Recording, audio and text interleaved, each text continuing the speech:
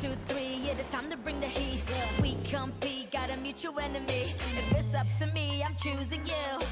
Up in the sky, we'll never lose. Lock and unload, we precise. I will take your advice. Got this energy up, we will take home the prize. So come get it, play this game. Showing all your skills, bang, bang. Let's raise the bar, ready to start, we'll never stop. Together we're off the charts. No doubt we will get that.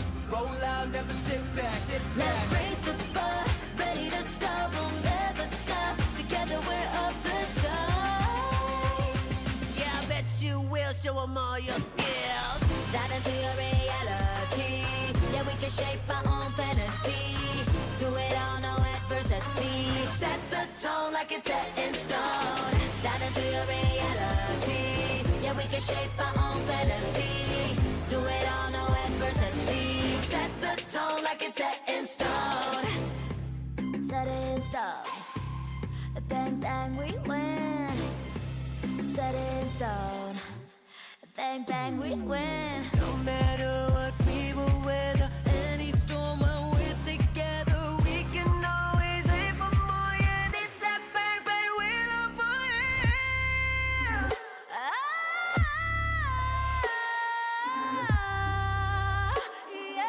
Set the tone like it's set in stone.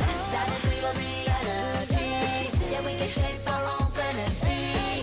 Do it all, no adversity. We gon' set the tone like it's set in stone. Set in stone. Bang, bang, we win. Set in stone. Set the tone like it's set in stone.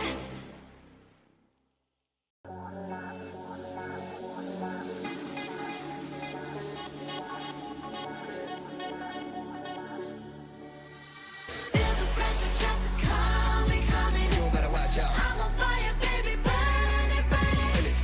Heavy feel like no one knows it, knows it. I'm too good for you, I'm too good for you.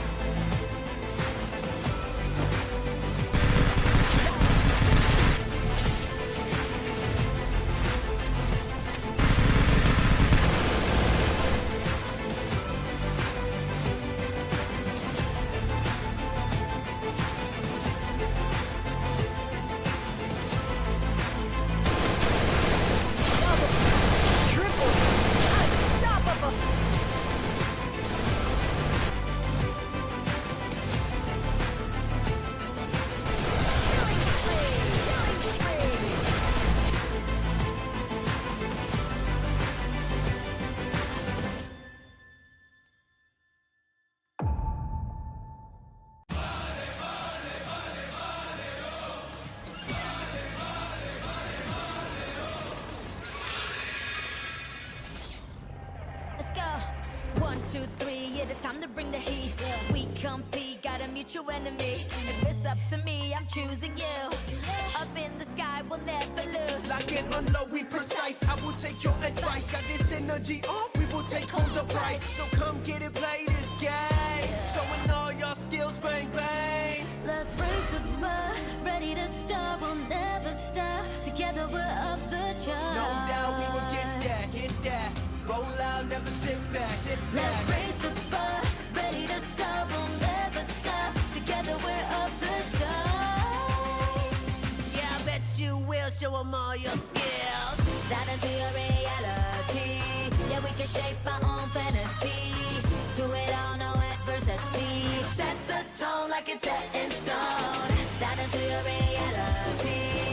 can shape our own fantasy.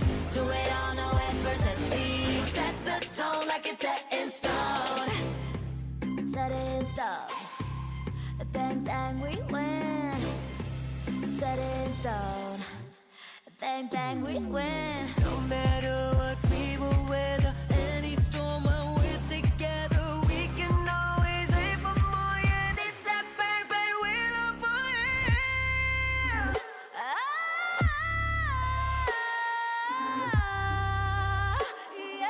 Set the tone like it's set in stone. That is real reality. Yeah, we can shape our own fantasy. Do it all, no adversity. We gon' set the tone like it's set in stone. Set in stone. Bang bang we win. Set in stone. Set the tone like it's set in stone.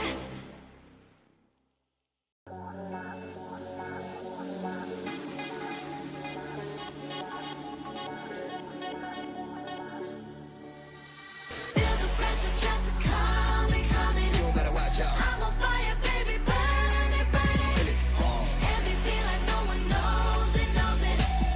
I'm too good for you, I'm too good for you.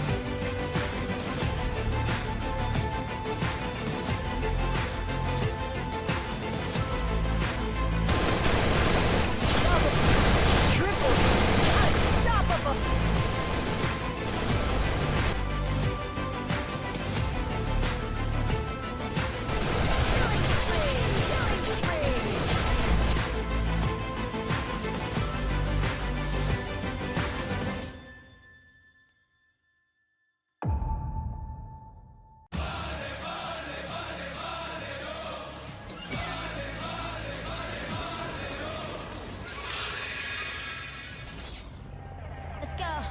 1, 2, 3, yeah, it's time to bring the heat. We compete, got a mutual enemy. If it's up to me, I'm choosing you. Up in the sky, we'll never lose. like an unlow, we precise. I will take your advice. Got this energy, we will take home the prize. So come get it, play this game. Showing all your skills, bang bang. Let's raise the bar, ready to start, we'll never stop. Together we're off the charts. No doubt we will get that.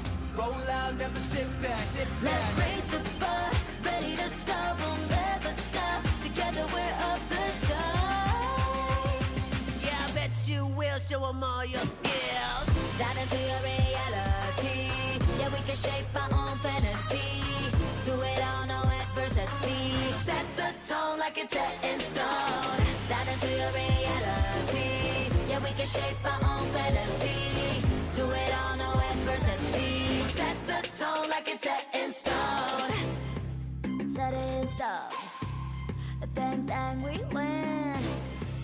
Set in stone. Bang bang we win. No matter what we will weather, Any storm when we're together, we can always aim for more. Yeah, it's that bang bang we love for you.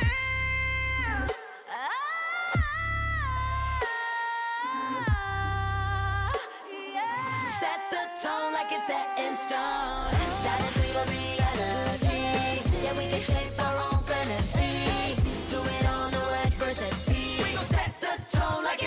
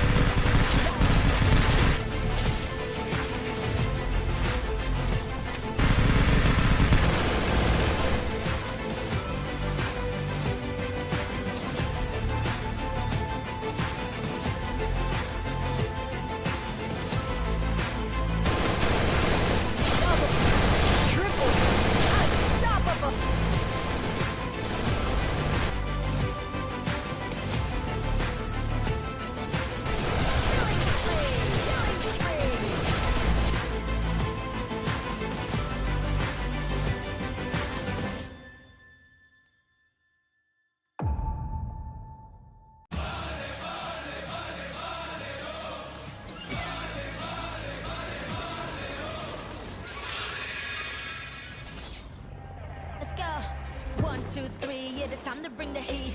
We compete, got a mutual enemy. If it's up to me, I'm choosing you. Up in the sky, we'll never lose. Lock and unload, we precise. I will take your advice. Got this energy on, we will take home the prize. So come get it, play this game. Showing all your skills, bang, bang. Let's raise the bar, ready to start, we'll never stop. Together we're off the charts. No doubt we will get that, get that. Roll out, never sit back, sit back. Let's raise the bar, ready to start, we'll never stop. Together we're off the charts. Yeah, I bet you will show them all your skills. Dive into your reality. Yeah, we can shape our own fantasy. Do it all, no adversity. Set the tone like it's set in stone. Dive into your reality. Yeah, we can shape our own fantasy. Do it all, no adversity. Set the tone like it's set in stone. Set it in stone. Bang, bang, we win. Set it in stone. Bang, bang, we win. No matter what we will weather, Any storm when we're together, we can always aim for more. Yeah, it's that bang, bang, we're on fire.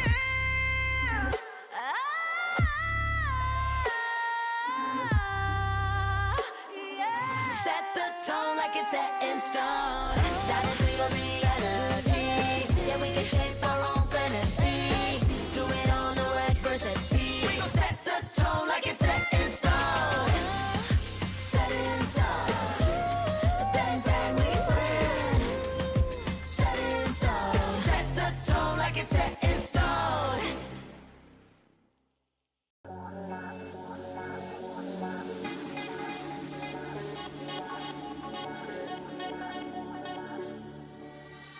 Feel the pressure, jump is coming, coming. You better watch out. I'm on fire, baby, burn it, burn it. Feel it. MVP like no one knows it, knows it. I'm too good for you, I'm too good for you.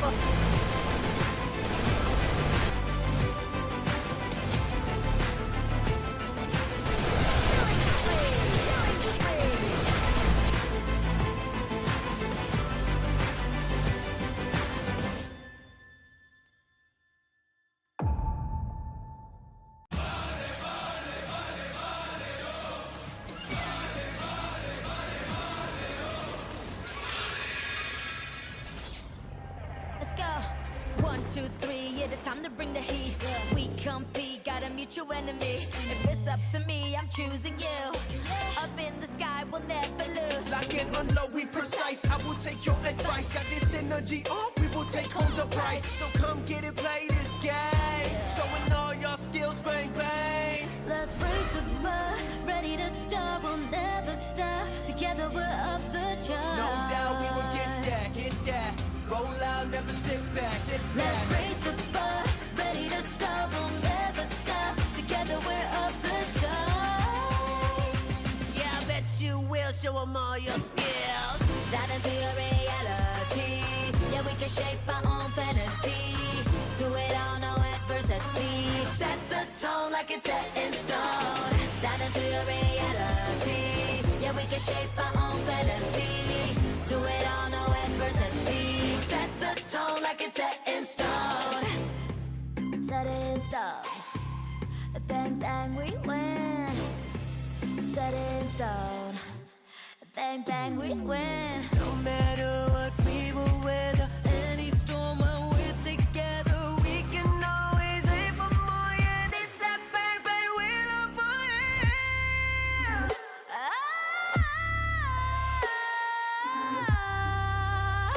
Yeah. Set the tone like it's set in stone. Down into your reality. Yeah, we can shape our own fantasy. Do it all, no adversity. We gon' set the tone like it's set in stone. Set in stone. Bang, bang, we win. Set in stone. Set the tone like it's set in stone.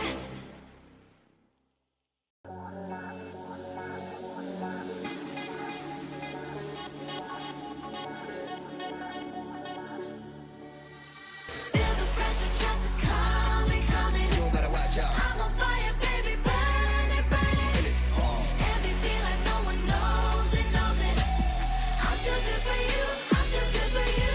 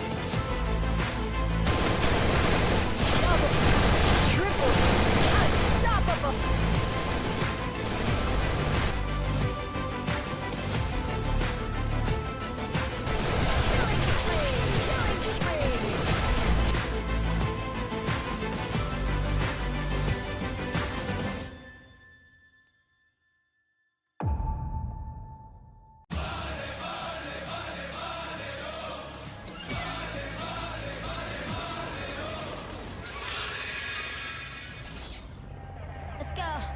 1, 2, 3, yeah, it's time to bring the heat. We compete, got a mutual enemy. If it's up to me, I'm choosing you.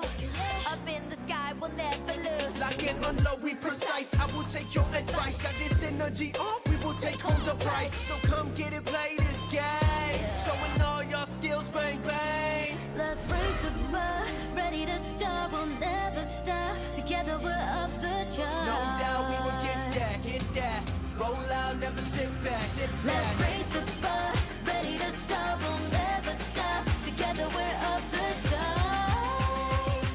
Yeah, I bet you will show 'em all your skills. Down into your reality. Yeah, we can shape our own fantasy. Do it all, no adversity.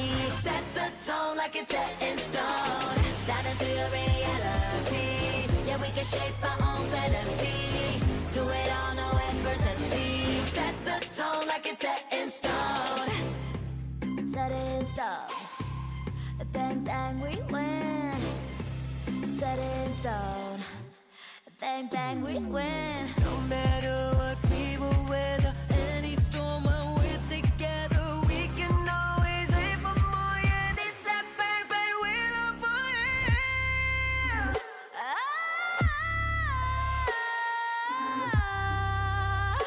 Yeah. Set the tone like it's set in stone. Down into your reality. Yeah, we can shape our own fantasy.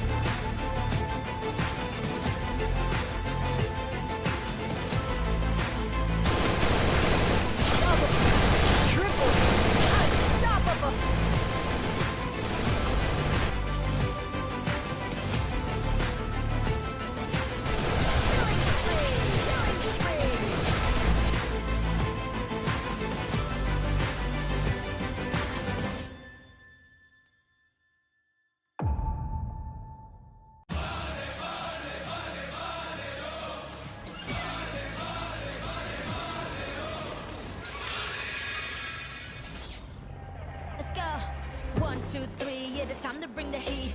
We compete, got a mutual enemy. If it's up to me, I'm choosing you. Up in the sky, we'll never lose. Lock and unload, we precise. I will take your advice. Got this energy on, we will take home the prize. So come get it, play this game. Showing all your skills, bang, bang. Let's raise the bar, ready to start, we'll never stop. Together we're off the charts. No doubt we will get that, get that. Roll out, never sit back, sit back. Let's raise the bar, ready to start, we'll never stop. Together we're off the charts. Yeah, I bet you will show them all your skills. Dive into your reality. Yeah, we can shape our own fantasy. Do it all, no adversity. Set the tone like it's set in stone. Dive into your reality. Yeah, we can shape our own fantasy. Do it all, no adversity. Set the tone like it's set in stone. Set in stone. Bang, bang, we win. Set in stone. Bang, bang, we win. No matter what we will weather, Any storm when we're together, we can always aim for more. Yeah, this that bang bang we love for you.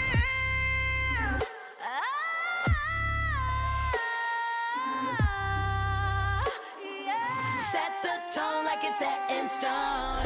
Dive into your reality. Yeah, we can shape our own fantasy. Do it all, no adversity. We gon' set the tone like it's set in stone. Set in stone. Bang, bang, we win. Set in stone. Set the tone like it's set in stone.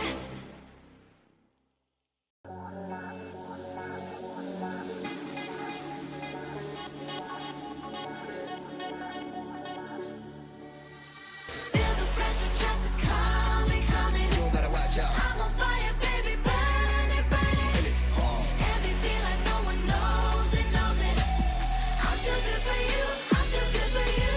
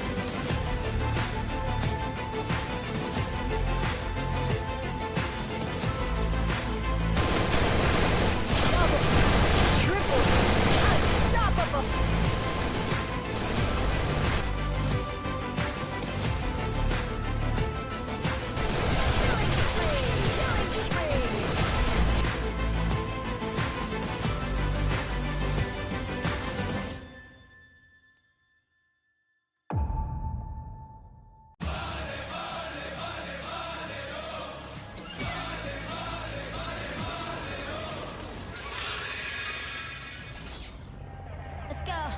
1, 2, 3, it is time to bring the heat. We compete, got a mutual enemy. If it's up to me, I'm choosing you.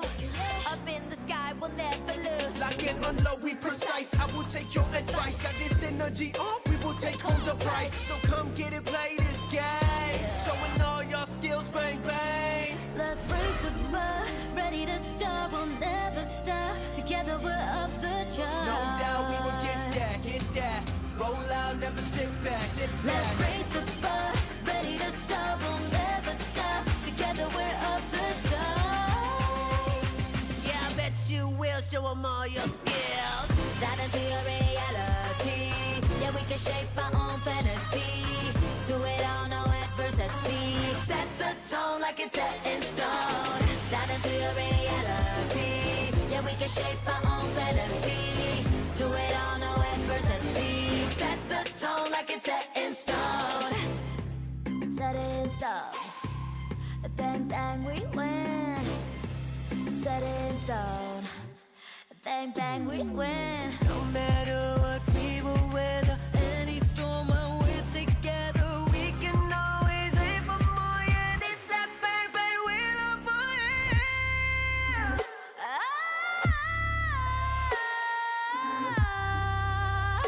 yeah. Set the tone like it's set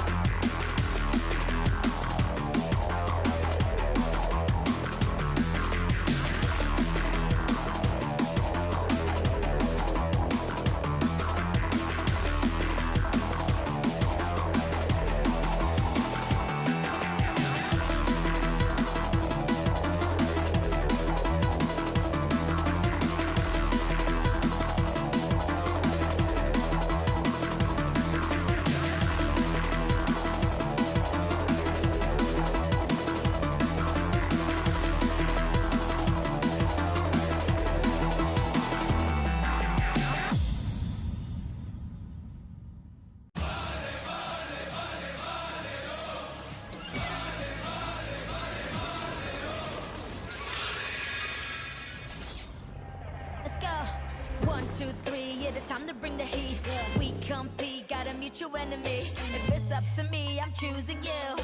Up in the sky, we'll never lose. Lock and unload, we precise. I will take your advice. Got this energy up, we will take home the prize. So come get it, play this game. Showing all your skills, bang, bang. Let's raise the bar, ready to start, we'll never stop. Together we're off the charts. No doubt we will get that, get that. Roll out, never sit back, sit back. Let's raise the bar, ready to start, we'll never stop. Together we're off the charts. Yeah, I bet you will show them all your skills. Dive into your reality. Yeah, we can shape our own fantasy. Do it all, no adversity. Set the tone like it's set in stone. Dive into your reality. Yeah, we can shape our own fantasy. Do it all, no adversity. Set the tone like it's set in stone. Set it in stone. Bang, bang, we win. Set it in stone. Bang, bang, we win. No matter what we will weather, Any storm when we're together, we can always aim for more. Yeah, this that bang bang we're up for it.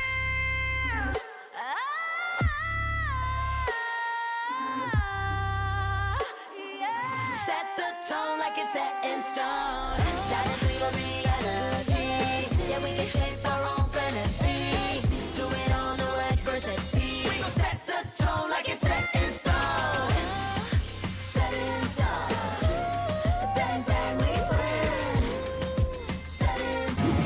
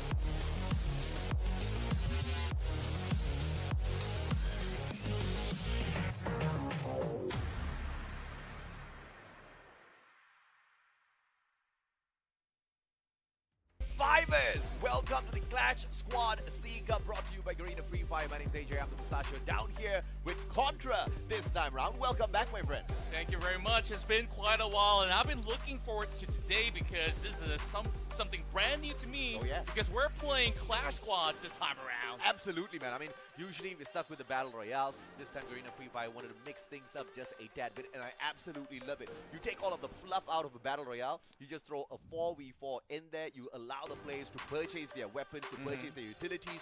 They get to decide how the battle goes. They get to decide exactly what their fate's gonna be because it's still a single elimination bracket, which means you win, you stay, you lose, you go home.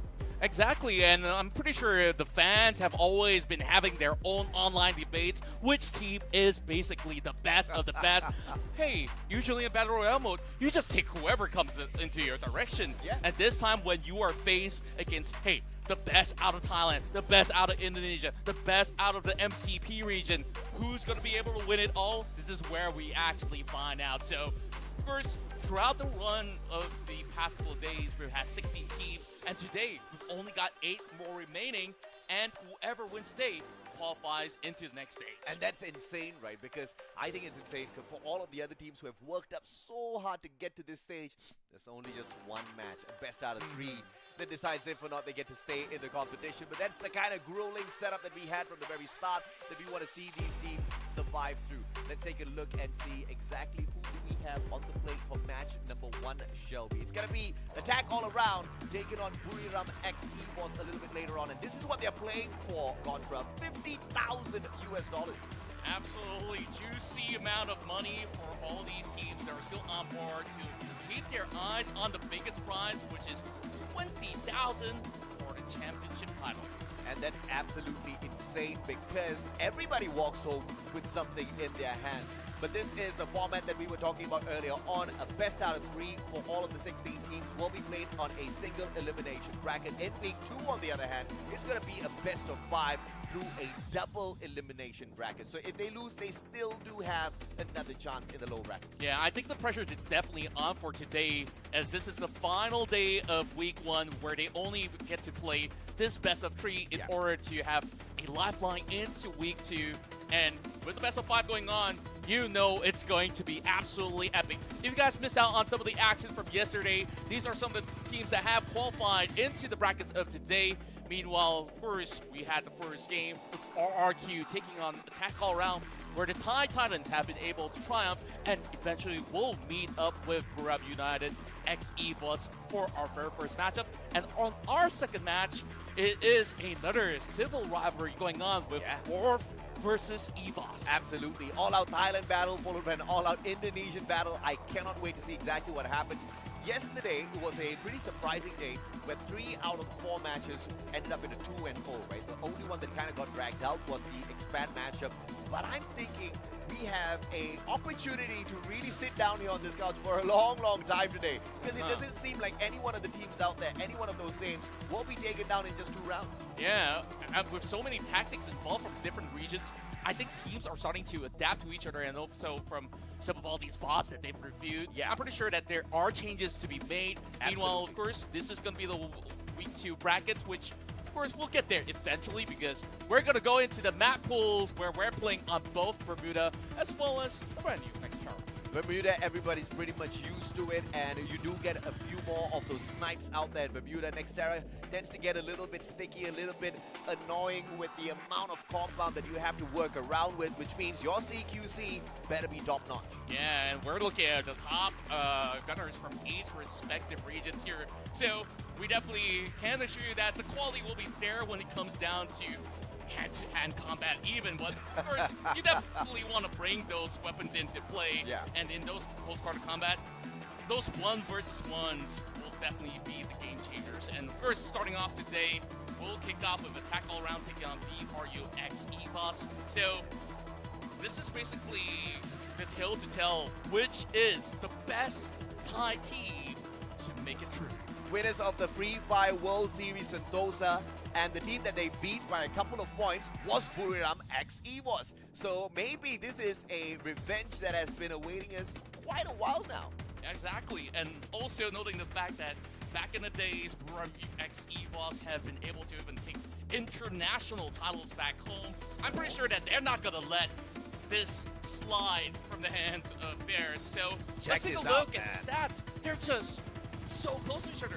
Just one different point in terms of elimination, but the damage, look at that. Attack All Around. Absolutely. 7K. What I do love about Attack All Around is the number of rescues that they have in comparison to Buriram X EVOS. I mean, this could mean one of 2 things. Number 1, Buriram X EVOS just does not go down. But number 2, it also means that Attack All Around just prioritizes in having the game of numbers against their opponents. And this is something that I've touched on even during the match in the past couple of days. Not a lot of teams focus on picking up their team members. Once someone gets knocked down, they just leave him for dead.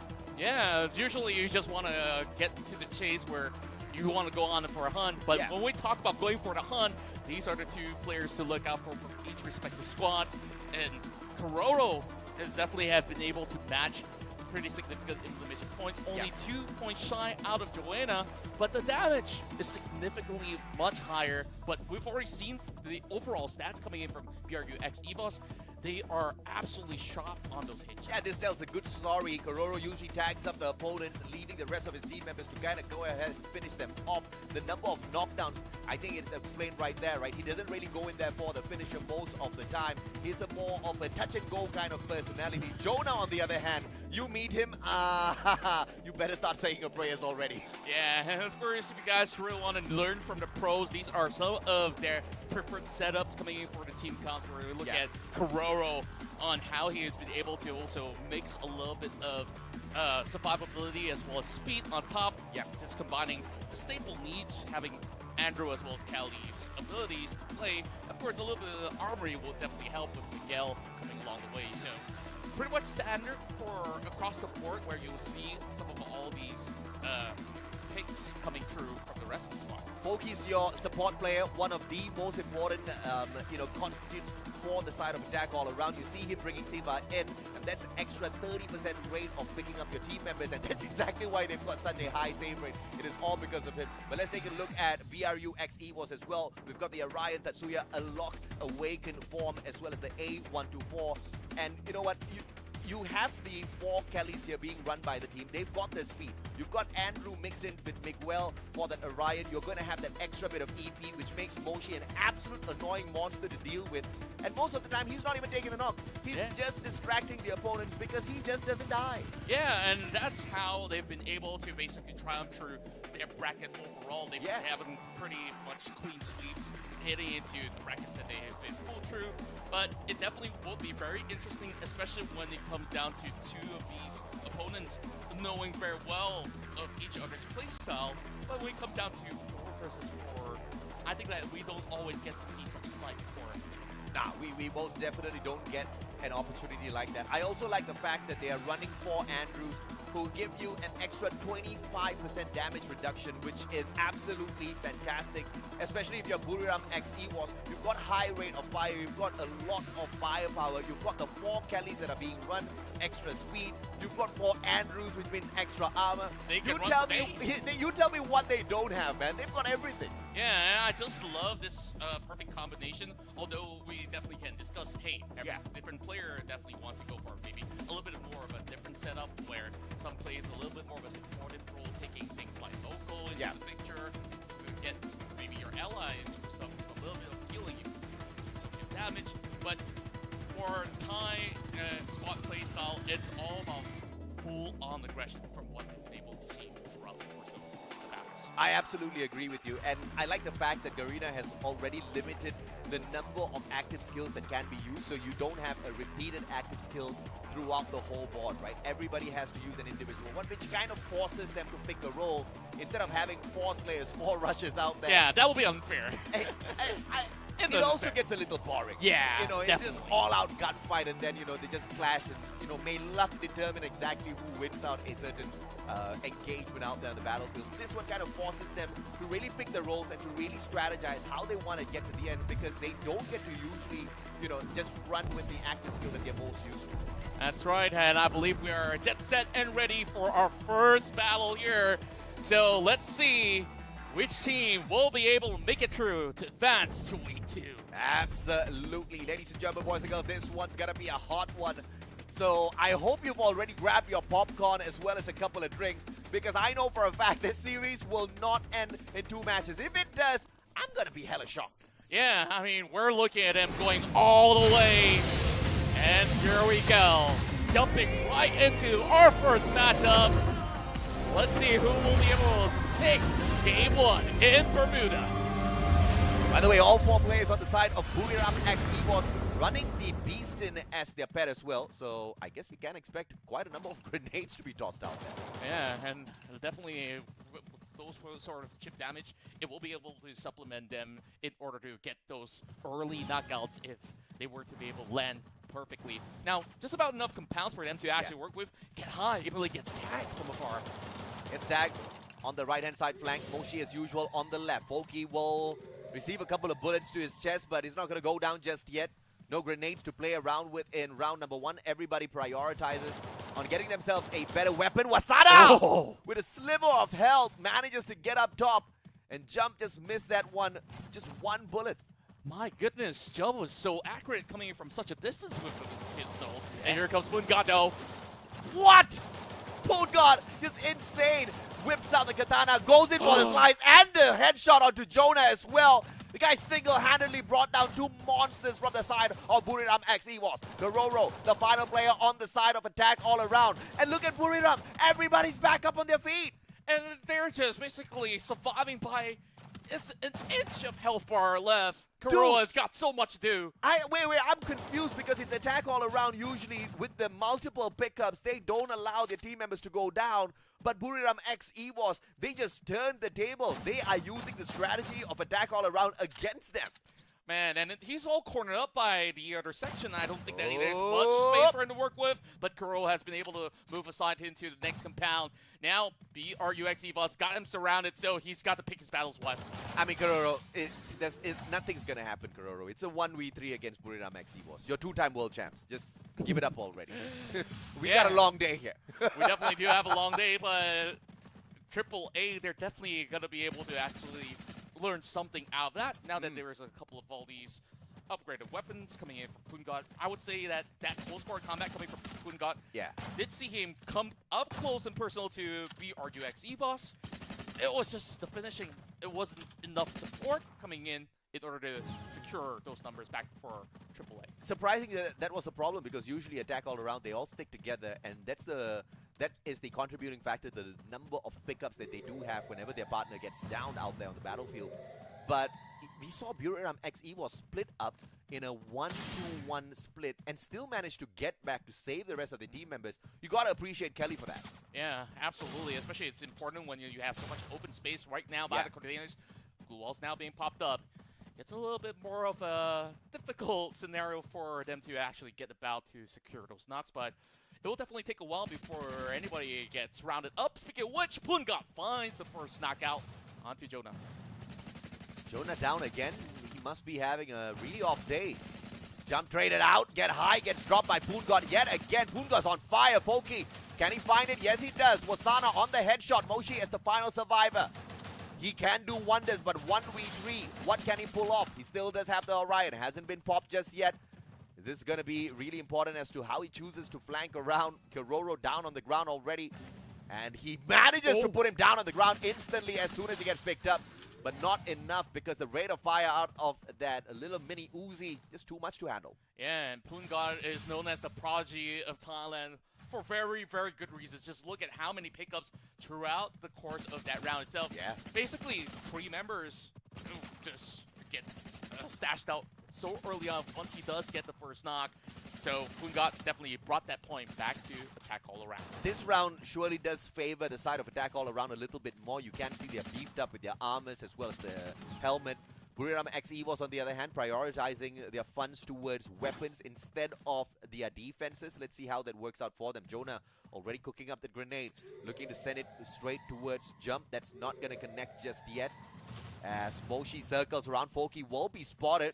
Wasana a little bit too far away to back him up, but they do circle around back together. Yeah, so very interesting position coming in from Moshi to scout out for information. He does know that Kuroa is going to be running around. And, perfect timing coming from Kuroa in order to shield himself. Repositioned all the way to the back. He should be able to garner enough support coming in from the rest of the squad as well. Now, Kuroa can definitely work on these high elevated angles, but BRU, they're definitely having a defensive hold, but Jonas gets spotted out. Let's see if Jonah is going to be able to survive this. He's having a pretty crappy day. 2 rounds. The first one to get down. And that's not looking good if you are the main slayer for your team. And I'm pretty sure that's kind of biting at him a little bit as well. He will want to have a little bit of revenge, but it's all about the timing. Spots out Jump. Jump with an AC-80. Tries to take a CQC. Does not connect just yet. And it is going to be... Oh, my God! Jonah does get it, but he gets traded out by Jump. I don't even know how that happened. Oh, everybody's just going close quarters, and BRU, they're trampling over AAA. Now that's only Kuro left once again. But he's going in for a pickup. There's not much time to be bought. Get high! He's trying to look for a little bit of nook and cranny as they go for a dance up, but get high. He's get through, but he's being blocked off. But the zone, it's closing in. locked himself in with the glue wall, and in the meantime, he gets a tad bit of backup as well. Jump manages to get high, takes down Jump. This is just all out insanity. And Karoro, as the final player, just could not finish off Wasana, the newest addition on the side of Buriram X EVOS. I would say that is actually a really good attempt coming in for Kororo. It was almost a 1 versus 3, and he's been able to at least go for pickup and eventually go toe-to-toe on those trades. Thankfully, he has just about enough resources on those glue walls in order to pull through to the final few moments. Now we definitely have to see what happens here by the corners of the docks. And the hardest workers on that second round was obviously Buriram X EVOS. Their opponent's attack all around were fully armored up, whereas they were low on armor. All they focused on was their pure gun skills. So you gotta respect exactly what your two-time world champs gotta bring in here. Poon God with the grenade cooked up already. Jonas not gonna eat that up just yet. Wasana, on the other hand, is gonna be pushing up from the right-hand side. Does he catch anyone though? Jump with a very long flank around his own right side. Will come across Moshi with the AWM in hand. Yeah, you don't want to meet Moshi at that point. Yeah, pretty difficult spot to be in, especially with this terrain. Prioritizing long-range battles, and that's where Moshi finds one. Gets a knock onto Foki for the time being, but wasn't able to actually land the blow onto Moshi for now. Putengod tries to bring this AWM on a close-range battle, not working out. You'll be surprised, Contra. I've seen so many of these close-range battles with the AWM where they just sweep players, and I'm just like, how? How do you even aim like that, right? Jonah, Mini Uzi in hand, they all gather up once again. A quick boost out of the Tatsuya, and Wasana finds Foki halfway through. Pungod with the AWM. Can he get the Spaz 12 on the shot as well? Has got the shotgun. And look at the movements from Wasana. Mini Uzi, but the glue walls do block all of those shots. Get High gets stuck. No backup just yet. Pungod gets dropped by Get High from afar. And Jump bites the dust as well. Oh boy. We see members of AAA try to actually play a little bit more of a defensive position inside of the building structures. But yeah. By the time that you have 1 or 2 members being knocked out, you probably won't have enough coverage on multiple angles, and I guess that is the demise of their own members after those trades, not really favoring them early on. But now I think this is going to be pretty much equal ground. Yeah, correct. When we have it outside of Catalyst, where this is usually a very popular choke point when it comes down to Bermuda. And also everybody's pretty much stacked in cash, so they can armor up, they can get whatever weapons they want out there. They're not going to be strapped for anything, but it's going to be the initial engagement between Jonah as well as, I believe, Jump with the AC-80 on that right-hand side, but Jump backs away. Jonah's not going to get a free one just yet. Yeah, lots of snipers in play right now for Buriram EVOS. I mean, they've been winning 2 rounds back-to-back from that. Of course, they're going to be able to buy best weaponry possible. Karoro tries to keep an eye out from afar. Meanwhile, Wasana is just going to wait for Jump to basically peek out, and perhaps that's going to be a little bit more of an opening for punishment overall. Jonah, so far, needing to find a massive move in his own, but I would say the rest of BRUX EVOS, they've been able to at least pull the weight all together as a team. I can't say the same for Captain Jonah, who's struggling a tad bit to find the skills, which I think might kind of scratch and claw at him towards the end of this. I think the ego might just creep up. As the captain of the team, you want to be doing a lot of work out there. You are the main player at the end of the day. But Wasana gets tagged up this time round, so maybe it's finally time for Jonah to show up. Yeah, Pungod taking control over on the center, and they're going to be running into each other really soon. They wrap up all the glue walls. Pungod, he's got to look out over on his 6 as well, but he's just going after him. Takes out Jonah yet again. Is Jonah sleepy?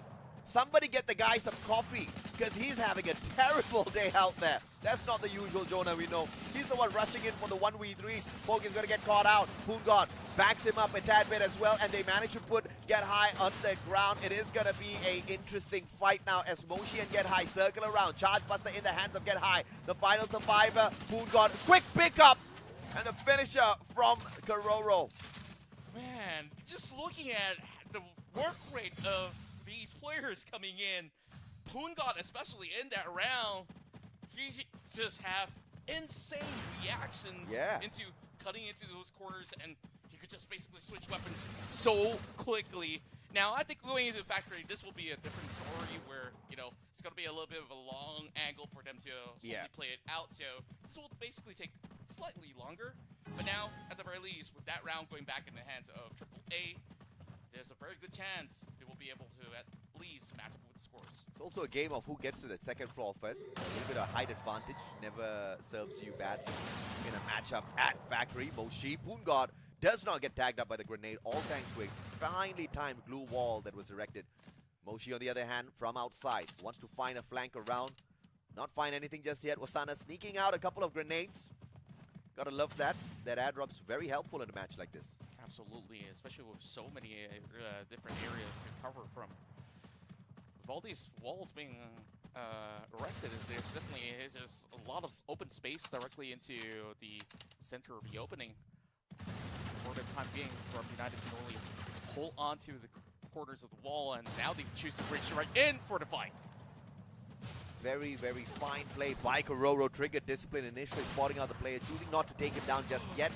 Baiting them out. Kororo with a double. Jonah goes down. Wasana goes down. Kororo single-handedly took out the Slayers from the side of Buriram X EVOS. I cannot believe what I'm watching here. This should be an attack all-around round. Once again, a double team ace back-to-back for attack all-around. Just beautiful execution, perfectly timed nades, and on top of that, you see how they've been able to react to one another as well. Yeah. Supplementary shots just to be able to really fully suppress BRU EVOS, and Look now, at this, man.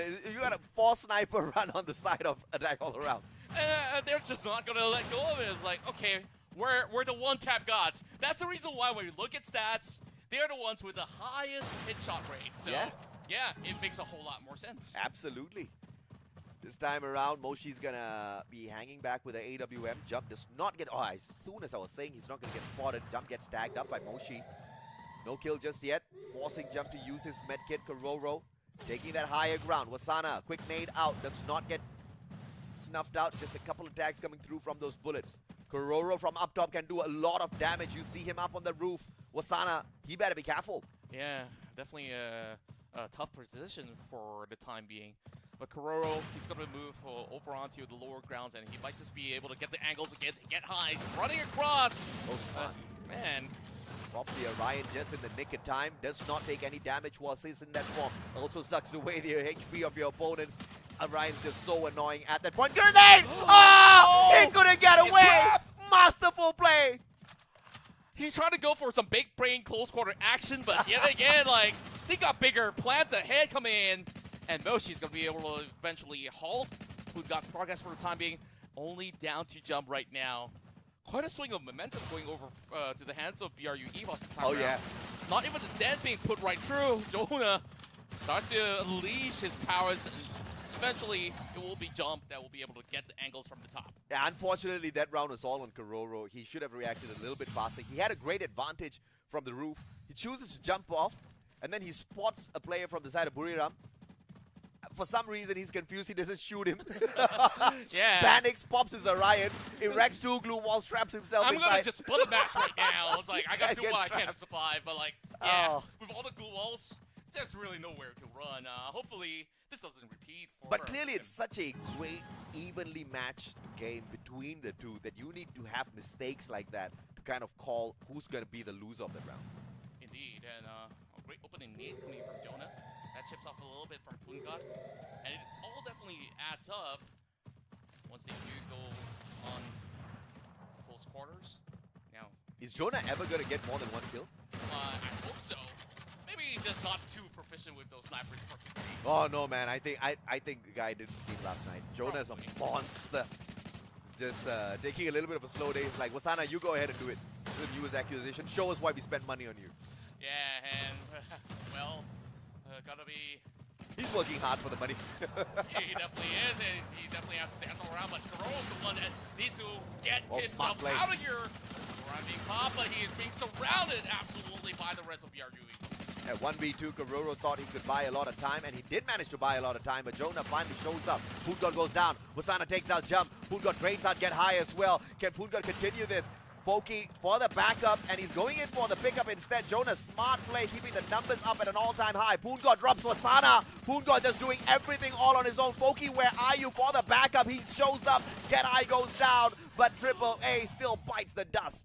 It was so close, and man, you were talking about a pay raise Yeah. or pay grade. Man, Jonah finally awakens here. Absolutely. And both were basically down to like 30% in that final scuffle.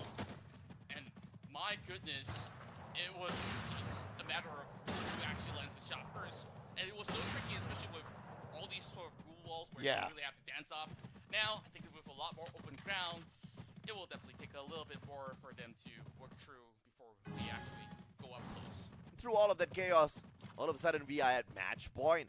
Buriram X was just one round away from securing this. When it was attack all around, it started off really, really strong. We thought Jonah's weakness of not being able to show up might just bite them in the butts, but it just doesn't seem to be the case. The backup from Wasana as well as Get High was just a little bit too strong for attack all around to deal with. Grenade! Poongod does not get tagged at all. Great blue wall. Yeah, and that shot with the feed onto Poongod definitely suppresses him for the time being. They will be able to at least take a little bit more of that revenue, but attack all around, they're going to be storming into a different position. Just love that they are executing this absolutely carefully because they know they can't let it slide. Yeah. Jonah spots two players. He's gonna eat a grenade. Can he back away from it? Doesn't get tagged. And they send the drone out to get such a tiny space. You know where they are. Yeah, especially with the UAV revealing their position. I mean, they don't really need it necessarily. Oshi's going in for the flank already. Gets tagged up a tad bit. Moves up a quick blue wall to patch himself right back up, and there Ryan gets popped. Masterful play from Moshi yet again. Poongod in the meantime. The distraction from the side of Moshi allows Jonah to really pop off. And it is that mini Uzi. Pops the Tatsuya. Gets into battle as quickly as he was out of it. And Get High. He's just gonna find those members of AAA right now. They're being cornered up by the zone and AAA. They're holding it out, but it's only down to Foki. He climbs over the top and he needs to land the fireball. Get High will claim it all. Get High, the insane player, flies up like gravity's not a problem at all. Attack all around started off fantastic, but Buriram XE was showing that they might not need a game 3 to secure this. Yeah, and it's just looking pretty much pixel perfect towards the later stages of this whole series. And we saw maybe in the first couple of battles, it was a little bit of struggle coming in from Jonah to be able to actually land on all these knocks. But looking at the turning point around round 4 onwards, that's where he starts to get into the groove, and now he's looking a lot more like himself. Absolutely right. Jonah's finally woken up. I think after maybe round 2, he had that cup of coffee we're talking about. Eyes wide open now, and attack all around. That was a tad bit disappointing. I was thinking this was going to go all the way down to a round number 11, but the moment Buriram XE had a little bit of resources, they could purchase whatever they wanted out there.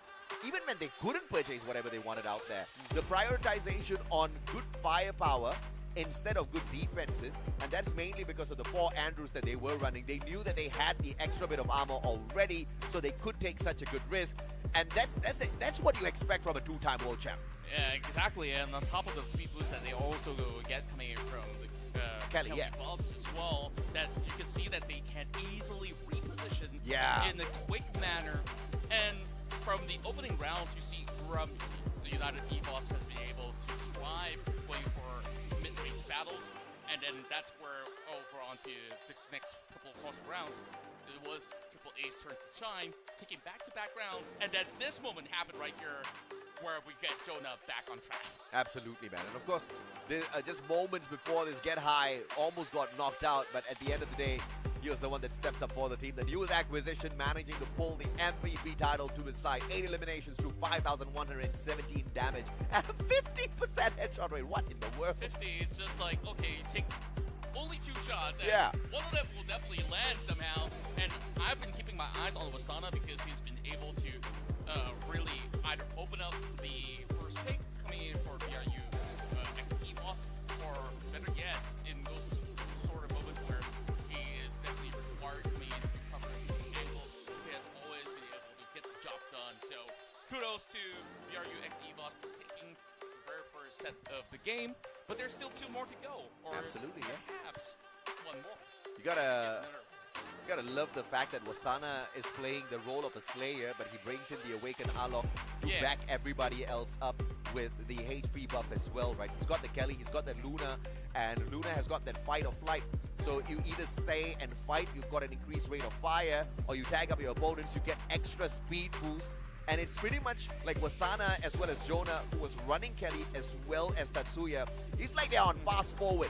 How can you stop these players when they're just zooming all across the map? Yeah, we saw the burst of speed that they have, especially when they call for a certain movement to be pulled through. Yeah. They just do it ever so swiftly, and this is what we want to see coming in from squad battles like this. Absolutely correct, yeah. With that level of execution layered with their tactical skills, man, they're looking unstoppable right now. So, is there anything at all that Attack All Around can do to overcome this? I really believe it is to just not play into the pace of your two-time world champs. It's just to slow it down, play those long-range attacks, because we clearly see where the players on the side of Buriram X EVOS excel. In the CQCs, in those close quarter combats, especially with Moshi and his annoying Orion, it's just a no-go. Get high, you saw exactly what happened to them. They got annihilated, 3 back-to-back kills. The guy almost aced out the whole attack all around. Keep that distance, and clearly they want to play the snipers. So they already have the right choice of weapons. It's just the distance part which is a problem. Yes, the circle does force you in towards the middle, but positioning is going to be key here. Absolutely, and I am glad that you also highlighted how important some of all these executions when it comes down to pumping the right skill set. Yeah. Especially with Ryan, where what you can basically do is that, oh, this guy is known to be perhaps a rusher for the team. Yeah, make him fade out the rest of the squad to put that focus on the impulse quarter. And then that's where the flock of your own team can just close in on them. So, beautiful stuff coming from BRUX EVOS. We'll have to see what more can they offer. Absolutely, man. Let's see exactly what Attack All Around can do in game number 2, because if they don't do much, then it's all over Contra. Yeah, and this is just that lifeline set that they really have to overcome in order to have a solid chance to go into the week 2. But when you're going up against a 2-time world champion, I know it's always daunting. Maybe the confidence level may not be as high, but these are no strangers to the Attack All Around, because they basically play in the same exact region overall. Surely, when it comes down to ideations of how a squad functions when it comes down to Battle Royale, is absolutely different when you actually pit them 4 versus 4, right? So yeah, a lot of adjustments is required coming in from each respective team. To be exact, it's really down to who coordinates so much better. Yeah. And now all eyes are on players like Pungat Kororo to bring it back for AAA. And I was actually very much in love with Folky's setup, where he brings in the Dimitri, he brings in Thiva, he brings in J-Beams. He is the main support player. But if you're not going to be picking up a lot of your team members as they get knocked down, you're not that much of a support player. And I think that sort of a setup could work against some other teams who are a little bit slower paced. But against Buriram X EVOS, who are so quick in getting in there and getting the job done, I think he needs to switch out the characters that he's bringing in. Have a little bit more of an aggressive setup if he wants to stand out. That's a really good point, because BRUX EVOS is definitely giving them no time, as well, no space. So let's see, maybe next era will be a better map for the tackle round. Or is it really the case? As we kick off our very first round, we'll definitely start off with those pistols. So Sana opts to be the outlier out of the standard stuff. And of course, that will be accompanied by Moshi as well. So a lot of opening space here by the offices. But we definitely have to take cover through some of these glasses that will be able to spot each other out, but won't always have cover to do so. So just running in for it. Jonah's just rushing on in there with the Tatsuya. Gets tagged up. Folky will buy a little bit of time here before he does take a peek around that wall. Jonah doesn't want to get aggressive just yet. Get high, backs him up as well. It's a 3v2. And it seems like nobody's picked up a grenade for themselves just yet except Kororo, but Kororo doesn't use it. Doesn't seem like he actually isn't necessarily. They all got cornered up though. Being in the club doesn't seem to be working so far, but Jonah has been brought down. So it's going to be a 2 versus 1. Get high's pretty low though. Wasana still at it! Oh my goodness. Is Kororo going to do it? He doesn't really have much health left. Can he ace out the team? Jonah finishes off the rest of the team members off Attack All Around, and Wasana will go ahead to save the day for Buriram X EVOS. But what a play, though, from Kororo. 3 knockdowns. Unfortunately, no eliminations. Yeah, it could have been a perfect ace that will really swing the momentum in favor of AAA. Unfortunately, it was down to the wire. I'm disappointed he didn't use the grenade that he got. Yeah, I was also pretty surprised. I'm like, what you saving for? This round, maybe? Because when you get knocked out, brother, you lose the grenade. So just toss it out already.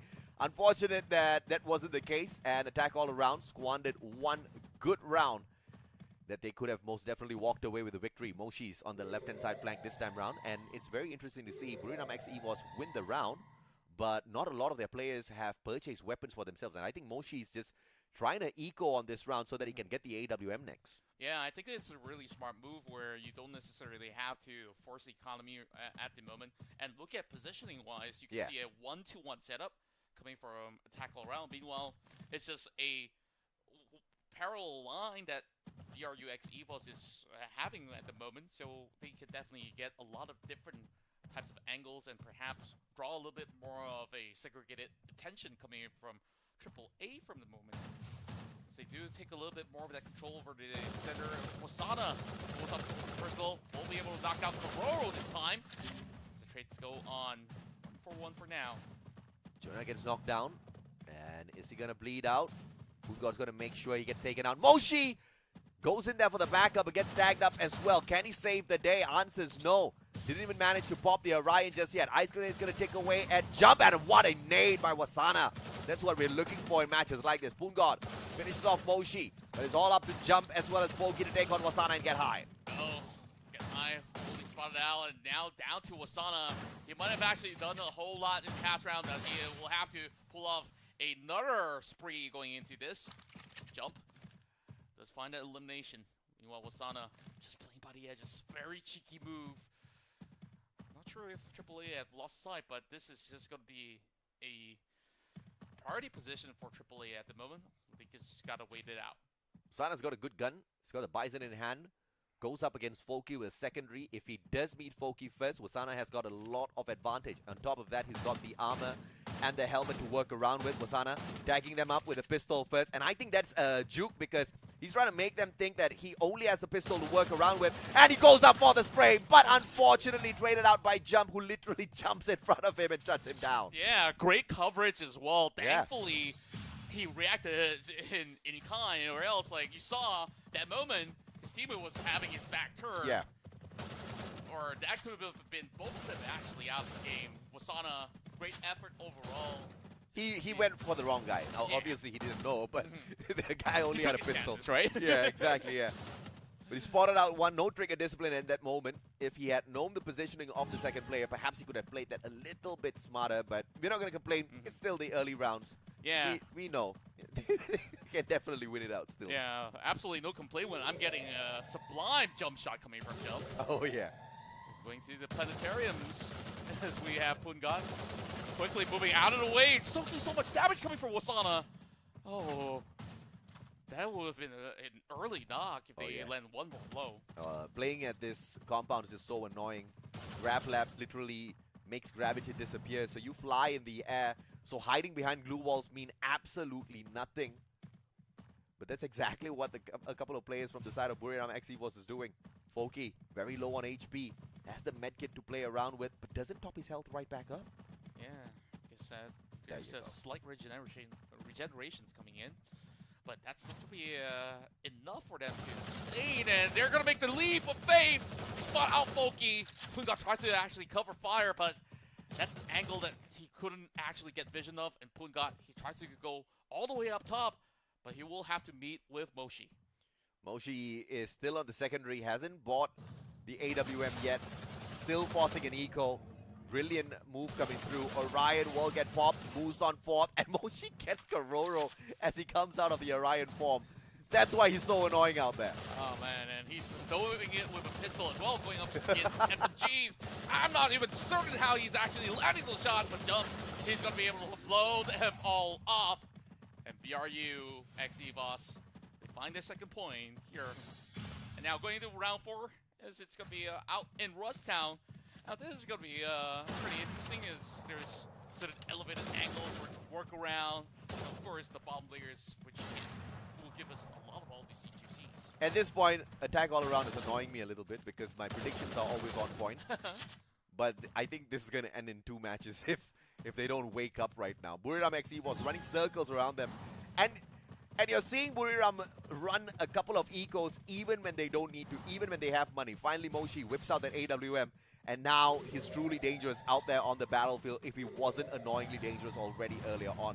Wasana, a good blue wall, but it blocks their own shots as well. Poon got spotted out. And he erects a good blue wall to block out the partner of Wasana. And that brings Wasana down. Smart play. And they're showing up with the flank as well. Moshi tries to reposition over at the top. Spots out Kuro. He's trying to look for that angle. Stops the hit. Does he land it though? Oh! One tap! Here we go. Jump now on the other corner, but a good blue wall will keep Moshi away from them for the time being. In the meantime, Buriram has already got Get High picked up yet again. Get High gets tagged up, but Jump wall put Wasada down on the ground. Get High needs to top his health right back up. The backup from Moshi is most needed. Jump's got to find a way to get through. So many layers going on. It allows Get High to reposition over the bomb layer, and he's getting Moshi stranded up. My goodness me. 2 versus 1, looking entirely doable, but Get High, he has to deal with it. Oi! And one final blow coming from Foki with the AWM, up close and personal. I don't even know how he did that. That's what I was talking about. The AWMs, CQC. You would think that it's impossible, but these guys, they make miracles happen out there. That's why they're pros playing in the global stages. And my, we can see how sharp they are, and even with no scopes, yeah, it's entirely doable. You've got 12 of those blue walls to play with on the side of attack all around. Hopefully they do go ahead to use it. BRU playing around with 8. Wasana's going to go in here for the push as the attacker first. Meets a couple of players. Has to back away with the Bison. Jonah cooks up the grenade. Delivers it. Does he find one? No one is tagged. Yeah. Great moves coming in from the members of BRU. With those quick initiations coming in from Jonah as well as Wasana. At the same time, attack all around. They're just going to be turtling in, but oh my goodness, Jump! So they find a blow, and Poon got how? Up close and personal, he still survives. And he was the one being challenged first. And Poon God saw Jonah. I have no idea if or not Jonah saw Poon God, but Jonah was literally shooting Poon God in the face, and Poon God just stood there taking everything and still managed to drop Jonah. Karora, what a play with the Orion. Comes out of the form, and CQC with the AWM. This is what I live for, Contra. Yeah, the cleanest of plays. And like, at first it looked a little bit questionable, like, why are you not responding? He's just waiting for the moment. Maybe he's counting those bullets, like, okay, he's running out of juice. No, I swear to God, he got lucky because he was holding a grenade when he stepped out. He was like, oh, my mama! Like, come on, give me a few seconds to cook this one up. Switches it out to the Bison. Still manages to hit Jonah. Jonah needs to wake up. Yeah. Jonah steps into 1v2, 1v3s and still walks out the champion. This time, he's getting a free hit and he still gets knocked down. That's very rare. Yeah, I guess like when it comes down to close quarter combat, like today doesn't seem to be his day overall. But Jonah, he's gonna go for another attempt, putting up a glue wall, blocking the proceedings coming in from attack all around. And that also deters them from getting much done as well. Karoro does find Get High. Well, one member being taken out from the top, and Jonah did secure the first one this time around. Gotta love that Mac 10. The rate of fire is just absolutely sublime. Jump now with a quick jump over. Wasana stands right in front of him. Full tags. Now the backstab. Wasana does get knocked down. Jonah out of nowhere eats a nade courtesy of Poon God. Does he get picked right back up though? Moshi all alone, a little bit too far away. Karoro tags him with the first shot. Moshi, can he respond? Pulls out a good blue wall. In the meantime, Karoro catches up with him, but Orion versus Orion. Who comes out of it first? Ah, Poon God, too good. Man, it's just a tough position to be at. And the moment that Moshi jumps down, it's like, it's kind of pretty much done and dusted right there. Position being rebuilt, and this time around at least back to a little bit more of that open space. I take it back, attack all around. No, I'm no longer annoyed. They are staying true to the game number 3 between the two. I would be so disappointed if this ends in 2 games. Yeah, I mean, they're definitely going to take us all the way right now. Oh, yeah. But still needing 2 more points though. BRU definitely still have quite an amount of chance to be able to overcome this form of deficit. 2 versus 1 over on the flanks, and they will have to deal with Pungat, who's doing it all by himself, and he's going to be able to hold up just fine. Meanwhile, they're stacking 3 this time, but there will be some cover coming in from the first tackle round. Jonah eats the initial nade, backs away. 2 grenades wasted by Pungat, but no one's going to complain. He's one of the front runners of attack all around at the moment in terms of eliminations. Jump, trying to find a higher angle where he can catch the players of Buriram X EVOS. Gets a little bit of information, backs away. Gotta love that trigger discipline. Waits for a little bit of backup before engaging. Yeah, there's definitely a whole lot of layers and That's a your lot whole of team running member, around. He definitely got a little bit of jump panicked. scare right here. Meanwhile, everybody over on the outskirts just gonna be finding those angles. Jonah! Oh, that's a close call, I would say. Yeah, smart play to evade all of those shots. Pungat now at the very edge of the building. Good glue wall to block the shots. Karoro gets taken down by Wasana off screen. And instant elimination coming through as well. Jonah, on the other hand, pulls out a glue wall, traps Pungat. And that was a bad idea because Pungat says, thank you for trapping me here. Yeah, and that basically limits his angle directly onto him. Meanwhile, Pungat needing one more blow, but the glue wall is right there blocking the shot. She does find Toki. Fair chance for both sides. Pungat goes in, regenerating his health back to 100%. Meanwhile, Jump's gonna do exactly the same. BRU's got to go in for a quick reset, but having difficulties to do so. They do manage to recover a tad bit. Jump waiting for Moshi to show up as the circle repositions. Moshi shows up. Jump has got a little bit of space to play around with, but Moshi pulls out the Orion, but not long enough to hold this away from Jump. And there you go, match point for attack all around. Just look at him go. So lethal, and now with 9 frags under his belt, I'm pretty sure for him to be able to secure double digits by the end of this is entirely possible. Attack all around on match point. And like you said it, we're definitely going to be looking at a series. Oh, yeah. Unless BRU goes in for back-to-back wins, needing 4 points to overtake attack all around. A reverse sweep to disappoint attack all around once again, like they have done in the past. I think Buriram X EVOS will welcome that notion with open arms. Let's see if or not they can execute it though. Moshi this time trying to get aggressive. No penetration through those glue walls just yet. Misses an opportunity as the 2 players jump on and out. Wasana doesn't get tagged by the nade, but Jump finds Jonah. Jonah on the ground. That's a big one for attack all around. Huge blow, and now with all these glue walls blocking their side, it's definitely going to have to utilize a whole lot of ammo, and now they do get to have a glimpse of Get High, and Smokey just shreds them to pieces. My. Moshi as the backup player out there in the open, maybe with a charge buster he can shine, but this time he just absolutely gets crushed. And a 1-to-1. This is what I like. This is what I wanted. This is what the fans expected as well. Oh, yeah. The top 2 Thai squads here showing each other no mercy at all. Yep. And now down to our final set. Honestly, when it comes down to the way that Attack All Around have been able to adjust from this round inside this map itself, you can see a better coordination at play, especially on that final round where they definitely built a defensive fortress. Having all the members right there, there you go. Arkuya going for team. But of course, needing 1 more to go for Attack All Around. Like, I think overall, we're looking at a huge play setup coming in from, of course, one of the members that have been able to pick up that 9 frags in total earlier. If Attack All Around can execute this once again, we will see a major upset in the competition so early on. Because Buriram X was not getting towards the grand finals, unheard of. Yeah, that definitely will basically shock the world of Free Fire esports worldwide, because this team have been revered as the best of the best in the world. So, of course, these are some of all these highlights that we did have back in Game 2.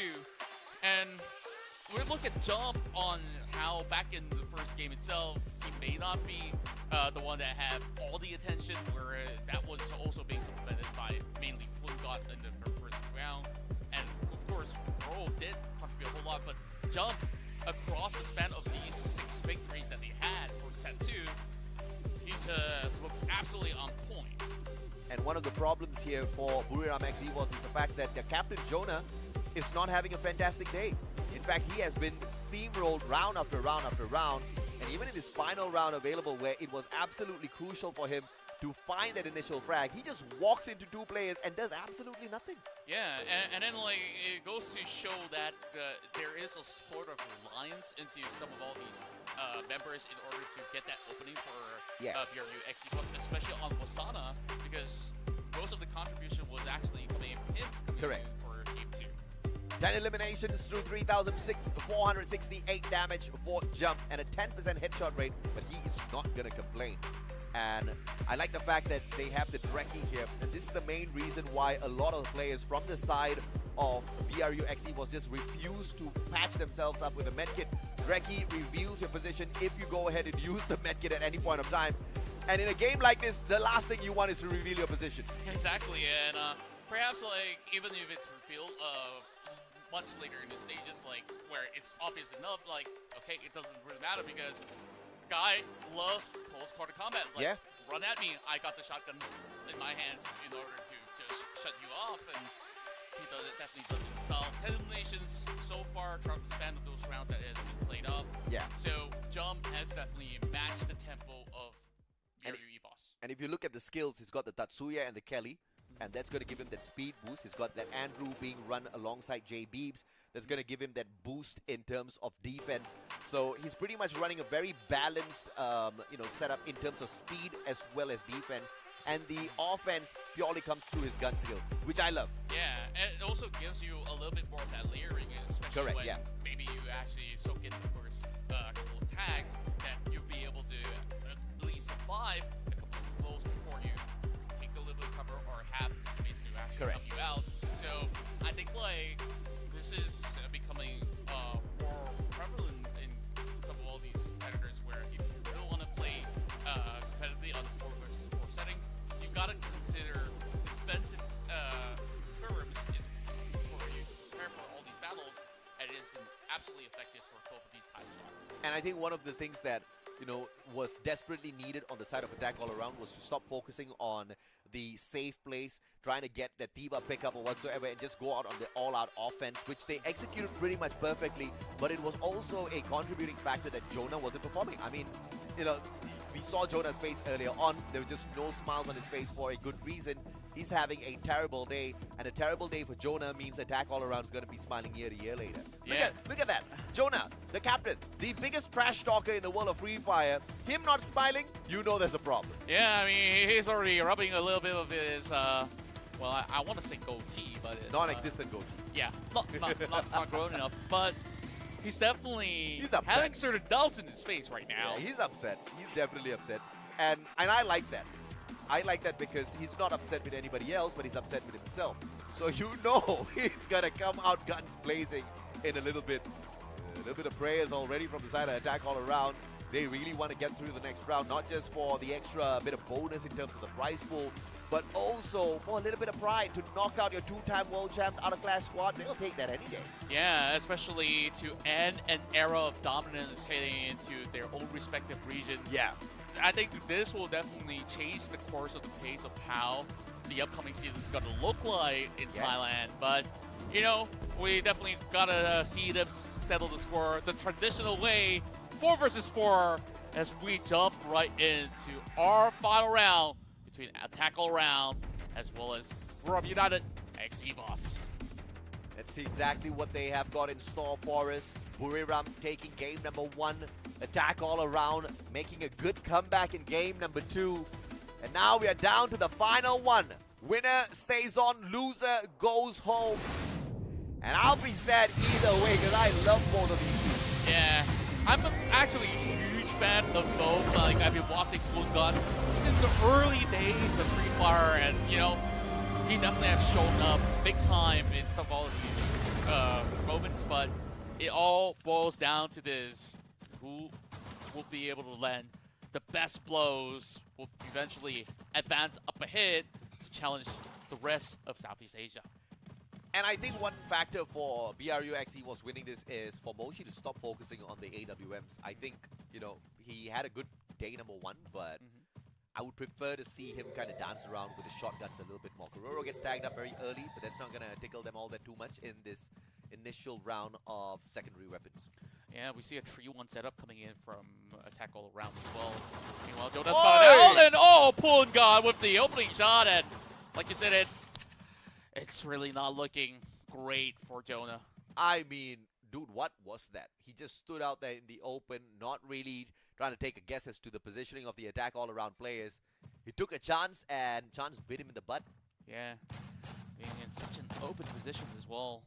Now, Wasana does have the rooftops for him to work with as compared to attack all-around, but this should be easily spotted out by attack all-around. They've been eyeing out through those windows. Yeah, yeah. And now the flanks coming in from Get High. I love what attack all-around's doing. They're just not going for that airdrop. They're staking out the airdrop to see exactly who goes for it. Because you're going to get precious grenades, you're going to get precious glue walls out of it. They're trying to bait out your 2-time world champs. That's insane if you think about the strategy of attack all-around. And they're winning out at it. Wasana, straight face-to-face fight. Foki must get the drop, and he does exactly that. Jump gets Get High from the back. And he quickly eliminates him as well. Moshi trades out Kororo, but that's not going to tickle them all that too much at all. A 1v3 now for Moshi. Strength of numbers coming in from attack all around in order to actually win those trades where you think that there's only 2. Hey, there's another backup all the way from the back as well, so not much can be done by Moshi right now, losing a lot of room of space, and Jump is ready, waiting in by the corner of the tree, and will be able to secure the first point here in our third set. I think the only way for Buriram XE was to win this now is for Moshi to stop playing that backup player role and be one of the initial slayers that does go ahead to engage. Leave Jonah for the backup instead because he's not having a good day. But the problem here is it's Jonah making the calls as the team captain, so I don't know if or not he'll choose to stay back. It's going to be interesting to see if or not Buriram XE goes down because of that. I definitely think that the dynamics really have to shift. But they're going to be taking this duel into the warehouse where Jump already gets a little bit more of that opening coming in from the right wing. And he's going to seek out members after members by the corner of the container. Thankfully, BRU XE, they do have a little bit more of a defensive setup. But a good nade will definitely be able to clear it out. But for the time being, none of these guys have nades in hand. One guy had it, and then he just absolutely wasted it. Whiffed it. Yeah, unfortunate. Get High does get tagged up a little bit, but a quick recovery from him. And that does give the information over to the side of attack all around, because once again, they do run the Dreki. And Jonah really needs to step it up, but the question is, can he find it within himself to do so? Yeah, it's definitely going to be a very tricky call to make, because once you step foot forward, there might just be 4 members waiting by the corners of the wall, so none of the teams are willing to take that first step up ahead. So with this circle closing out, they will be forced to actually play indoors, and perhaps that's where all the action is going to be at. Look at Foki. The position that he's holding on to is just really smart. Attack all around is trying to bait BRU into the compound, and Foki's just holding the outside so that once they do step in, he can find that backstep on them. But BRU is not silly enough to fall for that. Get High does get tagged up a little bit, and a good glue wall will prevent Get High from getting taken down. Pungan does drop Wasana. Wasana takes out Pungan. They trade each other out. Oh, this is definitely looking a little bit dire for the rest of BRU, but they did actually get High with those double knocks, and now Pungan, with so little health left, won't be able to do the trick. We see the ideation coming from attack all around, trying to shut them off from entering, but Big Evos, they were so prepared to take them on. And the biggest difference this time around is Moshi's becoming that Slayer. And once again, that's going to be very crucial for BRU to execute if they want to get this victory. They cannot depend on Jonah anymore as the initial engager. Moshi now needs to be the Slayer. Yeah, and just love the kind of shift that they actually have. Yeah. Just switching out roles. I mean, you just need to trust your teammate. Like, say, I have the confidence to actually go in for a kill. I'm going to absolutely do it. Now, in close proximities. Nate's tossed out over on the side of Punka, will not land. Second one being on top of him. Oh my! Wasana relentlessly going in for it. But the run only holds him so much time. Wasana still gets it back. Yeah, Kororo just didn't have the gun to kind of hold that fight out a little bit more, and BRUX EVOS gets an easy one. Moshi once again steps up, but this time Get High and Jonah, they do get one apiece as well. BRUX EVOS finally showing signs of life. And the one thing that will really annoy me is if Moshi buys the AWM, but he doesn't. He buys a double Bison. Let's go. Moshi wants to be.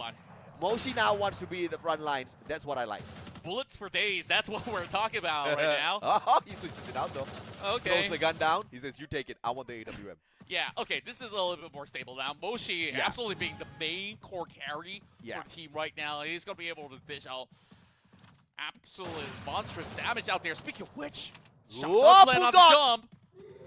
Oh, that nade doesn't tickle him at all. Oh, tricky position to be at, but Wasana's going to lob another onto Folky. This one did clip the back of Punga for a tad bit more. If that was a lethal, I think Punga would have gotten taken out. But it's just a nice grenade. It tickles him a little bit, forces him out of his position, but nothing much to worry about. Yeah, they could absolutely take it slow from here. No rush at all. A 2-2 split going on for the rest of the members of BRUX EVOS. Jonah now being spotted out. Dumb tries to find the angles to work over the containers, but these walls is just not doing him any good. Not at all. Wasana badly gets tagged, quickly backs away for a good defense and jump. Wasana just sneaks on in, gets a double jump.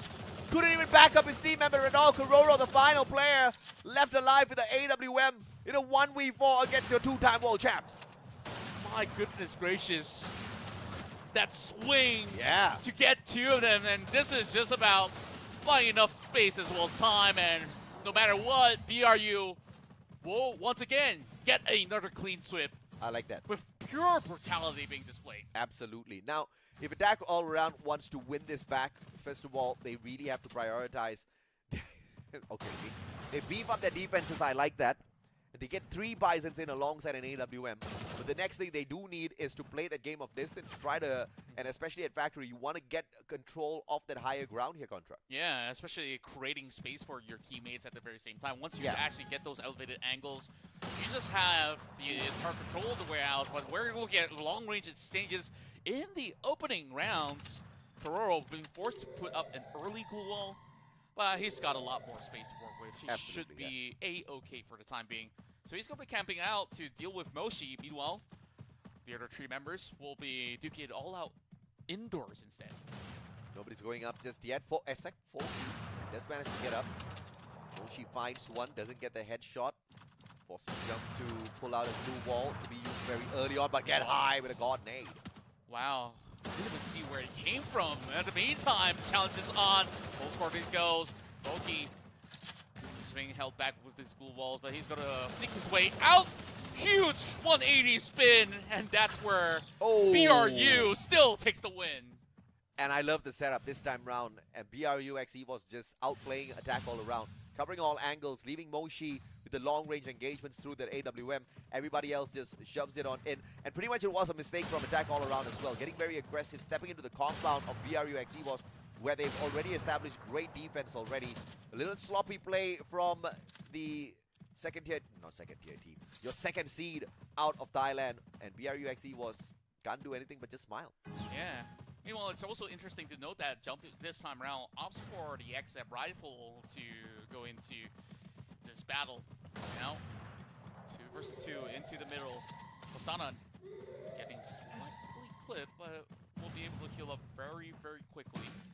So be able to move over onto the upper floor. Meanwhile, trying to prime a grenade through those windows. Not gonna be able to actually find all too much, but slowly but surely, AAA, they're stacking onto members of BRU. Just curious as to who's going to find that initial engagement. Jonah's just standing around. A good Tatsuya boost just to get, what did he get? A couple of glue walls for himself. Okay, extra bit of defense. Nothing much to shout about. Jump does manage to find Get High. Wasana out in the open. sliver of health left for Jump, and the grenade's gonna do him in. Does he get him? Was not even standing around to check if he does. Yeah, pretty close one though. Meanwhile, he just leaves it up to Goshi, but Get High will be able to actually run right in to rejoin the group. Meanwhile, damage being done. Wasana now taken out. Fantastic play. Goshi with the tag, Jonah with the finisher. And Aurora's gonna be standing, Boongod's gonna be standing outside. And I don't know if this is gonna do him any good. Two players all around, and Moshi with a good blue wall just to avoid those shots in the meantime. The backstab's just non-existent. Not at all. It's only got to rely on close range AWM, but Boongod is so much better, shredding him out. Thompson trying to avoid the blue circle, and it just didn't do him any good at all. Backup non-existent for the side of BRUX EVOS as the players just got a little too cheeky. 2-4. My goodness, this one is pretty close. Yeah, Moshi coming with a WAWM setup. Well, probably more taps, more chances of you getting, I guess, kill secure. I would prefer a few more grenades on his side, but you know, it is what it is. Moshi with double AWM. Guess he's just gonna camp out in the corner. Jonah cooking it up, sends it towards Foki, who does not get tagged up at all. Wasana on the right-hand side flank, but Jump with a long flank around. But is he gonna get there in time to back his teammates up? Oh, perfect airdrop location for Jonah to actually go in for quick restocks as well. Alright, things are looking decent for the side of BRU EVOS, taking huge control over onto the center. Meanwhile, AAA, they're playing by the edges though, but more time that they take, this may not actually be the best notion, as they will eventually have to run right in. They're about to approach this front line of engagement. Wasana's going to be able to hold them out for now. Not that he needs to actually rush out for the moment. Roshi is not an angle for him to actually seek out, but the UAV will be taken out. Can he find one? Spots out Jump, but no angles to connect with a shot just yet. Has to reposition Wasana. Great tags. No finisher. Ice Grenade will eat away at his HP. The rest of the players on the side attack all around. Oh, they squeeze into a tiny compound. A couple of grenades can't do them in now. Yeah, they're just running like ants, just covering small little angles as they try to follow everyone into the direct center. Wasana's going to eventually get Boongod. Meanwhile, exchanges happening, coming from the tackle round. Still no advantages until Jump actually seeks him out. Around now being utilized. Get High runs away all the way to the corner. And Moshi, he's going to be able to tap out Roro. Who's it going to be? 2 versus 2. Ah, make that 1v2. Wasana really low on that HP. Foki with the sprays. Bison just can't do much as Moshi gets a double.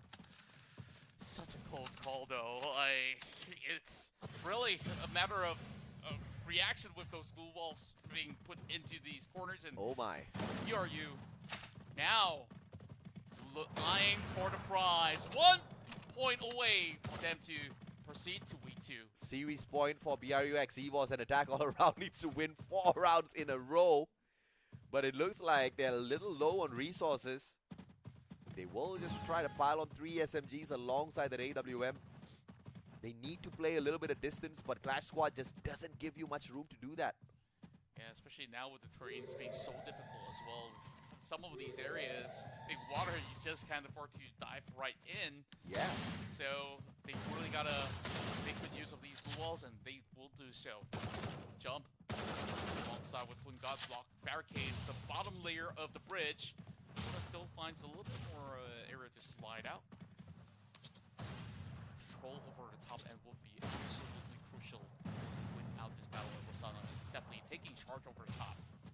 Picks up a grenade from the airdrop as well. Boongod right down below Moshi.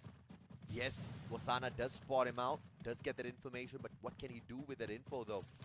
As Boongod sneaks right below the deck. BRU up on top, AAA right down below. Who's gonna get this? Yeah, it's really hard to tell. Like, do you want the battles to be upstairs or downstairs? They're just basically making them decide, and BRU decides to jump right down below, and that's where they get that opening. AAA, they see themselves a chance. Get High, really low already. Can he get one before he goes down? Answers no. Jump manages to get him. quickly eliminates it from the equation as well. Attack all around. Kororo drop. Poongod trains out Wasana for that Punisher. Moshi all alone though. It's a 1v2 clutch round for the Clutch King. Can he get it? Steps on up with the AWM. Wasana backs him up, but Poongod says no and Jump finishes him off. Yeah, too much for Moshi to deal with, especially when you need 2 bullets to take them out with that AWM. Yeah. When, of course. Well, he did have 2 AWMs. Yeah, you gotta switch out really quickly. Yeah, gotta, of course, have another better round. And again, he goes for the double AWM. It seems like With he, no armor. Are you kidding me? I guess he just wants to flex, like, hey, I'm gonna take you out with double AWMs. Like, I just need 1 more point anyway. So they're just trying to make triple A work pretty hard for this one. But I think this is definitely going to be a certain good angle for them to at least play out those snipers. Jump's going to look out from the outskirts. Meanwhile, Poongod tries to run across, soaks in slight damages. Jonah's going to be waiting indoors, though. Jump with a really good flank, and he's going to punish Moshi with... Oh, but Moshi, great positioning. Anticipates that attack from Jump. Oh, huge nade on Moshi as well. That will definitely open up a lot more space, and Poongod pure confidence. And also the fact that Moshi doesn't have any armor. Like, why would you do that, Moshi? Well, this is basically giving 1 free point away to Triple A, unless this happens. Now 3 versus 1. Not gonna happen. Wasana, final player, Jump is gonna make that a 1v4. As Kororo gets picked up, Wasana can't do much. Okay, at this point, I say, boy, just give it up. Yeah. He's got a Bison. He doesn't even have an AWM to kind of sneak around and get those one-hit wonders. Yeah, now with him just doing ring around the rosy, I guess it's just about time. And Jump, once again, showing that he is one of the top gunners here, coming in from AAA, having almost the equal work rate alongside with Poongod. I think that was such a throw from Moshi. Yeah. He could have just gotten an SMG for himself. Very questionable, right? Like you need to manage your resources. Even if not an SMG, maybe some armor. This time he smartened up. He's like, okay, just 1 AWM is going to be enough for me. I'm not going to get greedy. I need a helmet. Yes, you do. You always need a helmet. Absolutely. I mean, you got to respect AAA, especially with Poongod being so sharp throughout the course of this battle. Now, Jonah's going to be able to make that run in. Challenge Poongod first. He's got the shotgun at the ready, though. Meanwhile, the blue wall will definitely block out 1 form of the entry, and Moshi's just going to be waiting for a perfect angle. And he spots 1. But he backs away. Smart play because players do have... what? Did he just throw a nade at his own player? Seems to be the case. Well, I guess it's just the distance. But, hey, they're looking A-okay. At least they're still alive. But Jonah getting a couple attacks right in. Folky holds all the way back. Love all these blue walls right up in the middle. But BRU, they say, we're going to camp out in the same territory. We're waiting for the rest of BRU X EVOS to invade. Just a flurry of ice grenades just ticking away at the HP, forcing AAA to back away from all of those crazy glue walls set up as a maze. But now, because of that, they are only left with 2 glue walls to play around with, which is a little unfortunate. Jump and Kororo might just be the saviors. Folky manages to pick 1 up from the airdrop. Just beeps himself up a little bit more. Wasana steps on in from up top. And attack all around, still holding the outside perimeter. Yeah, BRU playing with a whole lot more precaution right now. They cannot afford to drop another round, but the timer, we definitely have to keep that in check. The next zone will appear pretty soon, and that will eventually force BRU to move out to get the trades. Great trades back and forth. Jonah with the bumps, but Jump won't be able to put him down. Are we going to see an equalizer? All the way to a round number 11 we go. And yes, it will be down to the very final round. That's on you, Moshi. And now the pressure is definitely on the shoulders of BRU X EVOS, which started with such a huge lead. Yeah. AAA have been able to close that gap, and he's still running with the double AWMs. And as a matter of fact, everybody gets an AWM of their own. This is insane. Everybody's got enough money to buy the wool for themselves. So let's see if or not. It's going to be enough. Everybody's stacked. It's an all-out battle in this final round. Sudden death. Winner stays on. Loser goes home. Poongod And Jump on that right side flank. Jump really pushing the boundaries here. Moshi's not going to catch him off guard just yet. Jonah very patient, not even whipping out his gun just yet. Yeah, they definitely have to get all the intels as much as possible. I believe that Jonah has been able to spot our 2 members moving right across. So that is just about enough for them to actually work things around. Wasana now spotted out, but it doesn't really matter all too much because Kuro did not actually budge off. I'm in disbelief that Kuro didn't bother to take a shot because could've Wasana actually was been out a in the free knock. open. Yeah. Guess that he doesn't want to reveal his location just yet. Else he might just be a sitting duck over the top. Foki now goes directly to the center. Snake flying in. Jonah not back. Sada now coming in with a flank. Still gonna be looking for a huge wrap around. Jonah's cutting right across. It gets high from the back. Wasana and Jonah catching up together, and Jonah just could not pick up Get High in a situation like that. Get High is going to be the sacrificial lamb, and I cannot believe this is what we're seeing. Because it's a 4v3. Your 2-time world champs might have just squandered their opportunity. Foki now on the left side flank alongside Jump. Wasana shows up. It's going to be the Bison fight, and Wasana says, I'm not staying around for this fight. Going in with 2 members to take on Boongod right now. Boongod's going to make that run in. He's got to watch his 6 as well, as he will eventually bring down shotgun on his own. Still surviving though. Boongod, how do you do this? He gets it. Oh! BRUX was is out of the competition. An attack all around. They move on through. A miraculous play from Boongod. You saw the courage to run outside of the safe zone, and he was supposed to be taken down. A couple of shots out of BRUX EVOS got whipped off, and AAA, they take every single chance that they get. And right now, I don't know what's happening off cameras for BRUX EVOS, but I'm thinking Moshi definitely does have certain regrets. But for Attack All Around, they will celebrate their way to end this weekend for themselves. BRUX was needs coach Mustachio on their side. Remember when I was talking about him putting down that sniper, grabbing an SMG for himself or a shotgun, just getting into the battle? He became the top fragger of the team instantly. And I don't know what was the decision or what was the conversation that was going on between the players on the side of Buriram X EVOS, where Moshi just decided, okay, you know what, I'm going to stop the fights, I'm going to stop picking up kills, I'm just going to go back to my sniper role. Yeah. And that clearly was a terrible idea. Yeah, it's pretty interesting as well when we see a high party coming from BRUX EVOS on those snipers, right? Like, there is some limitations when you're using snipers. Sure, it was great for perhaps long-range openers, but when it comes down to certain areas where there's a lot of compounds where you traverse through, then it becomes slightly more difficult as compared to when you bring in an AR or SMG into play. Then it's really down to effectiveness of how much could you basically pull through the damages. For me, it's not just about that. I mean, it's just like a simple game of football, or soccer if you want to call it, right?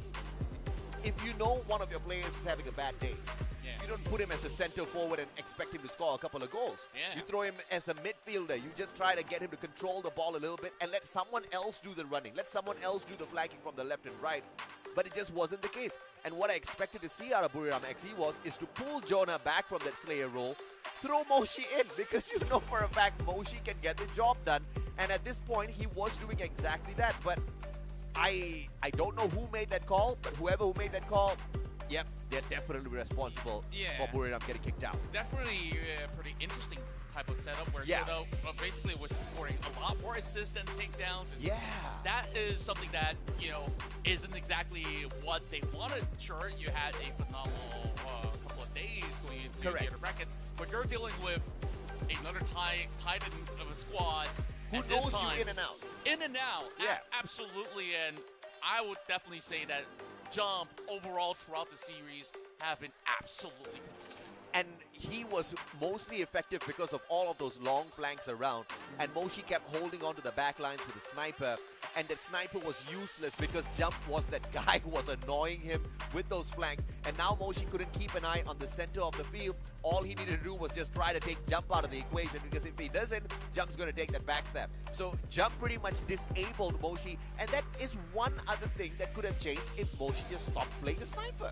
Yeah, and I just feel like there's definitely a lot of things to discuss overall within this series, but we also got to also point out that attack all around on game 2 onwards, they've also been able to really put the pedal to the metal and show the more aggressive sides, where you start to see switch-ups in terms of the way they've been able to bring out different types of artillery. Yeah. And now, to seize that way forward, this is an exhilarating round that came pretty close down to the final game, as attack all around will be your first team to advance into the next stage. And I would have it no other way, right? We get 3 games and we get round 11. We maximize the number of rounds that we could play in a matchup between the two to find out exactly which one of these Thai Titans could move on to the next round. Unfortunately for Buriram X EVOS, today just not the day for them. Attack all around, on the other hand, we'll be waiting to see if or not they meet the brothers of Buriram X EVOS in the form of EVOS Divine,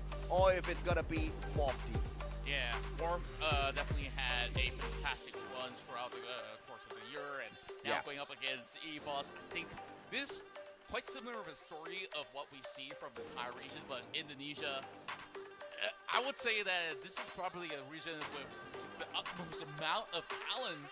And now that you've brought it up, like, could it be another White Tiger that will be advancing forward? But Morph has always been that hungry team that's been looking to basically secure these championship titles home. So that is definitely to be seen later on. But man, this series itself, I just love how towards the ending it all comes down to the huge crescendo. Oh yeah, man. I think everybody's gonna be delighted except me that your 2-time world champs are out of the equation. That just means everybody else stands a higher chance. They just need to figure out the solution against Attack All Around, who managed to do the dirty against Buriram X EVOS themselves. But EVOS Divine versus Morph, just like what we saw in the first series, might just take us all the way to game 3 again. Yeah, probably so. So I would say that this itself will probably be no holds barred, and then no matter of how classic Indonesian matches go, like, sure, there is definitely tactics in play, but when it comes down to close quarter combat, these guys are all masters. So that's what I want to see a whole lot more of, than, you know, compared to the Thai region. Sure, a lot of AWMs, but we'll definitely have to see how they adapt. Absolutely, man. Of course, we're going to take a quick short break before we find out exactly who the next victors are going to be. Take this time to grab yourself some snacks as well as a drink. We'll be right back.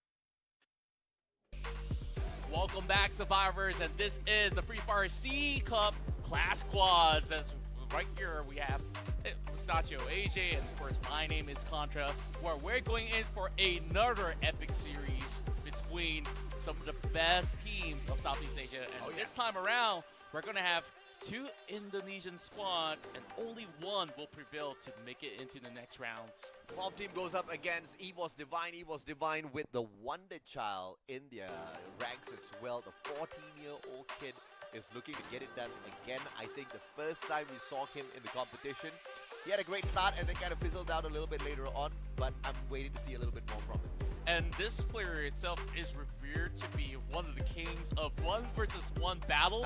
Yeah. But when you put a 4 versus 4, of course the dynamics itself will definitely change drastically. But going up against fourth team, I think they are also a team to behold, where we definitely want to take a look at some of the stats between both squads before we proceed into the action. Of course, a fourth team has been around for such a long time with great names to be able to actually reach even international stages prior. They definitely will be able to actually extend the test of time, especially now, them both playing in the same league that have seen them going battles after battles. It's once more the time to sell the sport. Yeah, Morph Team pretty much shocked the world of Free Fire when they got the 3rd spot at FFSI, and that was their very first international debut. They've never been to a stage like that before, and the moment they got there, they walked away with the 3rd spot. Nothing more they could ask for as an organization. Let's take a look at the eliminations here. 77 to 52. Morph Team pretty much beating out EVOS Divine at the point of time, alongside that damage as well. Yeah, like when we look at their journey, I believe they were taking on teams like AB Radicals and just having such a monstrous performance when you look at the damage that they've been able to deal in those couple rounds. Yeah. As much as they're not really going in for, you know, too much of those headshots, like it's all about their prowess when it comes down to close proximity fights that have been able to see them excel. And I think this is one of the most outrageous numbers when it comes down to the knockdown ratio.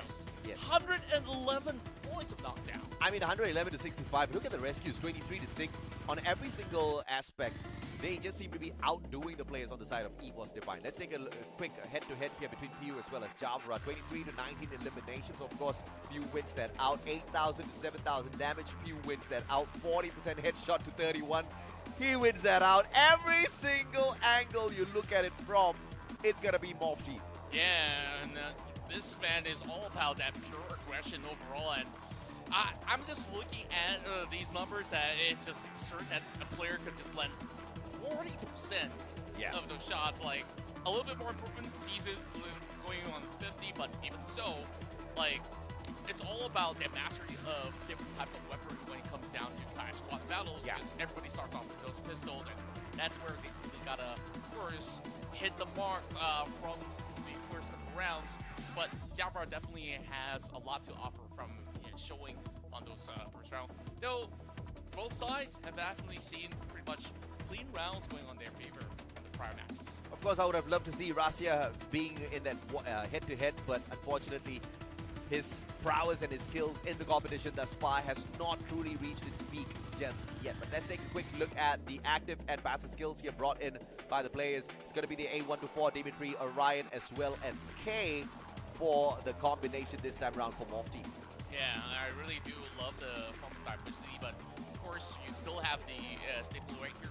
I definitely am interested to see how Ambot actually functions, especially is bringing the Hayato skill online, which is not always brought forward in many of all these teams. Yeah. So definitely that might just be the difference of how K goes into this executions. Yeah, K basically gives you that extra bit of EP. EP turns into HP, something you can really make use of in a Clash squad. You don't really want to get down and out a little bit too quickly. The Orion setup seems to be a very basic one alongside Miguel as well as Andrew. You are going to be getting that extra bit of buff in terms of that EP when you do get those knocks. And speaking of Rasia, he's going to be your rusher for the side of EVOS Divine with the Tatsuya on top. Yeah, I would say that they're almost identical when it comes down to both sides of the setting. Yeah. Where you can see the staples of having the Orion that is currently basically a lifeline for a certain individual to create and outplay potential. So overall, we're just looking at, of force Russia to be the main man on the block in order to secure these numbers back in the team, which is why he's going for pretty much a speedster type of combination on skills. They've got the speeds there, and they also have a double auto being run. And if they do manage to find a knock that slows down the rest of the team members who are within a 20-meter radius, and the blessing in disguise here is we're playing Clash Squad, so the 20-meter radius is going to be very achievable, especially after that circle closes in. So they've got the speed, they've also got the capability to slow down their opponents. I think this is a very smart move coming through from these players, and you can see that the players who do bring in the auto are not running the Kelly. So we are not going to see Jabra and beyond trying to get the rush. They're potentially going to be playing this from the longer angles and having Russia as well as AVAX rushing in for the takedowns. Yeah, perhaps this might actually be a very different tempo of play coming from EVOS Divine. Yeah. Meaning to say that perhaps we're looking more of a formational setup, maybe a 2-2 split going on with Jafar as well as Beyond guarding the backs, and then allowing a little bit more room for Russia as well as AVAX to be able to work their way out into the forefront. So interesting to actually see how this comes into fruition when you're going up against a team, which right now sees them having the best of statistics, I mean, headshots, damage being done. Everything pretty much.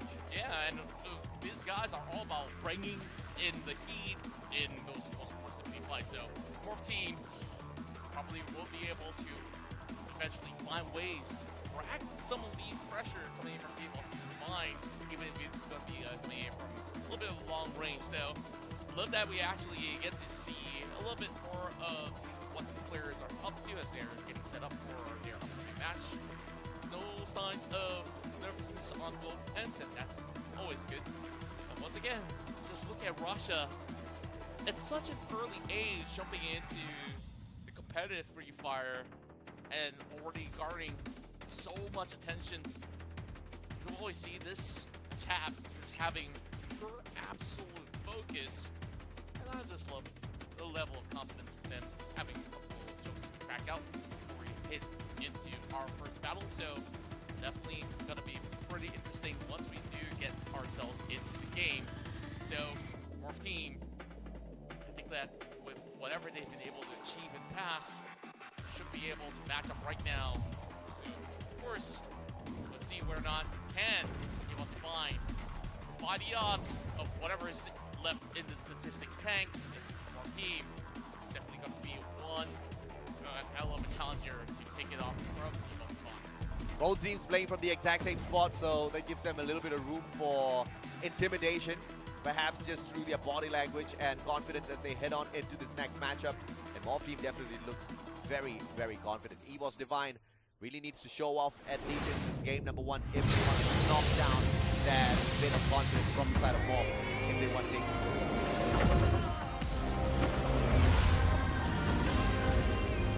Into Bermuda we go as we take off our Indonesian affair here, starting off with our first matchup in between the docks. And this definitely will be a little bit more of a tough challenge, especially when you're working on pistols. We're looking at double Berettas coming right in. Quick run-ins coming in from Morph with pretty much a 3-1 setup. Only aimbot's going to be in within the warehouse compound itself.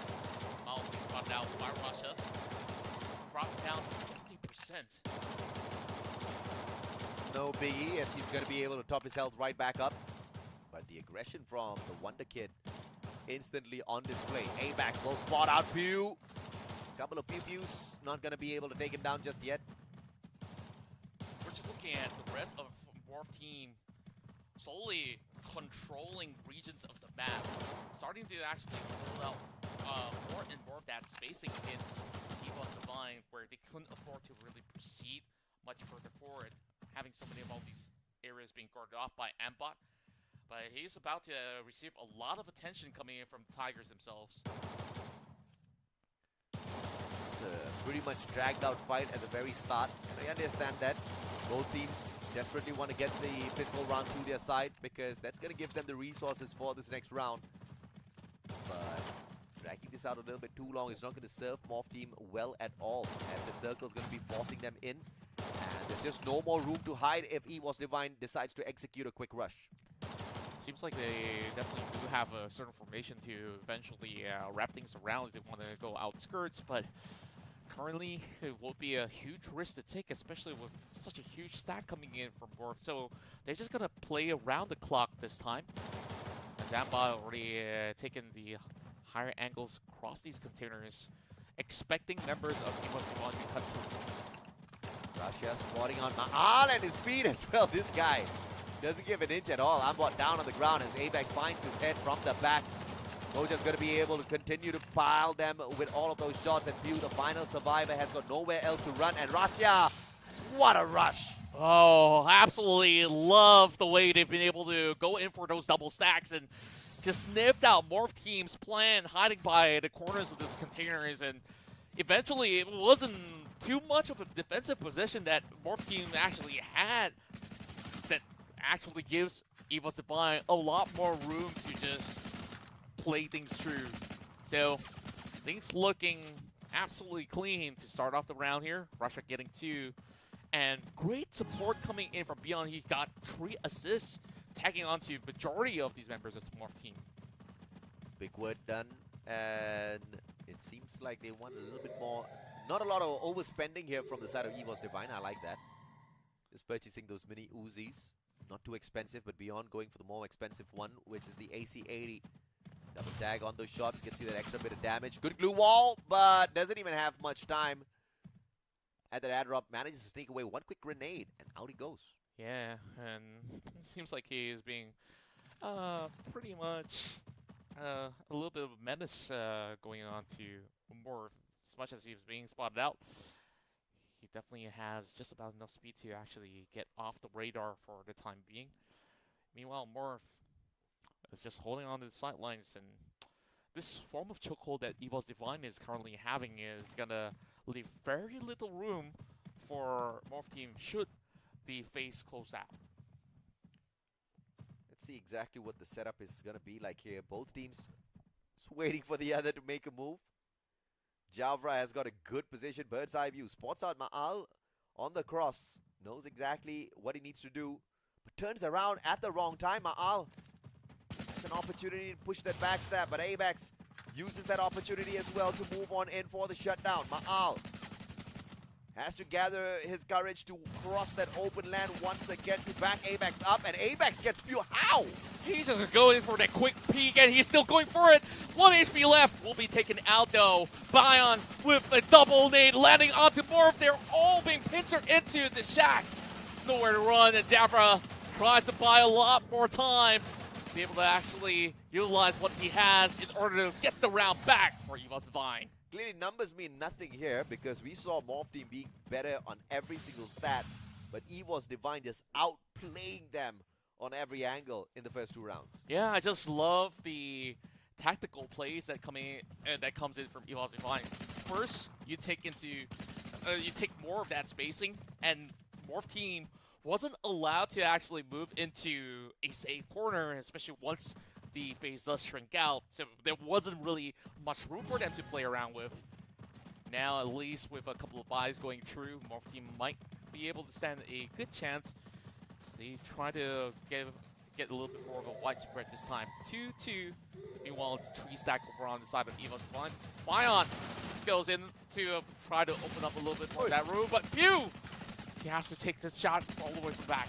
He spots one instantly for the shots, but can he manage to grab this for himself? He just rushes on in to find himself. Oh, what an ice grenade! He's going to be able to tag up the player inside the containers. Apex finds Ambot in the meantime, and that is not going to be great at all for the side of Morph Team. Yeah, Koja being stuck right now has to create a little bit more of that passage. We'll be able to snip out Beyond, though. Now with the jump shot, it does not connect, and Beyond has been able to hold them all out. Jaffa now going up close and personal. Maal's going to challenge him, and Evos gets again prevails. 3-0 sweep right now. Does Morph actually stand any chance at all? Oh, they do. I mean, first 2 rounds they lost, so they were down in terms of cash. So probably by the time we get into round number 4, we're going to have a more equal fight. At this point of time, Morph Team still pretty much nerfed financially. They do put on a little bit of priority to get that armor for themselves. Let's see if this one works out in their favor. I think they just taking this a little bit too slow against Morph team. They have to step up a little bit of courage to go in for the rush. I mean, Pew did that, but he had no backup earlier. Yeah, this is going to be an important round as well for Morph because this is them expending all of their resources. But with that, they do know that they got the better weapons and they're going for a quick rush. Oh my but God. Bayon, he still gets a double. Why? Ma'al spots Javra out, standing in the open, takes an easy shot. Took his time with that on top of everything else. Rasia with a pump. Charge Buster for the win. Ma'al, the final player. It's a sniper going up against two AC-80s and a Charge Buster. Alright, it's not going to help you, my son. Nah, not a chance at all. And we were basically raving about how good Rasha is. We absolutely forgot about Beyond, where he is just an absolute monster. Oh, yeah. Like, he holds out on those 1 versus 2 so well in these past 2 rounds that this is just absolutely ridiculous. Now, with, of course, the economy being dented, Morph just got to scrape through with whatever they have. No doubt, Rasia, I mean, the main reason why a lot of emphasis goes into Rasia is because purely his age. You know, it's not like he rose to fame at the age of 14, which he is now. He was already popular 2-3 years ago. Probably, like, back when he was 11, right? Yeah, exactly, right. So it's just insane that someone that young can go onto a stage as big as this and still ruin the lives of his opponents who are probably double his age. Yeah, which absolutely baffles me to this point. Russia, as we speak of the ace player coming from EVOS Divine, is being able to dish out a significant amount of damage onto a few of these players of Morph. Of course, Ma'al has ample space to be able to get his health back up. Meanwhile, I definitely do prefer this type of setup coming from Morph, where they've been able to actually set up a better holding into these territories where they're also having two more on the left flank. For the bottom, there's one player that will need to actually take guard, and that's Koja, already being tagged up. It looks like that Nate is going to make quick work of him, but he gets picked right back up, thankfully to the fact that everybody else on the side of Morph is holding a tight line. Javra tagged up, Beyond tagged as well. No finisher just yet. Amax turns the corner, but he bites the bullet. Well, that's another Fusion 8 from Beyond, landing on to Pew.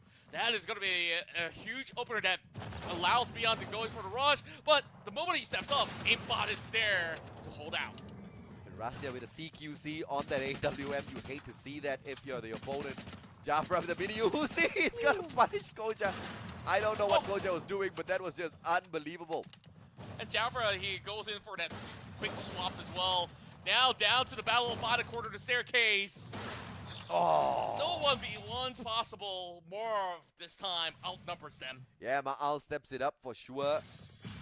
And he just needs to do that a couple of more times. Just keep the distance. And I realize that Pew has been going in for the rush a couple of times already, but it seems to not be working out in his favor at all. So a little bit of change of pace is most definitely needed from the side of Morph team, which they did show in that round number 5.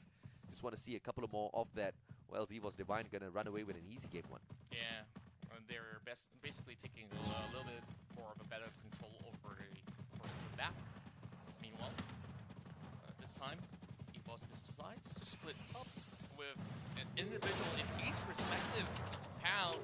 Not sure if they'll be able to hold out with a full squad being sent through, as War is hoping to basically isolate each respective fight.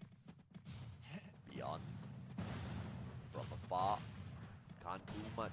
Needs to cut down the distance a little bit as he runs the mini Uzi, but walks straight into the AWM of Ma'al.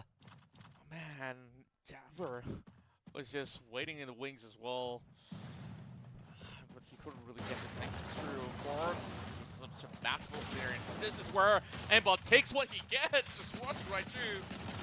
And he times it perfectly with the 8 up-in shots as well, just going through before he takes charge. As anticipated, the turnaround is at that round number 4 where the resources kind of doesn't really punish Morph team all that too much. They can buy whatever they want. They've got the full armor to work around with. EVOS Divine is making a couple of mistakes. Ma'al, you cannot miss those shots. Yeah, Ma'al is too not many. letting it. Oh.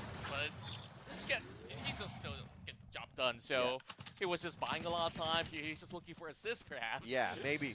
I mean, you are going to get distracted if a sniper's shooting at you. Yeah, make them dance a little bit more and like, hey, my team's a cleanup crew. We'll definitely be able to actually get through. This time we're going into the factory ground, so let's see how they actually play for position, because the first round itself we see a very slow pace action coming from both sides. Yeah. Now that they do have those resources, especially now that Morph is a hit when it comes down to weaponry, EVOS Divine opts to get 2 of the AWMs into play as well. So let's see if they could basically find a opening. Wow! And they're already breaching it through! Not giving time Razia at all! hasn't been spotted out just yet. He can be the game changer. Pew circles around with the charge buster, charges it up, doesn't pop the shot just yet. Ma'al finds beyond. Razia still alive and kicking. Not tries to get away, takes the spot shots, but now gets caught from the back and barricades himself in with the glue walls, but now is trapped. A good grenade can take him out of the equation, but Ambot puts him down. There we go, Koja with the Uzi in hand. It's gonna be a little strike right through. Ma'al That's it. for the exchange, only down to ABAX. ABAX is indoors, I guess, like they've already checked every single nook and cranny. This is just going to be a hunting spree and another tab coming from Pew to be able to catch up to EVOS Divine. And another point to go to 4. And just like that, we are 1 round away from tying this up. Morph team really knows how to catch right back up. EVOS Divine got a little bit cocky with the movements, but I think the way Razia played it was really good. Unfortunately, he got caught a little bit off guard there. He did not expect such a blazed up speed run from across the battlefield. Neither do we. I was just saying, hey, they're going to play it slowly, but okay, this is what EVOS Divine expects. We're give him a different taste of what Morph team can basically offer. Okay. It's a good nade, but the wall just blocks it off. Yeah, perfectly timed as well. And just look at how Morph team actually plays with the tempo as well. Like, one moment you think that they're just going to be hugging onto walls, and the next course of the battle, they just come in with guns blazing, rushing at them. This time, EVOS Divine choose to play on the lower grounds, not marching forward. They're drawing a little bit more of that resources out from Morph, and they're looking for everybody indoors. Beyond exposes himself a little bit, but no advantage taken by Pew. Ma'al steps back as well. Razia, 2 players inside a tiny compound. Does not sound good to me. A couple of grenades can wreck them, but thankfully, the opponents have none. Yeah, EVOS this time around taking a very defensive approach indoors. Meanwhile, it doesn't really deter Abot from getting one. My goodness. Ambot, he's just running rings over the top end, and meanwhile, Fuse is going to be able to dish out even more from the back. Reloads coming in from both sides. Beyond will be able to hold out. And only down to Apex yet again. Morph has been able to tie this scoreline. Just needing one more hit over onto Apex. Morph team finally waking up in the competition for today. Ambot circles around looking for Apex. Is in the house. Is going to be flushed out by the circle. And it looks like the circle is going to squeeze him out just in the nick of time for him to get shot down by Pew. He's not even given the space for it. I mean, try as he may, coming in with a jump like that, you're not going to get all 3 of these members. Oh, yeah. So, now that Morph team has been able to match up the pacing, or as a matter of fact, create a pace of their own, they're basically telling EVOS Divine, you have to play at Gear 5. Yeah, absolutely. And of course, now we start things off at Mill. Few more of those compounds to kind of work around with, but one thing's going to be crucial for both sides to get onto that higher ground instantly as soon as this match starts up. Morph team's the first one to get up there, but EVOS Divine playing a slightly different trick, and I like how Morph keeps them at the lower ground by tossing out all of those grenades towards the stairs. Yeah. Very smart play. Very early commitment of the nades. Now all they really have to do is just hold on to this position, so ABAX might have a lot of work to do to find a way to wrap things around. But just look at Ma'al, he's just going to get that bird's eye view onto almost every member out of EVOS Divine. Warning shot being fired over onto Jafra. Rasha, over onto the middle. Not much that he could basically do right now, only holding onto that shotgun. So, really down to Jafra if he could basically find a little bit more leeway, though some damage has already been done. EVOS Divine now pushes forward. Trying to get up towards the second platform. Just trying to keep them back to the AWM. Wall's been cracked already. And Apex will be able to push on forth. A tad bit. But can he circle around as well and find the flag? Rasya in the meantime finds Pew, nails him down. No elimination just yet as Ambot comes in for the save. Mbot still holding it out. Morph, they depend on him, but he will at least be able to go in for a trade. Mal needs to get the reloads done, and he finds the angle against the rest of EVOS. Once again, Apex, last man standing, this time dealing with two. And yet again, Morph team pushes it through, and they are now in the lead. 4 rounds in a row, match point for Morph team. 1 more to go to close off game number 1 to reverse sweep EVOS Divine in the most craziest of manner. And they got cash to stack up for days. They don't even actually need to make those purchases because these rounds have been absolutely clean as well. Meanwhile, definitely it will be a little bit of a struggle coming from EVOS Divine, but they still managed to actually squeeze in full purchases. Just that a few of these members don't really have much of a secondary weapon, but pistols to work around with. So they will definitely have to claw their way back up. Let's see if the Tigers still have anything left in the tank right now in order to tie it up. Meanwhile, Ma'al, the man to look out for, really putting up quite the showing here. Just look at these numbers, evenly distributed. Like, sure, Koja playing a more supportive role, but the proactivity out of the squad is just so effective. Apex has a hunch. Ma'al's going to be hiding right behind. Misses that moment that he runs right past, so he might have actually lost that intel, but with the UAV up online, everybody gets spotted out. Ma'al does get tagged up, but still alive and kicking. The opening can be used by the rest of the players from this side of Morph team to find a quick access and shut down EVOS Divine. But no rushes just yet. They're taking their time. They know they've got the circle. EVOS Divine, on the other hand, just with 1 player inside, which is Rasya, has no backup. Ma'al cooking up the nade already. Will he deliver it though?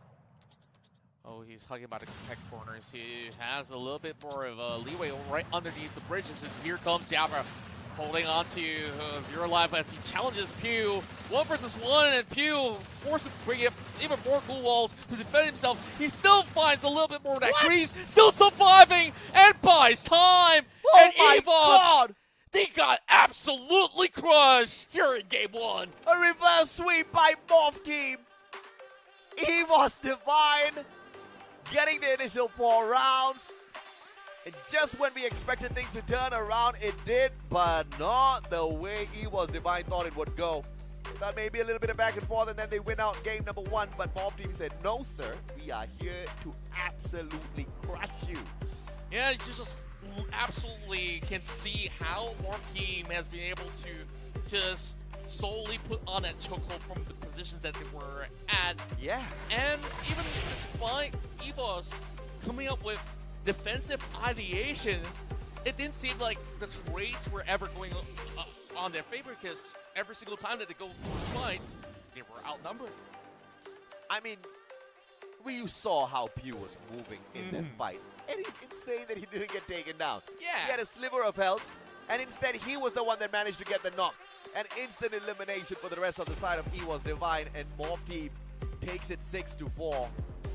A unexpected turn of events here in game number 2.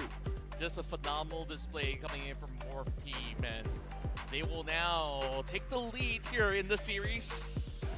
And EVOS Divine, with so much accolades that they've had before, hitting into this 4 versus 4, sure, it may be a little bit more of a challenge to really match up to the tempo of what Morph team actually offers. Yeah. That switch up, especially on this round itself, or should I say round 4, definitely had an entire different type of dynamics being shown for Morph team, and EVOS Divine felt like they were forced to hold themselves back until like try to come up with certain pushes of their own. Yeah.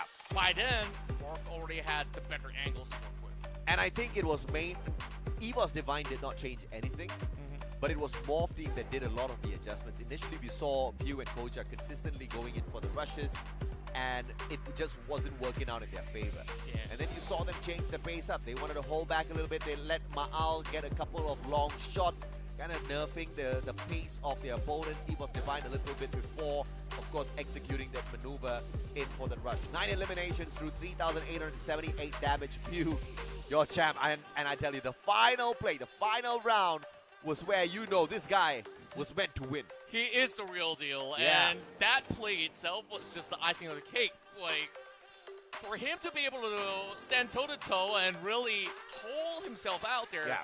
for such a long time itself it goes to show how well this player plays in general, and it's just absolutely crazy of how this team as a whole functions in the hive mind manner, Yeah. where everybody can frag at the same form of tempo and still be able to cover each other's back, because Yeah. you saw Pew, he definitely needs a little bit more backup, and what he did, buy as much time, do whatever you can, and still went in for the trade as well. Speaking of time, right, it's crazy how Pew managed to time the pop on that active skill of that A124 as well. Instantly disables your opponent's skills to be activated for the next 30 seconds. And he usually waits until the final moments of that circle. The circle is closed in already, which means if he does activate that A124, everybody on the side of his opponents is going to get affected.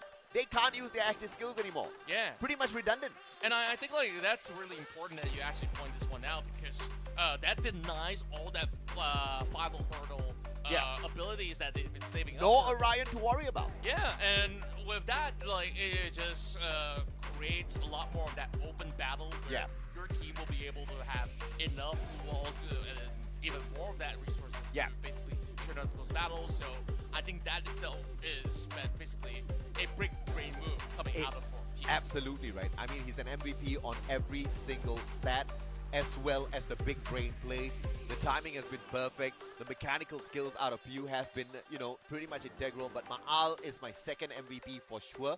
He started off the game very slow, and he just needed to get his hands on that AWM. The moment he picked up that sniper, things immediately changed for the team. Yeah, and I also felt like Evil's Divine kind of had an overheat moment where, you know, things were going really good on the first two rounds, Yeah. and they were relying on Beyond to actually come in with those set plays, Correct, yes. opening things up, Yeah. and he was the one that made it all possible, even holding out 1 versus 2. Yeah. And eventually, more team identified, hey, this is one player that we definitely have to take down Correct. as fast as we can. Yeah. And then eventually, like, you really need to have the same level of proactivity coming from the rest of Evil's Divine, which Yeah. was not so prevalent as compared to what more team has been able to actually churn up with in such a short time itself. Yeah, to add on to that as well, I think it was just EVOS Divine having that one strategy to execute round after round, but you saw the initiative more from Morph team. You know, the initial rushes, which clearly fell flat. It just didn't Yeah. work out in their favor. But they were the ones kind of dictating the pace from the very start of the game, even though they were not winning out those initial rounds. And then they changed that pace up once again. They kept EVOS Divine guessing, wait a minute, where are these guys going to pop out from? And I think the one good counter for Morph team is going to be playing more to the pace of Rasya, who's going to be able to get those rushes in. But I think his team members are trying to get him to hold back a little bit, which could just be the downfall of EVOS Divine. They need to crank it up a notch if they want to take down Morph. Yeah, I definitely would say that that is the only way to go forward, Yeah. especially with Morph having such a setting. Correct, yeah. So just look at how the tempo has slowed down by so much that Eva's Divine just looked like they were second guessing some of all these next moves, whereas Morph team says, yeah, just bring it on. We're absolutely ready. Like, It's either you bring it on or we bring it on. yeah. Either way, let us have a little bit of fun. Yeah, and either way, you just see like every single time that Eva's Divine was forced into making the first move, Yeah. they eventually had their positions compromised Yep. and Yep. members being clumped into different sort of positions. And even when it comes down to isolated fights, Yeah, yeah. that last match, I say more on those 1v1s. And EVOS Divine wasn't really abusing the grenades. They could have purchased those grenades. They could have tried to flush out the players on the side of Morph team a little bit more. And it's mainly because Morph team keeps finding the compounds and hunkering down in these compounds. Those Yeah. grenades can be a game changer. But perhaps that's going to be the adjustment for game number 2. Yeah, and speaking of grenades, I absolutely love that. I believe it was like the 7th or 8th round where they were trying to take charge over onto the mill. Yeah. And you saw immediately Morph Team opens up with those grenades. Like, that's Yeah. zone control. Yeah, like, zone absolutely. control is so important in this game. Absolutely. You want to make sure they don't get that high ground advantage. And those grenades initially tossed towards the stairs were more than perfect to make EVOS Divine think, okay, maybe not. They tried to go from the right-hand side flank, just didn't work out in their favor. They tried to approach from the left, and then Ma'al shows up with a sniper. He did almost get taken out, so props to EVOS Divine for the attempt, but unfortunately failed as well. Yeah, so far, like, just reading out of what Morph Team is trying to do, they try to funnel EVOS Divine into a very specific location. Correct, And yes. once that bottlenecks up, like, the trades most likely will be somewhat more of a 60-40 than a 50-50 by then. Yes. Especially when everybody has to run through the same staircase, Yeah. so it's like, you definitely fancy your chances. Doesn't matter how many blue walls you pop up by then, Yep. you'll be able to at least have a better foothold onto that position. And clearly, the A124 has been doing its work quite a little bit because in the hands of few, because mostly towards the final moments of this game, we just do not see the active skills being used or abused by the side of EVOS Divine. So strategically, Morph Team has got a one-up on EVOS Divine, and I don't know what they're going to do to overcome this in game number 2. Perhaps keep a little bit of distance, perhaps try to take few out of the equation first. Let's see if they can find it. Yeah, and of course, some of all these ideation definitely requires a little bit more of that switch up. Each Yeah. respective team definitely does have a coach for exactly just that. Correct, yes. Because Morph Team definitely looked like they came in with a game plan. Like, game 1, round 1, round 2, yeah, we could go ahead and have a little bit more of a read of positioning. Yeah. And then once you have enough resources, it's hammer time. I tell you, all of this screaming and shouting and casting for these teams is making me a little bit hungry. And I think that's been a constant conversation between Husky and I as well as to how hungry I get on all of these shows. I'm thinking of eating already. So are we going to have a quick series? Or are we going to have a slow one? Because, you know, a lot of attempts from EVOS Divine initially that kind of showed us that this could be a dragged out match. But the way Morph Team made that comeback, I don't know what to expect. This could just end in 2 games. It perhaps would be the case, like, when we look at how well organized things have been looking for inside of Morph Team. I start to understand why, you know, as much as I wasn't in this hot seat a couple days ago, like, they just have everything nailed down to perfection. Yeah. So those stats definitely justifies. Well, we are taking a little while to get into this next matchup, ladies and gentlemen, boys and girls, but do not worry, we will get it kicked off in a little bit. I'm pretty sure the teams, especially EVOS Divine, is needing a little bit more time to prep themselves to face off against Morph Team, which is absolutely mental with the pacing that they brought in initially with the rushes, and then later on slowing things down, confusing the heck out of EVOS Divine. And mostly it was Few who was doing everything on both ends. Koja had a bad start, pretty much a bad end to game number 1 as well. If he wakes up as well in game number 2, it's a no-go. It's Yeah. going to end in the second match. I just feel like right now the momentum is just all the way in full throttle, Yeah, right, for yeah. Morph Team. And on the receiving end, you can imagine a team like EVOS Divine having their pride and ego being hurt right there and there. Yeah. Definitely is quite a blow that I guess like this really takes them a little bit more of that mental percent as well, other than, you know, Yes. whatever tactical plays that's being involved, because they've never really been put into such a state for a very long time. That is true. And one of the greatest opportunities for EVOS Divine is the fact that they love Nextera. And guess who doesn't like Nextera? It's Husky? Morph Team. All right. No. So Well- Morph Team's not really great on Nextera, and that's exactly where EVOS Divine excels.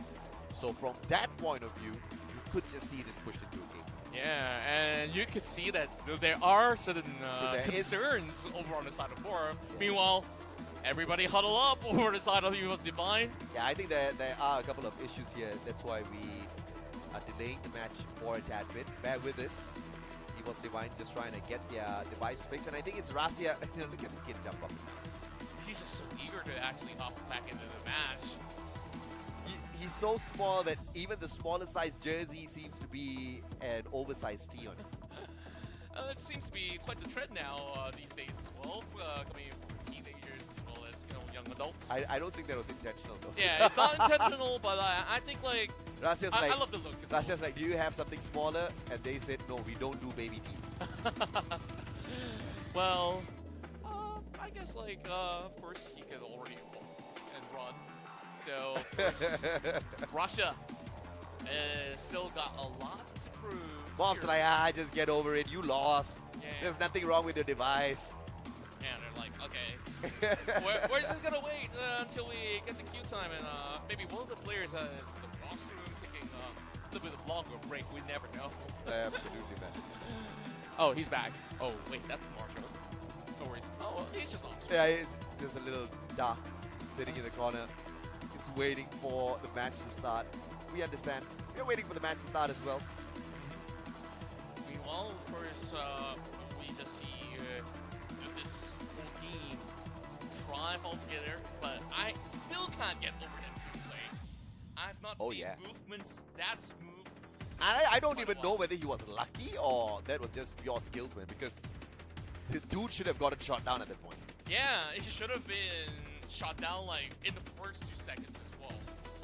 But very smart maneuvering. First of all, he uses 2 glue walls, and he doesn't hide behind the glue wall, but he hides at the edge of the glue wall. It's like, I'm right here, you can charge at me, I'm gonna send one more, yeah, and you will get zoned out nonetheless. and then he jumps away from the glue walls and he uses the pillar as backup, and the rest of his team members arrive there just in time for him to get the knock. I mean, everything was going the way of Pew. I've never seen decoy in such a manner before. Yeah. As a matter of fact. And he was divine. Well, let's see first. I need to get myself one of those Garena chairs, man. Yeah, I mean, All I do is just play Garena games on my stream. I should get a Garena chair. Garena, you hear me loud and clear. they gotta ship maybe one of these. Big sci-fi player. Whichever team wins, maybe you might be there with a sign chair. Maybe. We gotta maybe fork out a little bit on that shipping cost though. Not sure. I'm pretty sure that. No, dude, I'm actually very serious about this contract. I want a Garena chair right now. I don't care. Garena, I know you're listening. Don't ignore me. Okay, we just settled for the couch right now. I'll give you guys a 10% discount on my caster fee the next round. Wow. Depending on the event. Depending Sounds on like the event. Pretty darn good deal. Maybe not a tier 1 event.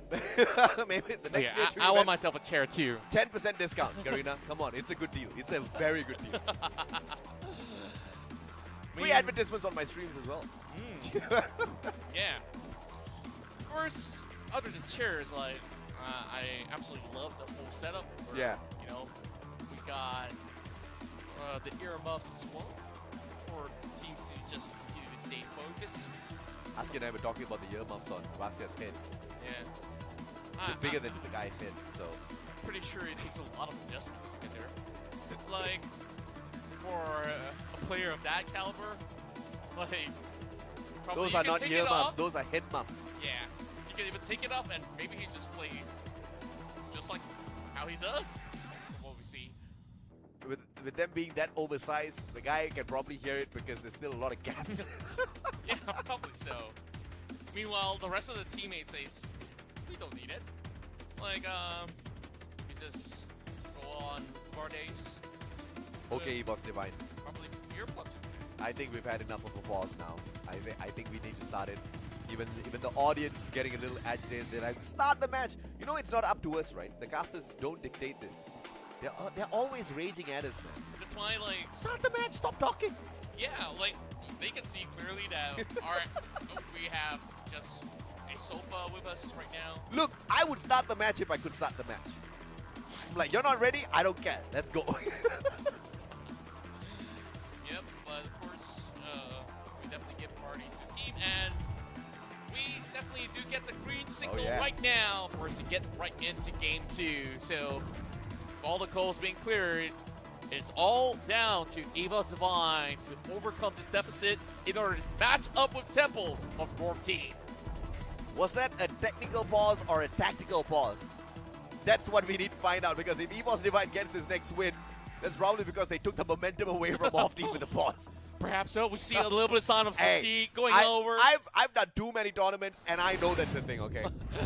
Well, I guess like we don't really have to doubt when we'll definitely check later on. Right now, we take that deep dive into the next map, next Terra. And once again, this is definitely going to be on the side of EVOS Divine. Jokes aside with the tech pause, because they do perform much better on Nextera S in comparison with Bermuda. And that is bad news for Morph Team. So Morph Team better find those angles really well. And you know, one thing very annoying about Nextera is that you've got a lot of these compounds that block away the capability of those snipers taking those long shots. Exactly. So starting off with pistols, at least there's a lot of all these open areas to play. Yeah. And Aim God tries to actually make a run over, but he is being forced to actually hug up by the corner wall. Repositioning once again coming from the fourth team, as they have majority of the members planted over onto the upper floor. See, I knew Garena was listening. They texted me and said even Yeah. they don't have a Garena chat. So I guess I don't. I guess you gotta wait a whole lot longer. Well, I don't know. Maybe No, I don't accept no answer like that. I know I'm going to get a Garena chair by the end of this year. At least we'll get I'll that find a way. maybe If I don't get it, I'll sew one myself. Probably going to be a I want botched to up see one. that happen, like on stream. Like, Because of get that, done. Garena will give me a chair. They'll be like, please take that abysmal design and creation off of your stream, because like, you know, if you want to sew our logo on, at least do a good job. But they're going to understand that I'm not great at sewing. Well, there's a thing called stickers. Yeah, that is true. That is very true. So you don't have to work too hard for that. Meanwhile, Morph Team trying to look for those angles, trying to find a party over onto Russia. Technically done. Oi. Jeffrey's the one that finds Avon instead. Russia! Traded out instantly by Pew. From up top, Russia gets picked right back up, so this is advantage to EVOS Divine. Yeah, great putting around, especially with one member down from the side of Morph Team. They're going up close into the center territory where Pew is trying to hold out all by himself. But over onto the left-hand flank, the Tigers are lying in wait. And this is going to be pretty much overwhelming for Morph to just play by the center zone. And now a pickup happens and Mal gets one. Oh, Koja down on the ground as well. Mahal does trade out Russia. Can they get more though? The pickup's just not coming on through. Ain't God finds Mahal. Things just go from bad to worse. Pew, the final player, very low on HP. Oh my God! Oh, Final my word! second turnaround. I was so confused. I didn't even know what went on there. It's only one more shot for Morph to be able to take that, but Beyond once again saving the day in the early rounds. You can always count on Mr. Reliable. Oh yeah, absolutely. And of course, everybody picked up their part there in that first game. Each player from the side of EVOS Divine getting an elimination each. Morph Team going to be quite sour with the fact that they could not walk away with the victory. Like you said, Pew was just literally one shot away from securing the round. But Morph knows, even if the EVOS Divine gets 4 rounds in a row, they can probably turn things around again. Now, it's going to be pretty interesting here on round 2, where it's going to be like Cowboy Town, everyone on dualies. Yeah. Majority of them, at the very least, where AimGod has got his hands on a submachine gun at the very least. I believe that to be an UMP for him to actually work it out. Aimbot now takes position over the top. The rest of EVOS Divine still on lower ground, though. It will definitely be a little bit trickier as the walls get popped up. Different types of angles being held by Maal. That forces Rashawn to go all the way back down, but AimGod still pulls the trigger and finds first blood for EVOS. Advantage to EVOS Divine. They do have an SMG on their side. The double revolvers can put the hurt on. Koja doing exactly that. Ain't got all tagged up, and now Javra trying to circle on around. Koja spots him out, tags him up. Koja has to be careful here, and he does get tagged up. A little bit of backup arrives for Javra. Great maneuvers in there, just hugging by the corner of the signboard, like barely any cover left for side of EVOS, but they will be able to pull through, so they can wrap around the back end corner of the building. Maal soaking a little bit of damage, so he's got to take good care of himself. But eventually, EVOS will have to find a way to reach into the building, and yes, they do. Beyond still having a couple of shots tagged over on him. This Morph Team, they got to basically cover every single corner as AimGod looking for the ramps upwards. 2 members of Morph lying in wait, and the jumps come through. And now the advantage to the side of EVOS Divine. Circle moves. And that means Morphe's going to be dragged outside of the building, and the gods of RNG give it away to Evo's Divine. Great read of the circle as well. Evo's Divine play on the lower ground, and eventually the rest of Morph team had to take literally a leap of faith. Yeah. And there's just no more cover left for them, unfortunately. Pretty much nothing when you're running away from the circle. That will definitely hurt. Let's see if or not it's going to be the same story 2 times round. Morph team, this is not new to them at all. Yeah, and this was that turning point where we've seen team was actually have a good battle over on the top end, and Aimbot waste no time looking for Aim God. All these walls have to be popped up. Russia coming from the flank as well. Doubtfront's gonna be able to find one. Evo's forced to pull all the way back. Aim God. A little bit of HP will not hurt at this point in time.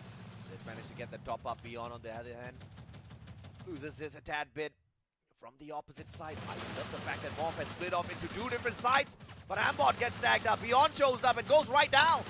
Well, a full squad being sent in the way, and Evo's Russia, he still annihilates each one of these players of Morph team. Now down to Baal, and Aim God is there to supplement with these rounds for him to be expended. Run now being popped up. It's all about the goose chase right now, and this is where we will be able to find Evo's claiming their first victory here. Well, actually, 3 back-to-back rounds. 3 back-to-back, and you might just be right on the first victory in terms of the match as a whole, because this is them on fire. And like discussed, Morph team hates Nixterra. They haven't really been able to bring out the best of themselves in this map all that too many times. Let's see if, because the both games that they did win against Farah was at Bermuda. Nixterra was just a no-go for them. Yeah, I could see that they don't seem to have the full grasp of mastery of through the course of this map just yet. So definitely a little bit of a rough challenge, but we're seeing Morph team being very proactive this round, aiming for a rush. Pretty similar to the matter of what we had back in Bermuda. Round 4 is where they come in with all these stacked weaponry for them to actually work out with. But Evo's probably have been able to read what they're up to, so yeah, they could just basically hold them out for now. What on earth? Mal! Where did that shot come from? I don't even know how he did that. Mahal now spotted out by Rasya. Rasya trying to trade one back out, but the Grav Labs, man, if he didn't fly up that high, he could have probably nailed that shot. Oh yeah, you finds a quick shot, traded out by Rasya on the snipes. Beyond down on the ground, recovery from the side of Morph team. Rasya! Oh, that's way too aggressive, and he gets punished for that.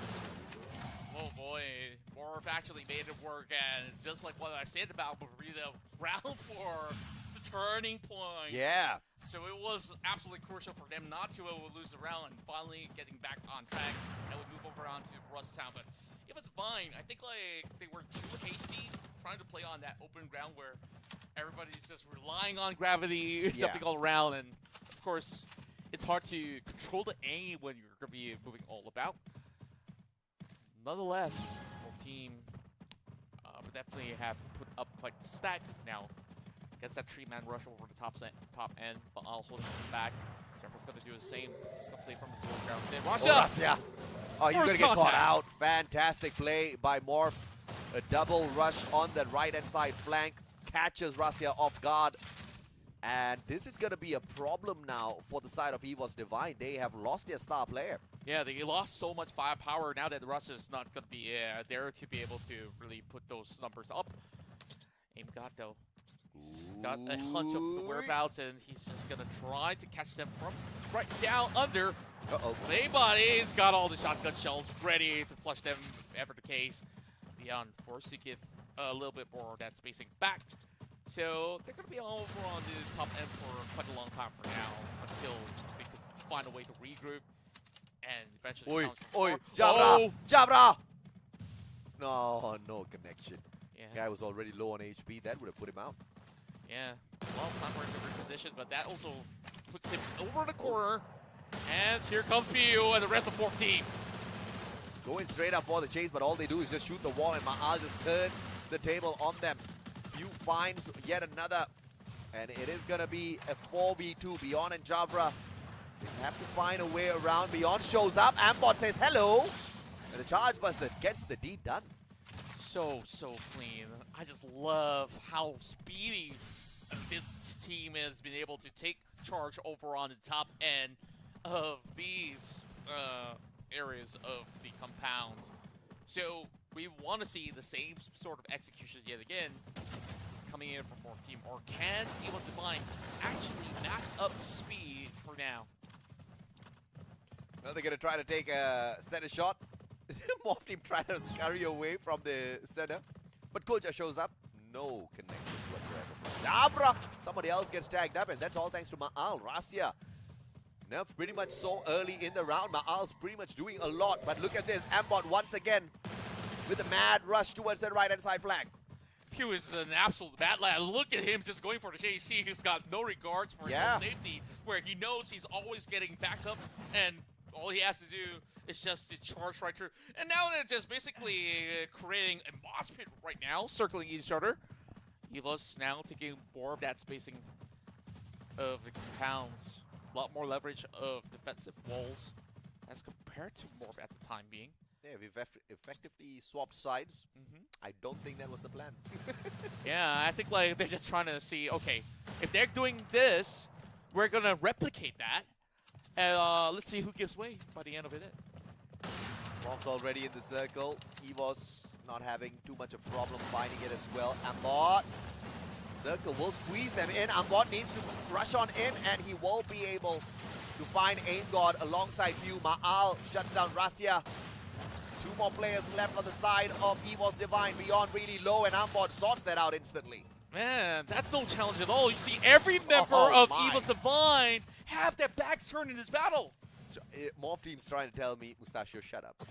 We know how to win on Nextera. Yeah. And just like that, they're right back in it.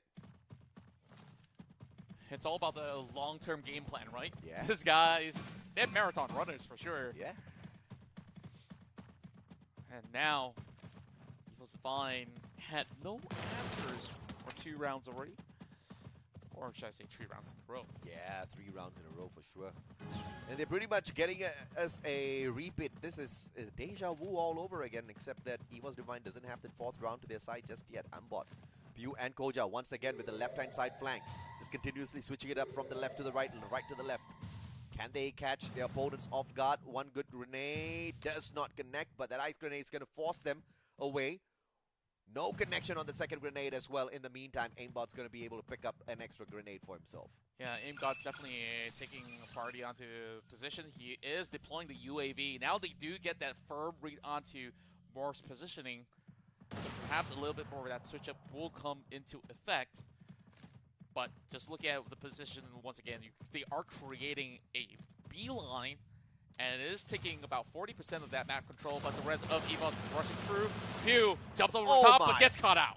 Rasya with a fantastic return, knocking Pew down. And no save's going to come through for him just yet.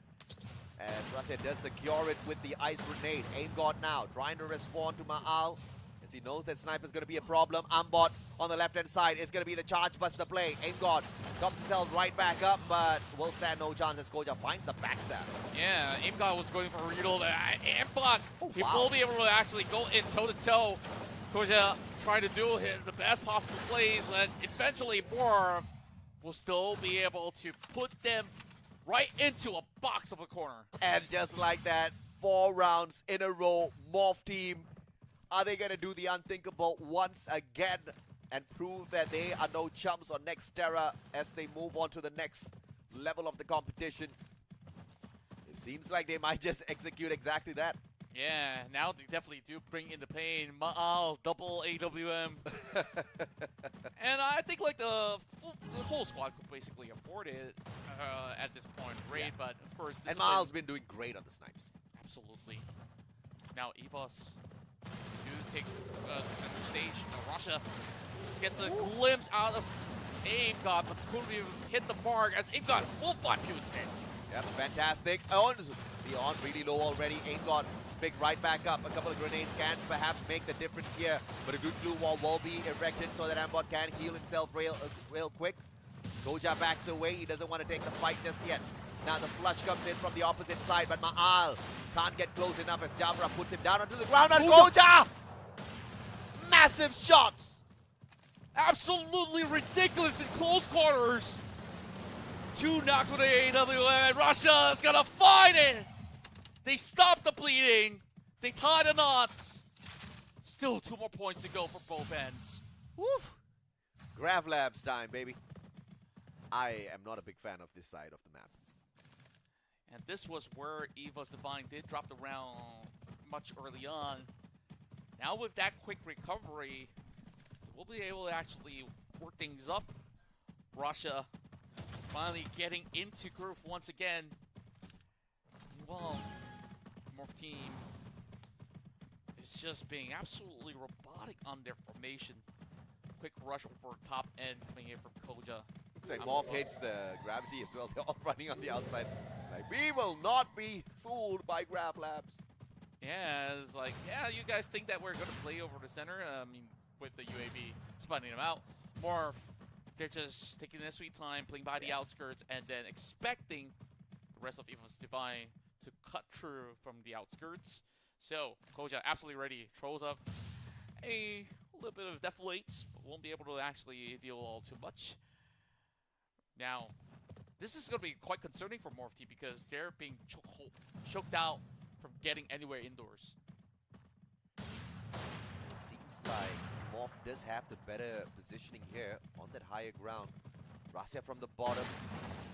And AimGod gets tagged up from the back. No finisher just yet. He tries to run away, but does he have enough space? No, he goes down. Few just sprays him down with the MP40. Jabra on the other side. Beyond gets found by Ambot as well. This is just not going the way of Eva's Divine. And Mal, he comes in with everything inside. He's just waiting for Jabra to come right out there. Oh! And it will still be Koja to seal the deal. Crazy stuff. Match point for Morph team yet again. And if it ends here, it's the exact same scoreline as game 1. Yeah. 5-4. Eva's Divine. I guess they had the right ideas in that particular match, and like they didn't really expect all these members of Morph to be flying from up top, and that's where that's a little bit more that positioning that they will be needing to cover altogether. Look at the flank. Look at the wraparound. Ma'al, Pew, they're gonna strike in tandem. Yep, Ma'al's gonna be the dangerous one that finds the backs of the players first. AimGod, I don't know if you have spotted Ma'al out just yet. Oh my goodness, this is gonna be absolutely deadly. Ma'al looking for the finisher. Ambot spots out AimGod first. No grenades to play with, but the ice grenade definitely on toe. Gonna take away at the HP of AimGod. Just a tad bit. Ambot repositions M1887 in hand, and Pew just flies in like the AimGod that he is and puts AimGod himself down. And they were all full through. That's it. F14, undeniably the best team of Indonesia to pull through. And they make it through to the next round, ladies and gentlemen, boys and girls, to meet the one and only attack all around. Indonesia versus Thailand. That was for sure at the very start of stage number 3. Telling them to just lick their wounds. Yeah, and that's definitely something that we've not seen all day. And just in traditional Indonesian fashion, you gotta get those taunts in and show them who's boss. Absolutely. Morph team, not once but twice, allowed their opponents to run ahead just a tad bit, not just caught up, but smashed them down to the ground as they grabbed the victory. And this team, once again, showed up strong in FFSI, shocked the world of Free Fire, and will continue to do exactly that. And they stand another opportunity to repeat this run. If they can engage with attack all around and take it away from them as well, you can guarantee that we have another top flight team in the making. Yeah, and with the competition being so stacked, have the fans actually expected both evil sides to crash out? Not for me, because you've thought that BRU and EVOS will actually pull through. Yeah. It was that one round that determined it for the Thai spot, and then right here, EVOS Divine could not match up to the pacing of what Morphine offers. I think it was just such an unfortunate thing for the players of BRU x EVOS to not make it through, because I think there were some fundamental changes that were required, which they refused to make. They did make it in a couple of rounds. They did find some wins for themselves, and that was mainly pushing Moshi forward to get a couple of kills for the team. But later on, when they decided to force him back as a sniper once again, and him as a sniper, the way Moshi was playing it versus the way Ma'al was playing it was worlds apart. Moshi just held the back lines, barely gave cover for the team, but Ma'al, you see the initiative, constantly flanking around, pushing up ahead, and making sure he keeps EVOS Divine fearing Morph team all around, and that just opens up the back of the team. And then you see the rest of Morph team coming in for the finisher. And what better MVP for this game? Yeah, Ma'al definitely is the sharpest shooter in this matchup, where as much as he's basically playing it from back, like he has definitely hit almost every single shot that he actually took. Yeah. And just with mainly just AWM, you're just looking at a stack of 6,100 damage being done. And that clearly says that, yes, he might not be translating all of that into eliminations, but he's tagging up those players, allowing the rest of his team members to get that finisher onto them. Look at the headshot rate on top of everything else, 38%. Ma'al was having a great time out there on the battlefield. Yeah, as a matter of fact, you don't really see him needing to actually utilize the Orion all too much as well. Like, he has always kept himself very safe in most of the parts of the battle, and I think, like, with this 2-0 win, it just goes to show that Morph team just have a better understanding of the playstyle of what EVOS Divine had to offer, which I would still say, great game. EVOS Divine still put in quite a number of points in both of these rounds. And I'll have to agree, 6-4, 6-4, the exact same thing for both the games, and this ends at a 2-0. And that was Morph team just showing exactly what they're made of. And like we mentioned, it is going to be attack all around, taking on Morph. But that's only going to happen next week. But this next match is going to be a pretty quick one, I assume. Nigma Galaxy as they take on WAG from Vietnam. Yeah, it's going to be the clash of regions as well, where we're looking at Vietnam to be up and rising stars in the scene. But yeah, overall, Nigma Galaxy is definitely quite a powerhouse name that is being known back in their home region, of course. So we'll definitely have to see what that actually offers. But I gotta also point out on what Morph has been able to do so well in this matchup is resource management. You notice the turning point is always on that round 4. Yeah. Like, losing a few rounds, sure. We will be holding on to the same weaponries until that gets taken off your hands, right? Yeah. So you can basically have better essential weapons to eventually overtake them, and then you can start to pile back on. So Morph really pulled it right through when they forced by their way into that round 4. They pulled it off. I can't believe they actually walked away with a force buy round. And they pretty much punished EVOS Divine, showing that, you know, EVOS Divine was just no match for them no matter what, right? Initial rounds, yeah, they gave that away, but I don't think there was a lot of prioritization in terms of winning those rounds, especially in game number 2 at Draft Labs, Nextera. But they made it happen, and once again, Ma'al just being that star player. Hoja stepped it up as well. I like seeing that. On the flip side of things, I was expecting the Wonder Kid to really save the day, save the team in a way. Didn't happen. Yeah, I was hoping to see that as well, but of course we got a lot more to check out as another match will be coming your way in a matter of minutes. Do stay tuned.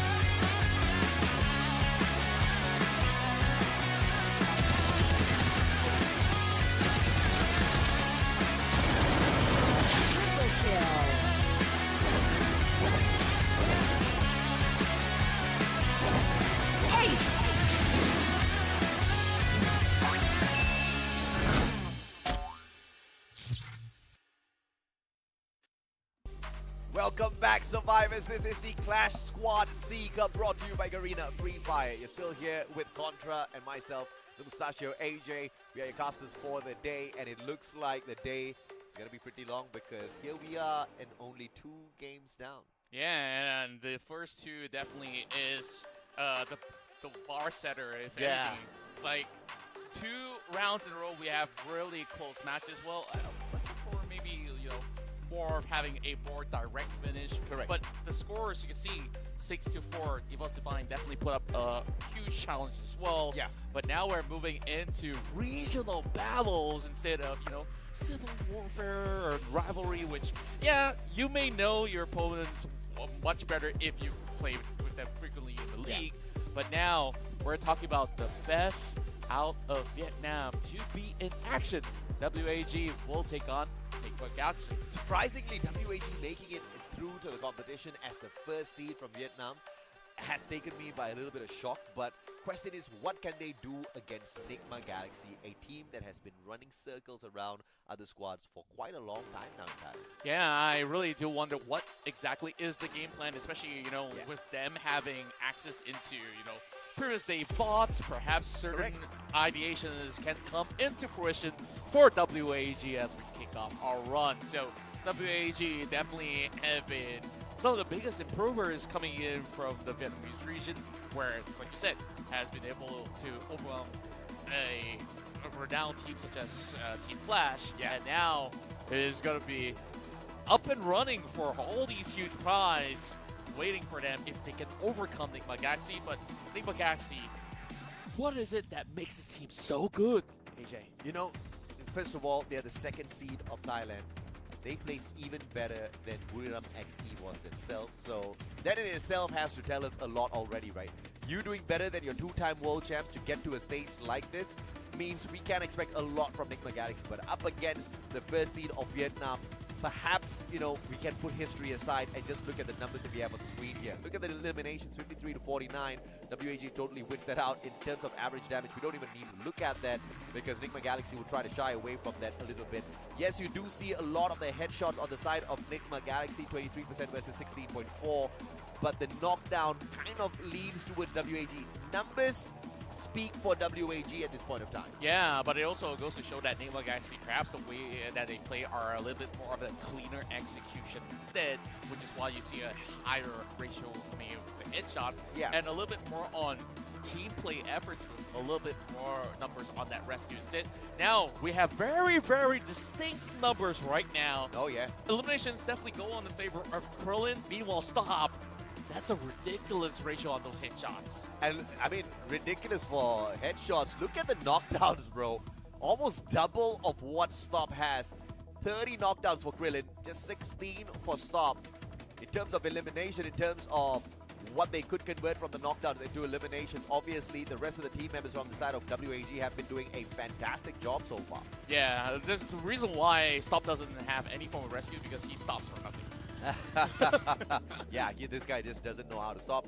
Both teams got a 2-0 victory in the first day of battle. Freedom Cheese got taken down by WAG 2-0. And GOW, the God of Wolf, as they took on Nigma Galaxy, they understood exactly why so many teams fear Nigma Galaxy. And this is something that I really like about WAG. Bringing Clue in, this instantly gives you the information as to where your opponents are going to be.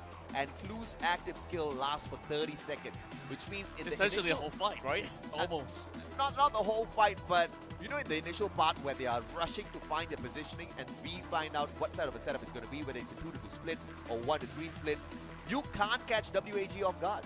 Yeah, so you can definitely not make out any of your positioning against the squad that actually prioritize intel of all things. Yeah.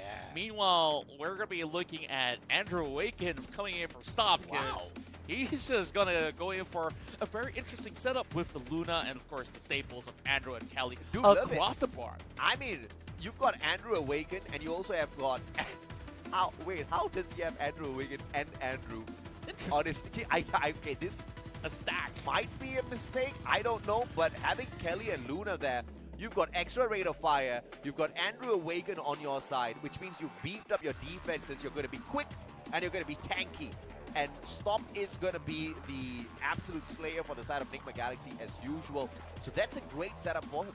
Yeah, but as a rusher, the one that opens the fight up, you definitely need a little bit more of a heavier defense, and Yeah. we can absolutely understand why. Whereas we have definitely seen the type of gameplay that is prevalent more so in the Thai region, where they play around the A once they're more hitting into that late game, and of course, if all else goes haywire, you always have you to be able to at least get out of sticky situations with his Orion ability. Yeah. And of course, supplemented by Caramel coming back as well.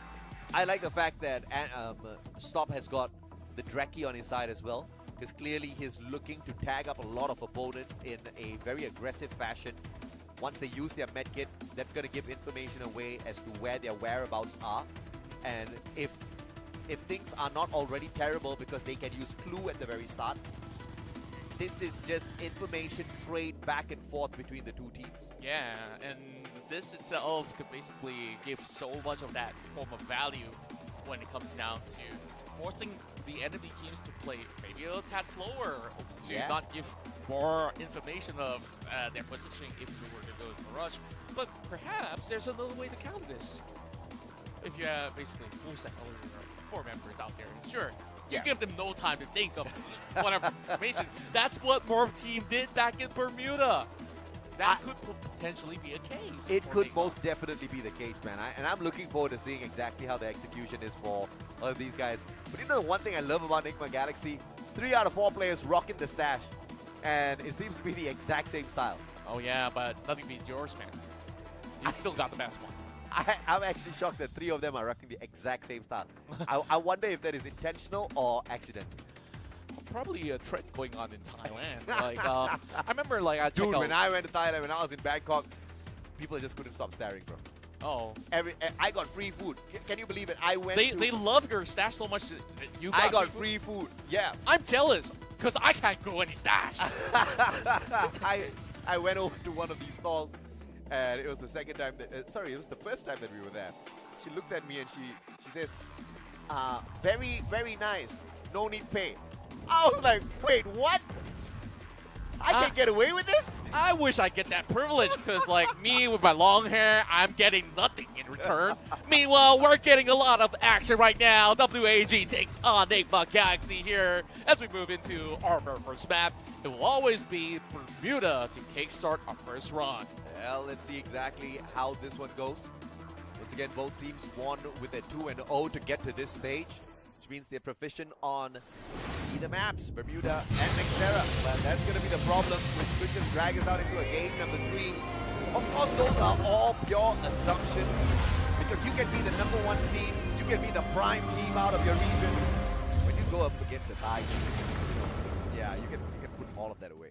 Yeah, it's all about perfect teamwork, coordination, and of course, great fair play. I thought you were going to say nationality. I don't think nationality matters at a certain point. Dude, if you're from Thailand, you're automatically buffed in Free Fire.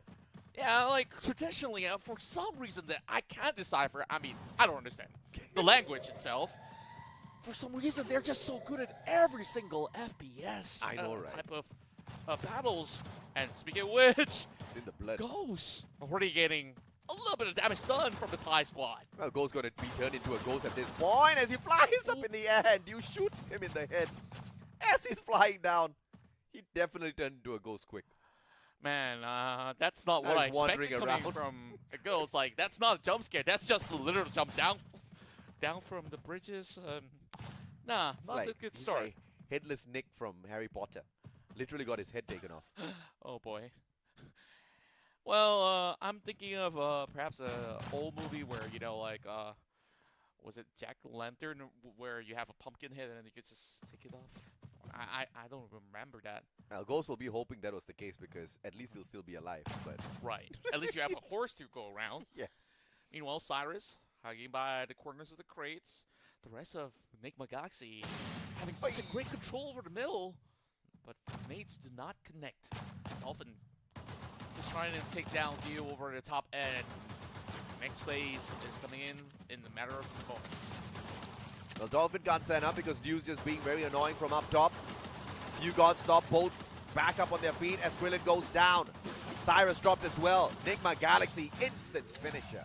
Yeah, I really do see that there is a certain ideation coming from WAG. They're waiting for that circle to close up, and they pop those grenades, waiting for the advancement of Nigma Galaxy, but it was too tough when there's so much of that open spacing to work around with, and Nigma Galaxy takes her first pointer out there. Ties have done it in clean fashion.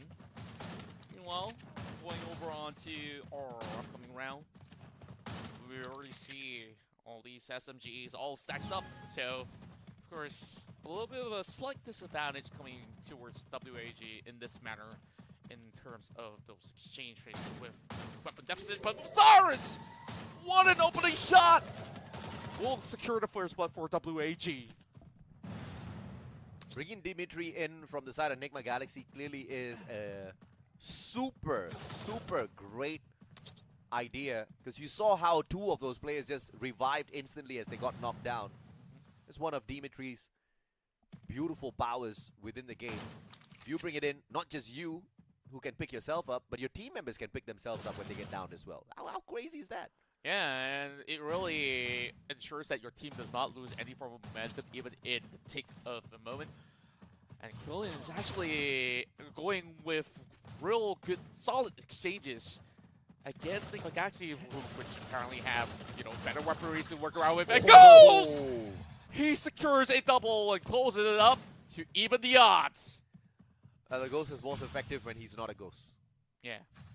I guess he's better in open ground fights instead. Like, certain ghosts, maybe they have phobias of factory, like maybe in the past life.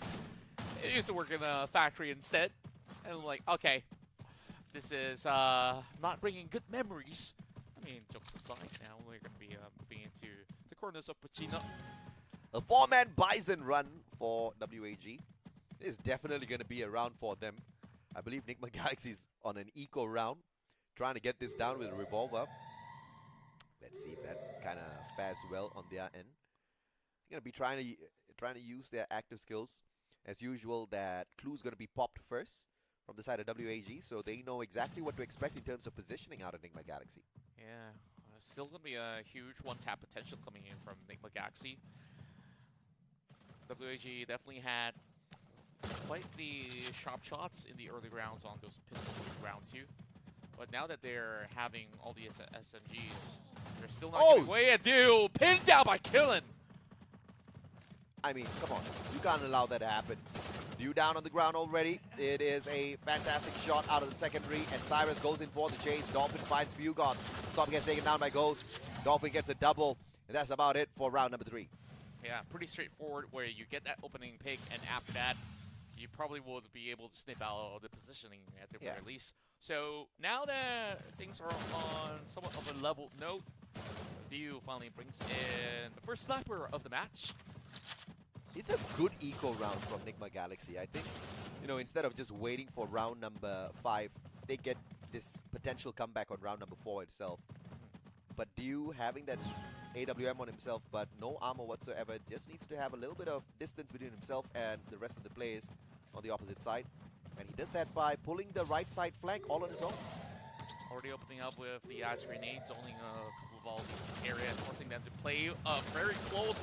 And Cyrus will use this to his advantage, just shreds them to pieces. But he gets knocked out instead. There's going to be a huge wraparound coming in from the rest of WAG. Dolphin down on the ground, but if there's anyone to rely on, it's Krillin. Man, that's been so sharp on these pistols. Absolutely. Gets the nade initially, finishes it off. Gonna be Dew all alone with the AWM. Can he get the quick shot? Answers no. Goes. Cleans house. 3-1 WAG. To be dominating Nigma Galaxy at this point. Yeah, just basically bringing this SMGs to just spray and pray, and nothing will go wrong. Don't have to risk it with the AWMs. Bison's now on the hands of members of WAG. Meanwhile, another AWM for Dew. At least this is a lot more of that elevated areas of playground that they can work around with, but NGX wastes no time to proceed forward, but it's WAG as majority of their members already up top. Double ice grenades. Pushes stop right back into the compound. Dew holds the back lines right on the stairs with the AWM trying to catch Ghost out. Off guard. Dew cooking up the grenade already. Question is, where is he going to toss it to? Tags up Dolphin. Great toss. Yeah, Dolphin does have his health bars regenerated. Meanwhile, full challenge coming in from Philgott. The walls being brought in the nick of time, giving them a little bit more of a defensive cover. WAG holding down the line very, very well. Both sides not giving an inch, but stop! He pursues forward. Damage being done, but not enough to take Cyrus out. Where are they going to find an ingress from? Enigma Galaxy desperately needs this round for themselves. You cannot afford to miss those shots. But WAG is not giving them any chance, no room whatsoever. Ghost has just been so quick on his feet. Cyrus with the SMG. Bison will do absolutely nothing. The glue wall just keeps him in a tight little corner. Oh, they're all stuck by the corners of the lorry, though. But they're going to rush right through. Stop! He will be able to cut right through, but Cyrus, he speeds right across them. And Cyrus will be knocked down. A 1-for-2 exchange in favor of the side of Enigma Galaxy as they hold on all the way through the back. But there's still pressure onto Dew. He will have to advance forward. 1 versus 3. It's going to be obliterated in a matter of moments. Enigma finds their way back. I mean, high time Enigma Galaxy finds their way back because WAG was starting to run away with that. And I was starting to get a little worried for Enigma because Ghost was just playing that down to the T. His positioning was perfect. It's just unfortunate that he just couldn't find that connection onto Dew. And Dew was pretty much the game changer there, keeping everybody inside the compound with his snipes. Yeah, I definitely think that the sniper role in that particular matchup definitely is very pivotal. Once you do get the knock, that you know the line is clear all the way from back. Meanwhile, this is all about playing in center stage. Stop, wastes no time to move right indoors. And now, up for a challenge, holding on to one of the entry points. The Bison chasing right through, not allowing spacing for the rest of WAG, but they're slowly hopping forward and goes in for a big wraparound. 4-4, it's all about this one grenade. It's gonna find nobody. WAG is not gonna be too worried about that at all. Fugod on the right-hand side flank, looking for a connection.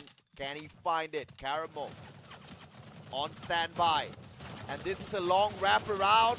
And Fugod just cannot stand as Cyrus shows up in the Bison. Very swift moves, and he's still defending himself very well. Stop! He's being held back. Members of WAG running across the corners, but stop! Still left standing. And now, 2 versus 2. Dew, he's got to pursue forward with the AWM. And goes, he's going to force them into the fight, but they will not be able to exchange. Oh my God! Stop! Just stop it already. The guy is just insane, man. I mean, Ridiculous. There's no. Yeah, if that was me, yeah, I would have lost that fight. No doubts whatsoever. My fingers will cramp up in those situations. I don't know how this guy does. Yeah, I don't even know how he stood alive so long in that gunfight. He was getting his HP taken away. You gotta thank that Andrew buff for that. Yeah, and not only on top of the buff, like this man, he was running straight. Yeah. And he did a 180, and he continues to press on forward. The guts on this individual. We gotta see more of that. Once again, a 1-3 split. Oh my God, Dew is in a fantastic position. Even if he does get dropped, Dew should be able to stand right back up all on his own, but he gets spotted out by the Ghost. Won't be able to land the shot though. Very quick jump over onto the next course of the compound. Yeah. Meanwhile, Enigma Galaxy, they're taking up a little bit more of that space. Meanwhile, the rest of WAG going for an exchange of positions, taking over the north point instead. Now, taking zone control over the middle will be a rather tricky task, but stop. He's going to press on forward. Oh, and he just walks in straight up towards the Ghost, knowing exactly where to find him. Bison straight to the back. Ghost goes down. No sniper alert from the side of WAG now to worry about. And oh my. Things are just going from bad to worse as well. They don't really have the weaponry to exchange, but Dew is going to be able to hit the mark from the top of the roof. Pressure is oncoming from Krillin. He brings in the wall. Just enough time being bought. And oh, the ice grenade does land. It's just going to be waiting for the rest of Enigma Galaxy to supplement. Now he's going to go up close personal. But Stop's going to steal it away from him. Absolutely. I mean, it's one of them, right? Either way, 1v3, that was not going to happen. They also had Dimitri, so it would have been a 1v4 if he had just dragged that on an extra few seconds. So, Enigma Galaxy now with the lead. Very, very interesting on how these battles basically yo-yoed from one end to the other. Yeah. And it's really a battle of resources going into this point where look at Cyrus opting for whatever he could land his hands on. WAG needs to take fights onto a more direct approach with, the weaponry deficit. They still have Ghost on that AWM. Oh, significant damage coming in from Fugard and Co. So WAG, they're going to go on the 2-2 split. Good tag onto Dolphin and goes, and what a Let's- nade! Fugard with a god nade. And he goes in for the finisher, but a little bit too hurried. He will get punished for that maneuver. And if it's the skill, it takes him out of the equation. And what a trade coming through from Caramel. Down in the water, Krillin goes in for the finisher, but Caramel CQC with an AWM. Absolute topsy-turvy, helter-skelter going on between these two squads. Oh! Does it land? Nah. Oh, down to Fugard. He's only got the Desert Eagle perhaps to do something right here, but, with most of the dust being settled down, this is a clean round to ace them out. Dude, and we're already at match point, Enigma Galaxy. At this point, they're pulling a Morph team on us. Yeah. Just understanding on resource management and with them just knowing how to just take over control with better weaponry as well. Waste no time in taking the best angles possible. Yeah. And Dew has been doing so much. I mean, yes, he has got 4 kills, but 11 assists so far, constantly with those flanks around. He's been putting on a lot of hurt on WAG, but look at the anticipation this time, just not waiting on their laurels at all. They're taking the fight straight up to Enigma Galaxy. Oh, Carol's being brought down, who has to bring up the wall. And, He swatted him down. with yeah, the it's wall. like, nope, you shall not pass at all. That was a masterful glue wall to stop that.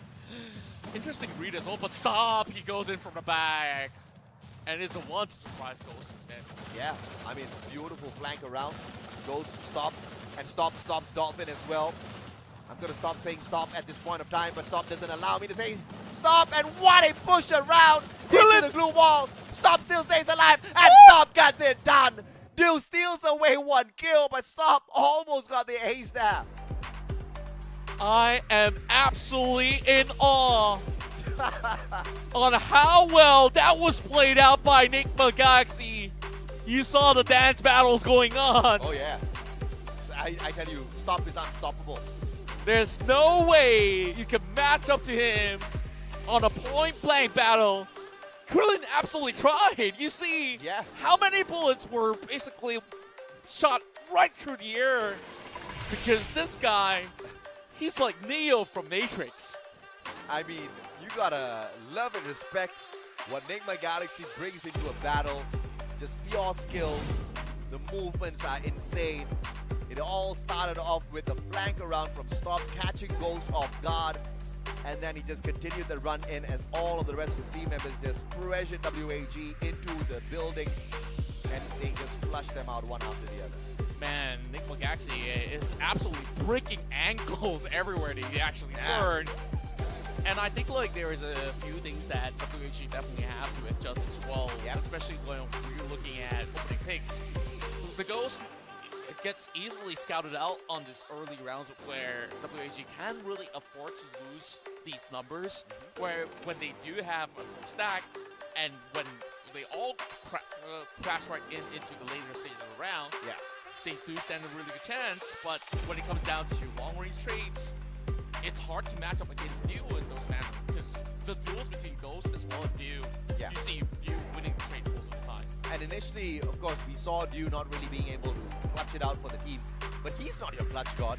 He's just the guy that flanks around, keeps them busy, gets those initial tags, and if you're going to leave him to clean up house, it's going to be a little bit difficult for him. Stop, on the other hand, is the exact opposite. Yeah. unstoppable throughout the course Look at of this. this first set. Guy's just insane. He just have no absolute care of what happens to him. He's just basically putting the toggle all the way up, and he'll definitely get one back. And we saw Krillin try his level best, but nothing could even match up to the tempo of how Stop have been able to just run rampage across them. This makes more sense than eliminations to 3,562 damage. I did not see him use the Groza even a single time. But I don't know why I said the highlighted weapon, but we'll take that. Draki, as usual, the favorite bet of Stop. And he's just unstoppable in situations like this. Of course, having that Alok there makes a little bit more sense as opposed to the Awakened Andrew. Yeah, double Andrew in a sense, right? So, yeah, now it definitely gives us a better picture of how things are actually done by Stop, where, you know, just full utility on his kit with high level of survivability as well. And it gives him, you know, better trades overall. Let's see if or not the team of WAG can put a stop to this madman. But I guess that's exactly why he took the name Stop. Because you can't stop if he's already stopped. You can't stop. Get it? You need a member that says go. Then they can match him. Or a comma. Yeah. Full stop stops everything. It stops you in your tracks, stops you from getting past the team. Enigma Galaxy is on fire, most definitely. But I have to say, the unsung hero in that matchup for sure is Dew. And without his flanks, Stop wouldn't be able to do what he's doing. Yeah, his opening shots have been absolutely pixel perfect in most part. And when a push comes to shove, he's not going to sit around and wait all the way back. Like you see, he even goes up close and personal with the AWM as well, which managed to basically equal the odds whenever Enigma Galaxy is being put into a very dangerous position. But what we saw out of WAG, they really do look really well when they have a full stack on close-quarter combat. So that probably will be denied by Enigma Galaxy, so they got to figure a different way around. You know, these guys, they can turn these balls upside down and they can still do wonders in the game. I guess Enigma Galaxy is just taking a little pity on me. So like, Sasha, you hungry? I know. So let's just find a quick finisher. So that you can fly to Thailand again and get some free food. Oh yeah. WAG, on the other hand, of course, they would want to drag this out a tad bit more. Obviously, they want a victory, but they don't seem to be in the brightest of moods at all. Yeah. I think they know what's coming. It's just stress as well as a lot of pressure on their shoulders right now. The last surviving Cove out of the Vietnamese region to find a way to pull through, and they will have to go in for a total of 12 rounds against the second seed of Thailand. And see if or not they will be able to walk away with the victory. WAG looking for the unthinkable, looking to stop the raging Enigma Galaxy. But it seems to be a difficult task for sure. And Enigma Galaxy trying to bring the day to a quick end. We'll find out at next era if or not it's a quick one or a pretty slow-paced match. I'll definitely want to see on the level of mastery of both sides of the team in this respective map as we move into farm. So it's a lot of open areas into the central ground, so we assume teams to be looking for control over the top end as well. But Stop wastes no time. He says, nope, I'm just going to run at them from lower ground. Ghost is going to get caught out. Pants down. Stops just pushing on in. Waits for Fugod. Wants to play the bait and switch, but Ghost just goes missing. I just love how WAG has been able to readjust and play a little bit more defensively. They do have a little bit more of that intel of the whereabouts, but they got to start going for exchanges as well. A little bit of a shot being fired over the back of Ghost. Forces it up in the air and into the crosshair. Stop and My God. Cyrus must be damn annoyed, man. Ghost just brought those shots straight up to them. And he basically did nothing. Ghost just baited those shots out and put Cyrus in the way of fire. 2 players lost for the side of WAG. Makes things so much more easier for Nigma Galaxy for the finisher. Yeah, I thought that the WAG will actually come up with a sort of bait coming Oh from my. low ground, but this is Oh just absolute obliteration. Clean round. Guy coming ran of out. Nigma. And he was surrounded by 3 players from the side of Nigma Galaxy. Yeah, you're not going to walk out of that one. Nah, no choice. The zone is also against him as well. Now, over onto Rust Town. Krillin, another player that has absolutely impressed me coming in from, of course, WAG. Yeah. But I think that there's a lot that he needs to shoulder right now in order to get the team back on track. He should have named himself Goku instead. Goku. Maybe he would have stood a better chance. You know, Quaylin's just not the strongest character, bro. You're absolutely right. But I guess like there's always Vegeta maybe, but Quaylin? of all things. Dolphin and Unstop, they trade each other out. Cyrus puts an end to Stop instantly as he stands right back up. He's gonna be absolutely annoyed with his Dimitri prowess by Nigma Galaxy. So well executed as well. They really got the timing down, and now we move over on to Deca Square. Now, it's all about getting into that perfect position over on the center ground as well. So perhaps with the positioning favoring the side, they could be able to actually go in for an exchange. But once again, the economy not really in the favor of WAG right now. Yeah. And if you notice, we haven't really been able to see Orion in action all that too much from the side of Ghost. Cyrus hasn't been able to zoom around with his Tatsuya. That's mainly because of the A124 being popped on the very, very right timing by Fugod. That just disables them, especially in those final moments of battle. Nigma Galaxy just has the perfect timing. Yeah, speaking of timing here, that could have possibly take out Krillin. See, Goku could have just Abuke that. Oh, sorry, Abuke is a different game. Oh man, totally off course. Anyway, My bad. back into, you know, weapons instead of Kamehameha, that's the name. Oh yeah. Hopefully there's a collaboration. It's been soon. a while. It's been a while. Yeah. Meanwhile, Fugod's gonna lob a couple of bombs right down below. Nigma Galaxy taking absolute control over onto the middle ground. Cyrus playing by the corners, whereas Krillin on the dualies definitely have to wait out. Not really putting any form of dent towards Nigma Galaxy's stronghold at the moment as they try to find a way to breach into the building. Yeah, I'm not sure what WH is doing. They are scurrying all around. They don't really see a one-pointed attack from them.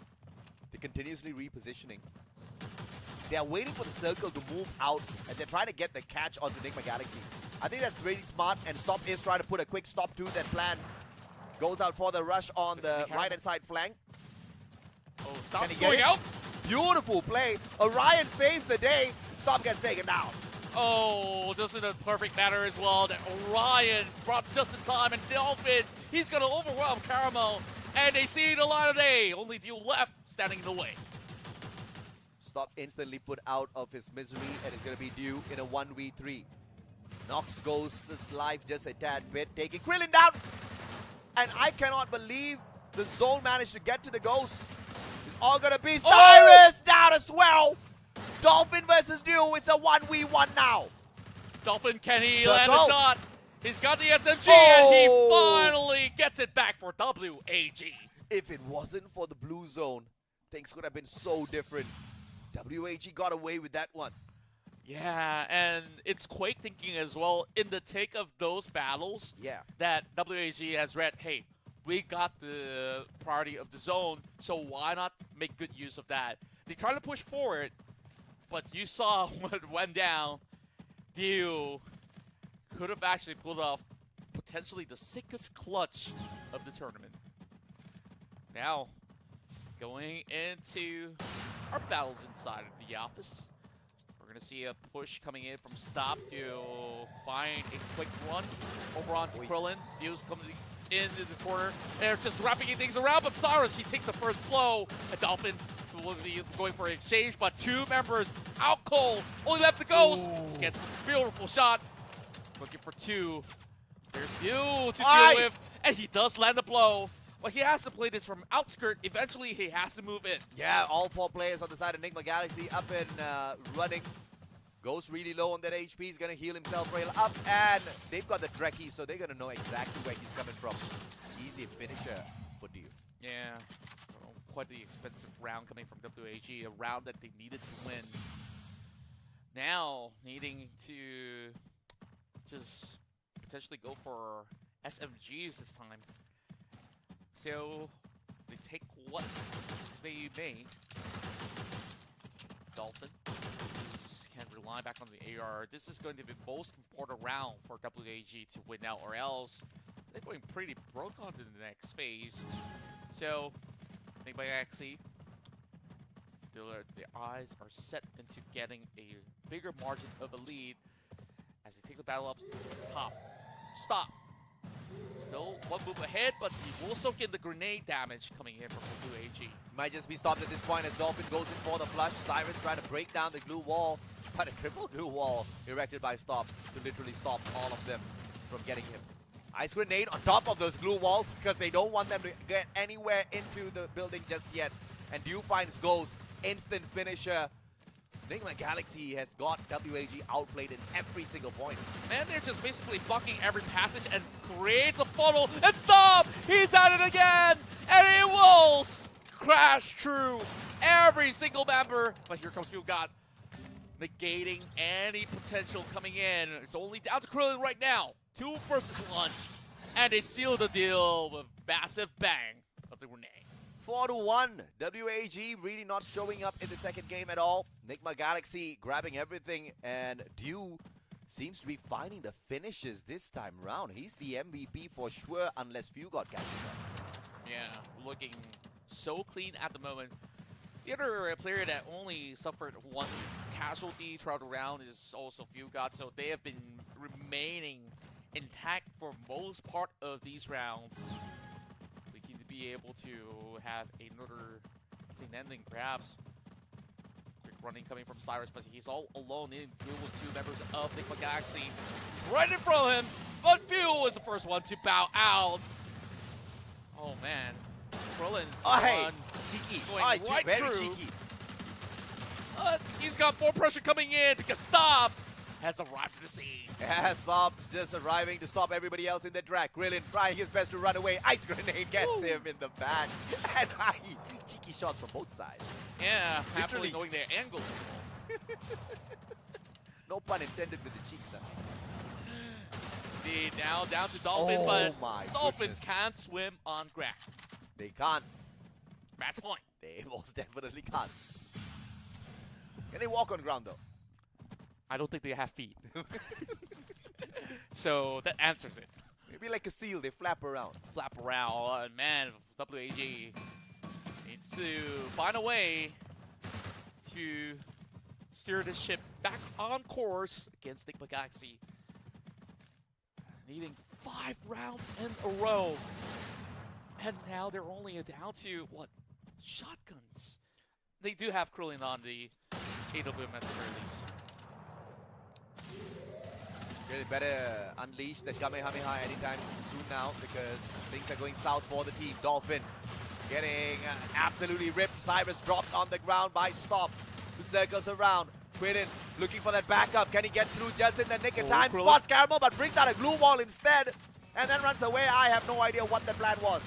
Oh, he's got jukes for days. So trying to actually look for that opening shot, but that's the problem when you're bringing AWM.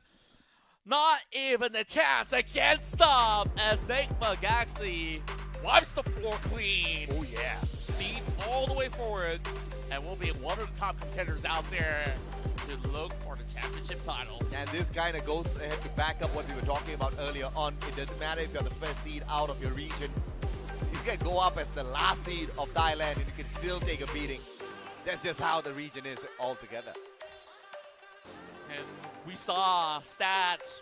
Sure, it may boast a lot for WAG, Yeah. but we saw, even for Enigma Galaxy, they have always remained a constant level of consistency on hit shots and everything else. And I think majority of all these hit shot ratios definitely come in from View because he does not miss. There is a huge potential. We've got a all-out Thai finals awaiting us.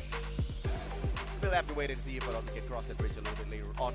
Final series of the day later on. We do have still E-Arena taking on Expand. This could be a damn fast game, or it could be a very slow one. Oh yeah, and I really wonder what side of the coin are we actually getting into. Yeah. But booyah, baby! It's Enigma Galaxy. Ooh, yeah. Enigma Galaxy picking up the booyah. No surprise whatsoever, but, you know, fantastic plays from Ghost as well as Dolphin, no doubt. Krillin was trying to save the day, but I think the strategy was just a little bit all over the place. And it wasn't planned, obviously, because Stop just kept annoying them with those quick rushes in, throwing their game plan off, and forcing them into positions where it was just all-out panic.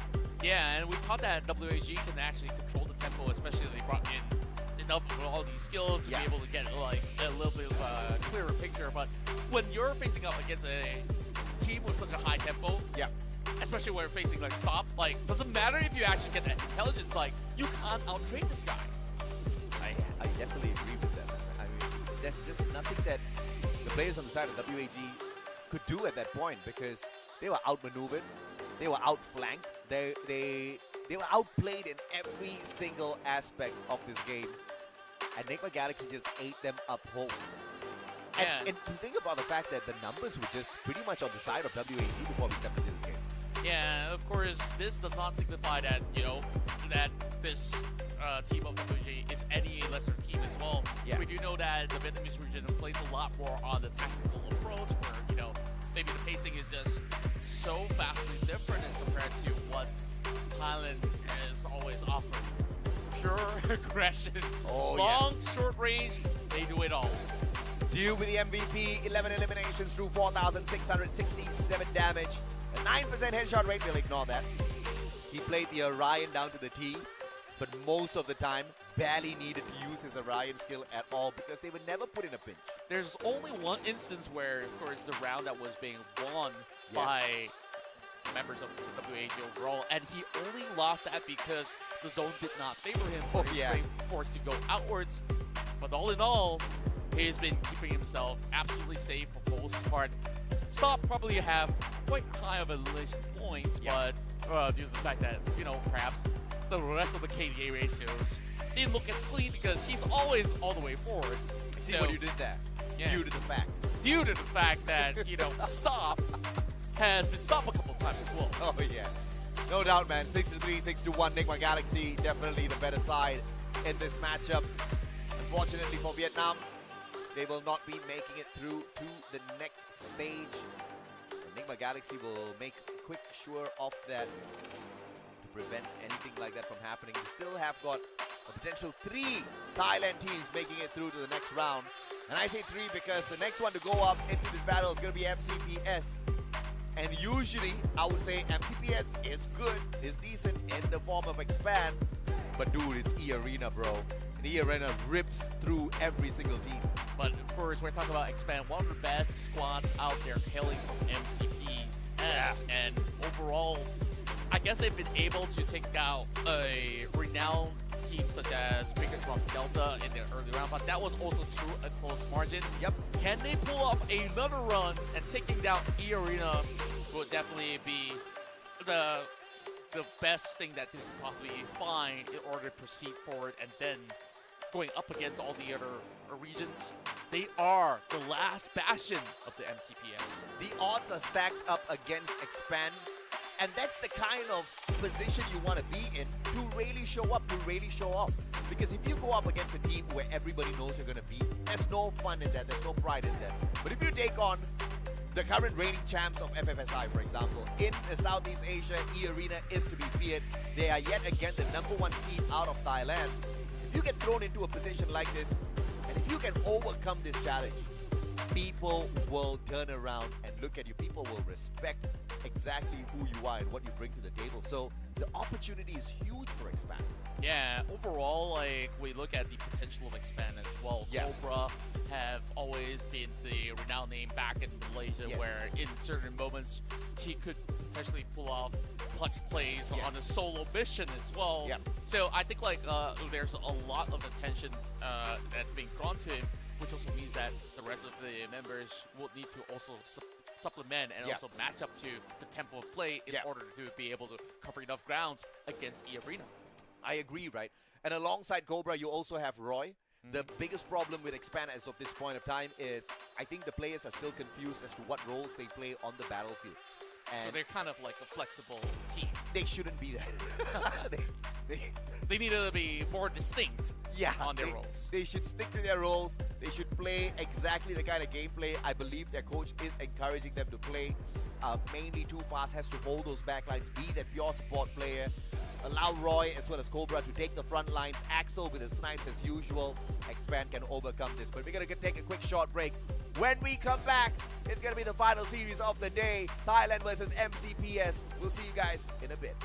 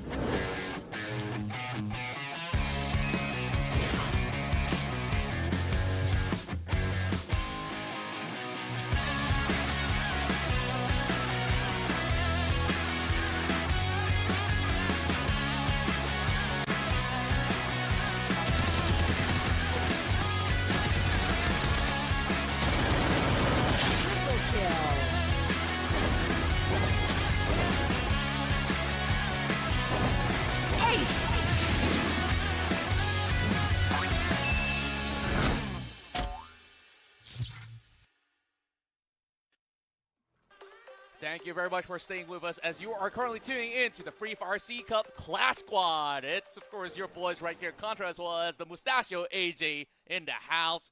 And now, down to the very final slot remaining. Is it going to be Thailand or is it going to be from MCPS? As we got E-Arena, the first seed of Thailand, contending against the best of MCPS. Absolutely, man. The best in MCPS, unfortunately, doesn't go to hold a lot of value against a lot of these C teams or even on the international stage, because we have been whooped quite a number of times already. It has been time and time again proven that the other regions reign at the top.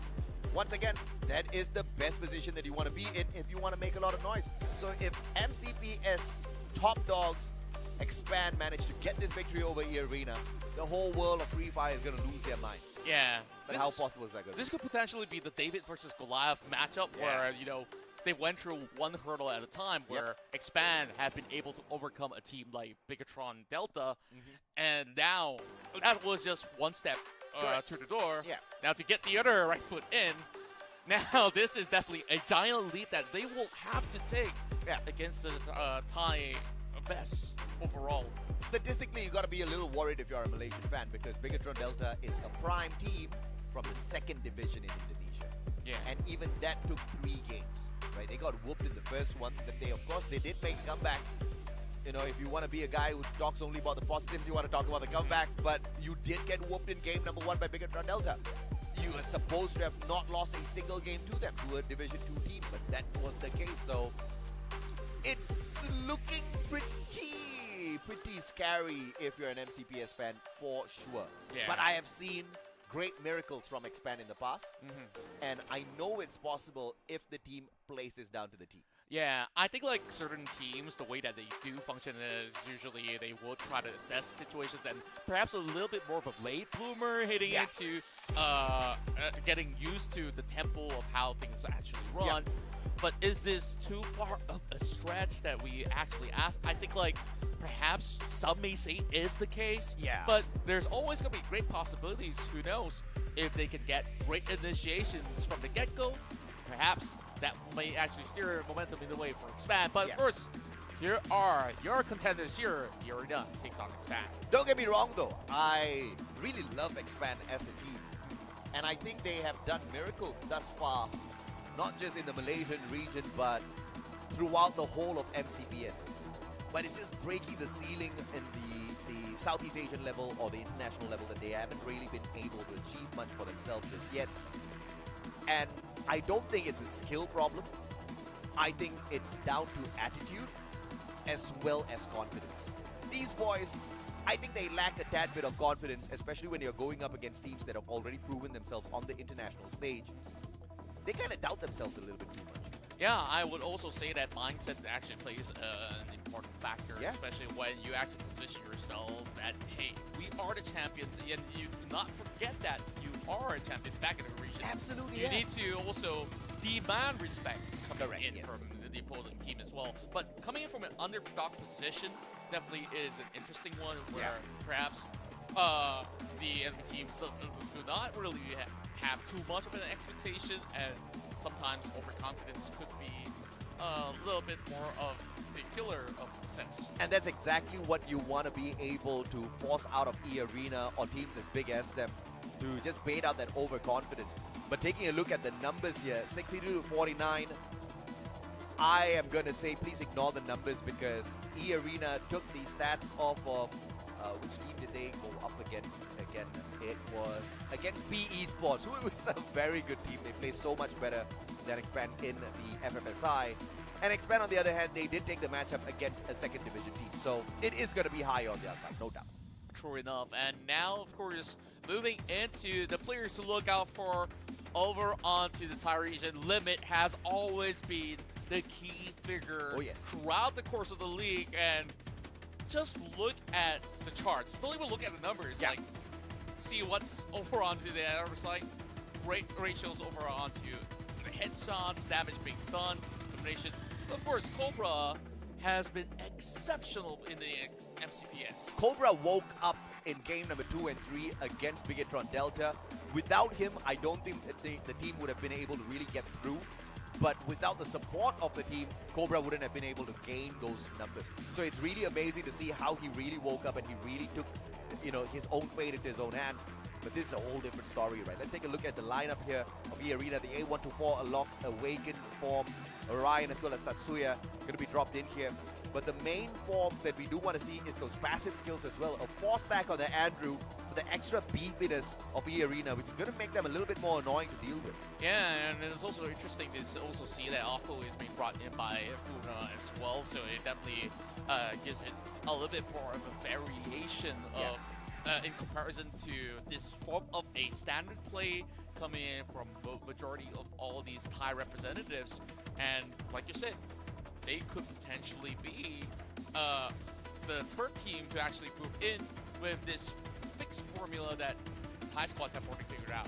I do agree with you. Otto is very annoying to deal with, especially if you're going to be grouping up together, because he does, the moment he gets a knock onto any one of the players, he's going to slow down the rest of the players within the opponent's team within a considerable distance. So that's going to be a little bit of an issue. Let's take a look at the side of Expand on the other hand. The A124 in the hands of Tufas as the backup player. Tatsuya in the hands of Cobra is going to be the rusher for the squad. Axel, the flanker, is going to be running the Orion, and piled up together with the Miguel is really going to give him a boost in terms of the EP. And X-Roy, one of the rushers from the side of Expand as well, dropping in that Alok for the backup in terms of HP boost. Yeah, I could see that the Expand squad has also been able to adapt as well. So this is sort of like a mirror matchup. Yeah. So I would say it's down to individual skills as we get a glimpse of the full squad playing from their own boot camp overall. It's always great to have the boys on the block as they've always been cheeky with every single moment that they do get into the cameras. Meanwhile, I think like we always see pure discipline coming in from the top dogs of Thailand, E-Arena, to still, crack a couple of smiles back to fans back at home. A couple of block doses can definitely be cleared. E-Arena looking to clear more than a block nose. They're looking to clear, expand off the map of the competition of this Clash Squad C Cup. May the best one win, because the losers will have to go home. Final battle of the night. The top team of Thailand, E-Arena, will clash against Expand, MCPS, champion of the recent leagues, of course. Now, we'll see whether if Expand can go above and beyond to take points away from E-Arena. It's all going to be dependent on how the setup is. As we kick things off at Bermuda, one final hope for MCPS. Thailand's going to be like, yeah, we got another one in. No surprise there. But if MCPS moves on to the next stage, that's going to shock the world for sure. At the expense of E-Arena on top of everything else, that is going to turn some heads. Absolutely, but of course, there's always the hopefuls that believe in the Cinderella story run, but of course, is it almost midnight already before Cinderella loses her shoes? Of course, we're inching closer to 11 p.m. SGT. Initiation coming from too fast to drop a grenade onto Funa.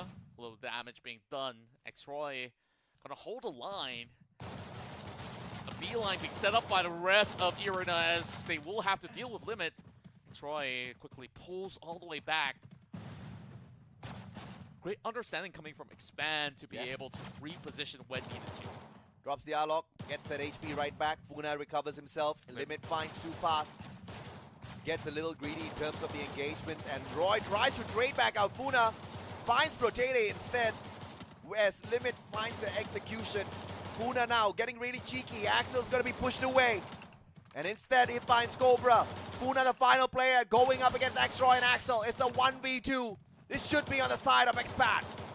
But there is low health bars over on the side of Expand as well. Funa definitely has to hug by the corner of the ball and wait for his perfect opportunity to strike. X-Roy doing majority of the blows, securing not one, not two, but three of them. Could this be his ace? Could be his golden moment to shine to kick off this run for Expand. As anticipated out of the main slayer of Expand, X-Roy. He's going to be Pure beaming his discipline. way towards the end of this round. He's having a little bit of fun. Funa's going to be looking to catch him off guard. Circle moving in as it repositions towards Funa. That is the timer for Axel and Roy to go in for the backstab, and Roy cleans it with an ace. Yeah, perfectly done from the MCPS, and I guess we could start believing from here on, but it's Not still yet, not very yet. early Not to tell. yet, not yet, not yet. I don't want that overconfidence to get the better of the team. It was definitely a fine engagement at the very start. I think a few adjustments needed here, of course, from too fast. Can't get dropped a little bit too early there. And Puna was pretty much the lucky one because he was almost the first blood for the side of E Arena, but managed to back away and he baited in limit instead. Yeah, and then Cobra also walked into an open terrain as well. I didn't expect Cobra to be punished so early on. X-Roy kicks off with the run, just trying to actually secure the rim of the circle, the upcoming zone instead, as X-Roy moves over the top end. He spots a glimpse of limit, so he has the clear idea. EMP in hand. Gonna go as close as he could.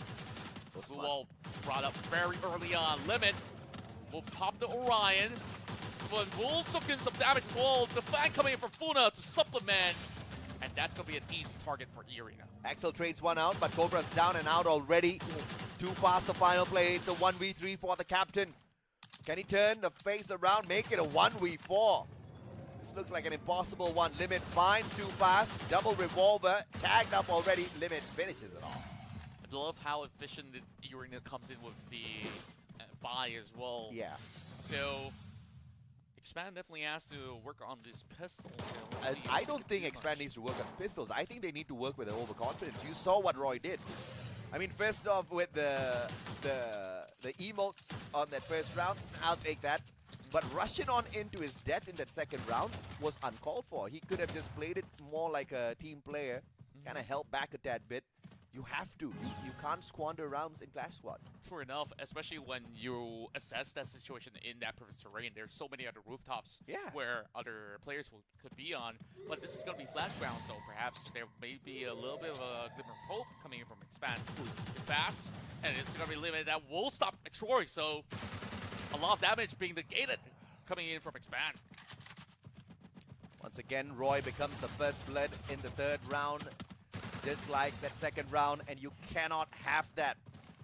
The main reason why X-Roy got so many of those initial frags was because he played it very disciplined in that first round. He kind of held back, stood back, found those openings, found those opportunities, and then went in for the finisher. But if he's going to be rushing in callously like this, E-Arena's going to lap them up, no problems. Yeah, this is going to be the buy round for Axel, perhaps. Instead, they say, okay, we're going to wait for that round 4 where we could just basically bring all hands on deck.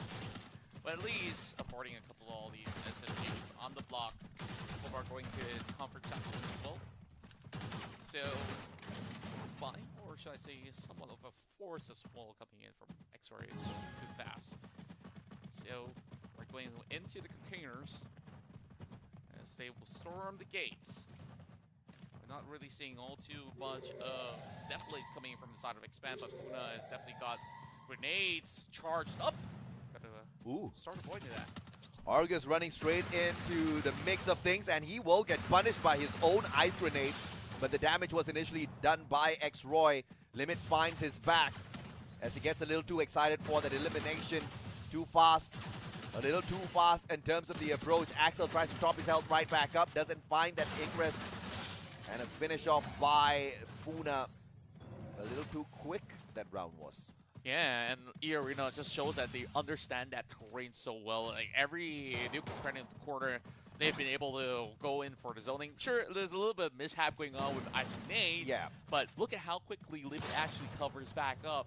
And from then onwards, they just knock them down like dominoes. So, Expand, this is going to be that important round that they will have to take off the hands of E-Arena. They finally bring in the sniper. So Axel, he can't afford to go down early. 4 rounds in. Apart from X-Roy, no other players from the side of Expand have got a elimination to their name. It's not the kind of statistic you want for your side if you're taking on a team like E-Arena. You want to have a little bit more of a beefier side. Protete, what a flank around. Axel could have been caught off guard if he had continued that trajectory. He doesn't. Jumps in towards the middle house instead. Finds Axel. Tries to cook the nade up, but changes his mind last second. There's just so many snipers for Expand to deal with as well. It really heavily relies on the opening shot coming from Axel and just slowly getting chip damages coming all across from E-Arena. They're slowly being pincered off, especially not really having the zone to work with. Ice grenades and pop over inside of Cobra. He can only hug the walls for now. Cobra alongside X-Royce runs straight up to find a player, but it's going to be the Orion that he comes across. Limit is going to be a tough one to come and shut down, but Cobra still finds a way to do so. Final player left alive, finished off. It will be Protete with the final shot. 4-1, Expand really struggling.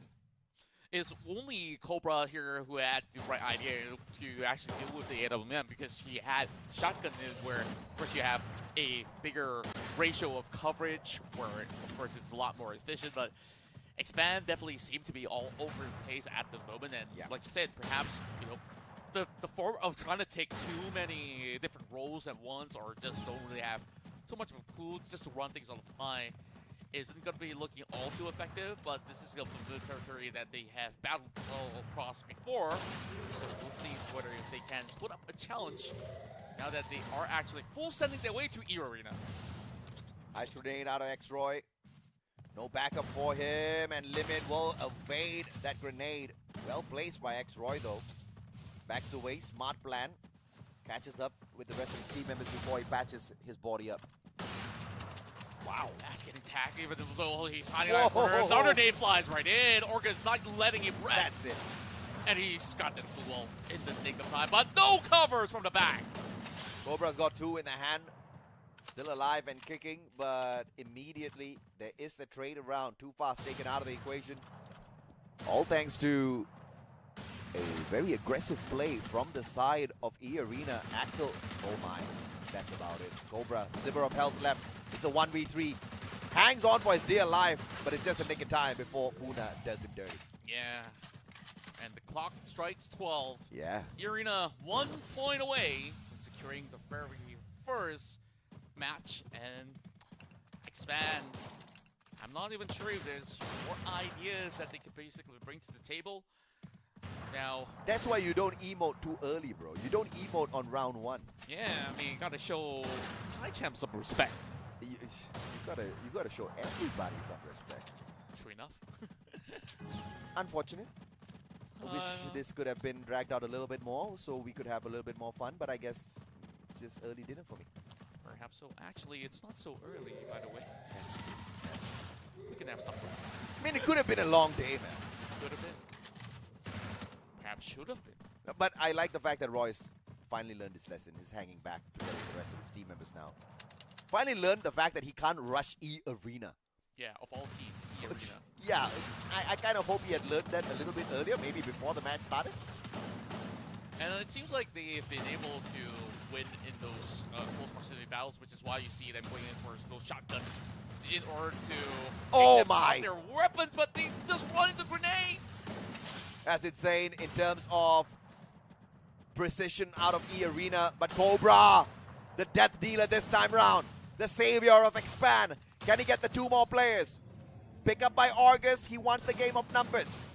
Limit circling on around, trying to protect the team. Limit's gonna find it, and with the Orion, he's just gonna torture Cobra. M1887 though, and Limit finishes it off with a shotgun of his own. 6-1, too easy for the first seed out of Thailand. And E-Arena gives them a taste of their own medicine. It's like, sure, run at me with your shotguns. I'm just gonna purchase one of my own, and easy counters, I would say. Like, yeah, E-Arena, they have answers for everything. Oh, we got some jutsu going on. Oh, it's a mad bunny jutsu. They are the number 1. There's no doubt in there at all. As far as Southeast Asia is concerned, E-Arena is at the top. Oh yeah, and in the way of E-Arena, needing another one. Oh yeah, to send most of the Thai squads up there. 3 out of all the other regions. Yeah, man. Just 3 out goes of to show 4. how good they are. I mean, I kind of expected it from the very start, but I also expected a little bit of a bigger fight out of the other regions, no doubt. Thailand is just owning everyone in Clash Squad. Yeah, I would And say it would have been 4 Thai teams, by the way.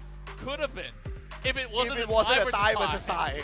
You know? Somebody's got to give. Yeah, somebody's got to give in. That was the only unfortunate moment. Or else it would have just been 4 Thai teams. This would have been the Thai Clash Squad. Oh, yeah. I mean, it also goes to show that they definitely understand the game through Yeah. the ins and out of it. And not only that, it's about the ecosystem that has been set up by the teams on disciplines, because how good a team goes is all throughout practices, and to practice even in the Battle Royale format, you need all the other squads to practice with you, right? So it's all about all these practice that they actually put in, and it goes to show that they have mastered the craft of playing Free Fire. And I don't know if Expand was serious in that matchup or not, because I barely saw Axel function in the game. He had the AWM, but barely could do anything with it. Cobra finally woke up. He had a couple of flashy ones. X-Roy pretty much just woke up in that first round, and that was his best. And the emotes really did him dirty, man. Yeah, and not only that, like, I would say that there was also no show coming in from another member where Too Fast literally went out too fast. Yeah. So he's got negative KD of 0.70 at a certain point in time.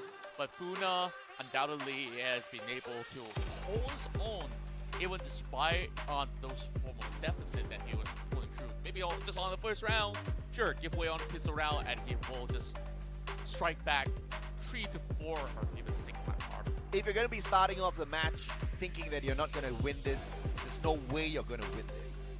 E-Arena, on the other hand, is the exact flip opposite. They were confident they can walk over MCPS champions. They do exactly that. 9 eliminations, 3,129 damage out of Pune, 33% headshot rate. And even if this guy wasn't dancing around them, everybody else would have just taken the throne and just moved on in to shut down the Kings of MCPS.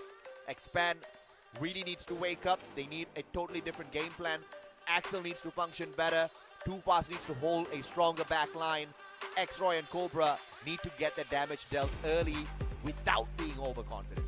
And I think that overall, Expand definitely has to take a very different approach, right? Like, they've been trying to push all the way towards E-Arena. Sure, that is a signature Expand kind of style of play. Yeah. But it does not work against the Thai region squads. Yeah, you got to know your opponents. Yeah. Overall, like, when you have a team like E-Arena that has been able to play the fast, rapid pace of action as well as the long hurdles as well. Yeah. I think it's fair to say that they will stand a better chance when they actually go in for long-range transfers. Yeah. Look for those opening picks, or else you see a rinse and repeat of what we saw back in the first matchup. I cannot agree more with you. I think that's the winning solution for Expand. Keep the distance. Have Axel shine in that sniper's role if, of course, they can win out the first 2 rounds quickly. And in the meantime, just pull everybody else in from the side of E-Arena, engage in that CQC. Have those grenades ready for the side of Too Fast. The CQC with the shotguns mainly going to be your X-Roy and Cobra. If they can execute a play like that, Expand should be able to overcome this, and we will have a game number 3 on hand, or else it's going to be an early night. Yeah, and well, that's a lot of work for Expand right now. Yeah. I was having a lot of high hopes for players like Cobra, which have definitely shown that he can actually match up when it comes down to the trades. Yes. But more often than not, like, there was no backing, because the backing has been wiped out way before he could be able to supplement. Because sure, you have X-Roy that tries to go in for openers, but you gotta agree with me that it was rather reckless. He threw multiple rounds for the team, and don't get me wrong, X-Roy is the best player when it comes to slaying. He's the best headhunter out there on the side of Expand. But you can't get cocky. You can't get overconfident. You cannot jeopardize the chance that your team has. Yes, E-Arena is a tough team. Yes, they're not going to be easy to beat. But you still have a chance. You've made it here, haven't you? So you should be able to take a fight. But I think it was squandered a little bit too early. But This is where you kind of see the mental state of Expand and whether or not they've grown from the past competitions. Because yes, you have just taken an L, but can you turn it around? Can you still stay composed? And can you take a fair fight against E-Arena in this next match? I'm going to take that word, the keyword composure, Yeah. onto distinction here, which currently isn't existing for the side of Expect, right? Like, for Arena, it was pretty clear that, hey, Clean. send all 4 members of the way, clean. Yeah. They know what exactly to do because they already have the perfect intel read. Yeah. And by then, it's just muscle memory of how you basically take on Yeah. those battles. Yeah, I agree. So overall, I think it's really just boiling down to battle tactics. And I think too fast going down too early is terrible. Because you see the star player on the side of E-Arena, and that's mainly limit in a lot of those final engagements. He's not getting the most kills, but he is torturing the final players on the side of Expand, and he's able to just juke them around with that Orion. If Too Fast survives long enough to pop his A124, that disables E-Arena for 30 seconds. That's going to be your key. And the problem here is he's going down too early. Yeah, and I guess that they don't have the resources to work with, and oh, we're already having a score prediction, it seems, coming here from the members of E-Arena. Either it's a buddy sign or it's a 2-0.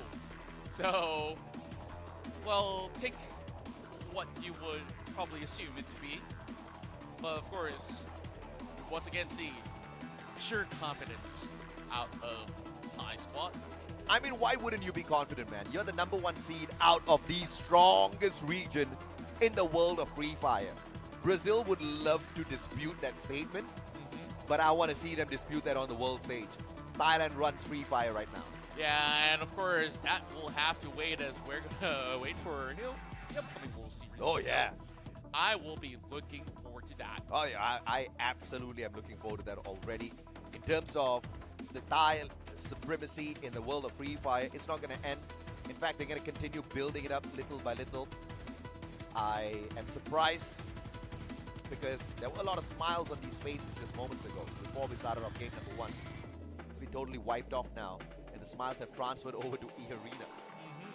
Like, no stress. They've been absolutely chilling as we've been able to actually see, chats all around before they start off the match. But they were just unflinched throughout the course of the past couple of all these battles that they've been put into. So it's all in the day's work. So, like I have been able to, of course, dissect even in between our scores.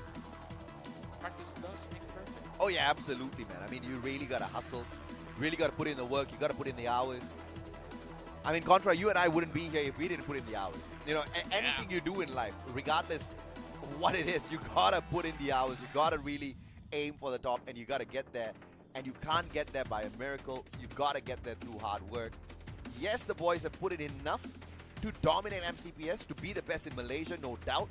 To be the best in MCPS to 4 separate countries, no doubt. But they need to find what's the next level of effort needed to break through that barrier of that sea level. I guess they definitely do want to look at many different variations of opportunities to actually improve in different types of matter, whether it's tactics or even when it comes down to their own coordination, where certain teams, which would basically spend a lot of time practicing, also would disregard a very important aspect, research.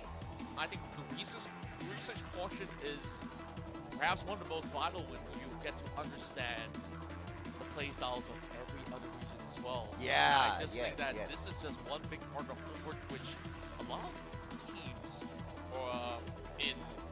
in the title actually disregard, where I agree, man. No doubt. I am 100% with you on that. I mean, clearly something's working for the Thai teams. You gotta figure out exactly what that is. They don't have more nimble fingers than you. One might argue that they are smarter than you, but you can outstudy them, no doubt whatsoever. And if you don't want to outstudy them, study them.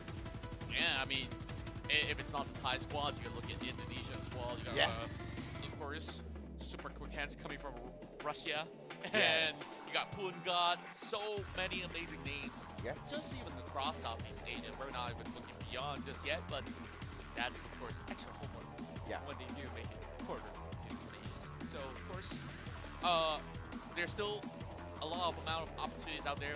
Perhaps, you know, Expand may just actually be a squad that excels more towards a battle royale setting. Some may say. No, I don't believe that. I think Expand can excel on all fronts. They just need to get their act together. It's just a bunch of very capable boys, not knowing exactly what lies within them. That's right. We'll definitely have to see the potential of this one as we are going into our second part of the series where Arena is already 1 up ahead against Expand. So this potentially be our final jump for the night. Well, I hope it's not the final jump for the night because I am expecting a dragged out battle between the two. Even if the Arena is going to take the victory at the end of the day, by the way any stats reported out, still expected to see a good fight. And no matter what, we're expecting to end up with a bang here in Next Terra. As we head on into Next Terra, as the squads will go ahead and suit up and see exactly what the setup is going to be all like. Of course, not going to be a round where they save up any money whatsoever. They're just going to go in here for a quick on rush. Yeah, I love that they're in sync as well when it comes down to backs. Like, they got the bunny ear backs going on. Now, quickly as it goes, Tate already landing tags over onto members of Expand. Cobra first one to be tagged. Absolutely sharp shooting. And there's no way to even go in for revives. No way at all. Axel. Limit does get knocked quickly. Funa. Axel with the smart plays. Limit goes down too far. Steps it up for the squad. This is going to be the opportunity for Team Expand to really punish E-Arena, but they have to patch themselves up. That gives E-Arena a little bit of extra time to reposition. And in the meantime as well, they're all being stuck by the corners as well. So Orgas could actually find certain angles to try to find a pick against Axel to quickly make it back into a 2 versus 2. But of course, a lot of leeway for Expand to take more control over the map. Oh, smart play. Shrink. Very smart by Expand to take the lower ground as the zone just forces them towards the middle. Orgus is safely placed in here already. Protate is going to move a little bit closer. And when the circle drags away either to the left or right hand side, when there's a stalemate, that's exactly where it's going to pile on a great amount of pressure on E-Arena. So Expand has won this out pretty much strategically. Yeah, great improvements from the get-go overall, and E-Arena, all they have to also do is to find a choke point where they could basically hold them by the door when Expand also has to move out. Yeah. So perhaps one member can try to tank a little bit of damage coming from the zone and then move in slightly later, and that could be the play. But Roy tries to find the pick, and he will have Orgus knocked down. Protate has been spotted out as well. Circle's going to tag Protate up. That's not going to do him any favor, and Expand takes round number 1. Convincing fashion as well. Only Very Cobra convincing, yeah. to be the casualty of it. And now moving into the museum, I guess this is going to provide a little bit more of that spacing for E-Arena to ensure that the same thing doesn't happen twice. Yeah, the first game, that form of Expand, yeah, there's no hope for them to break any sort of barriers. This form of Expand can go very far. Yeah. I definitely think that they've already got good advice coming in from their coaches, if they do have one. I'm not too They do. certain. They have an Indonesian coach, actually. Oh.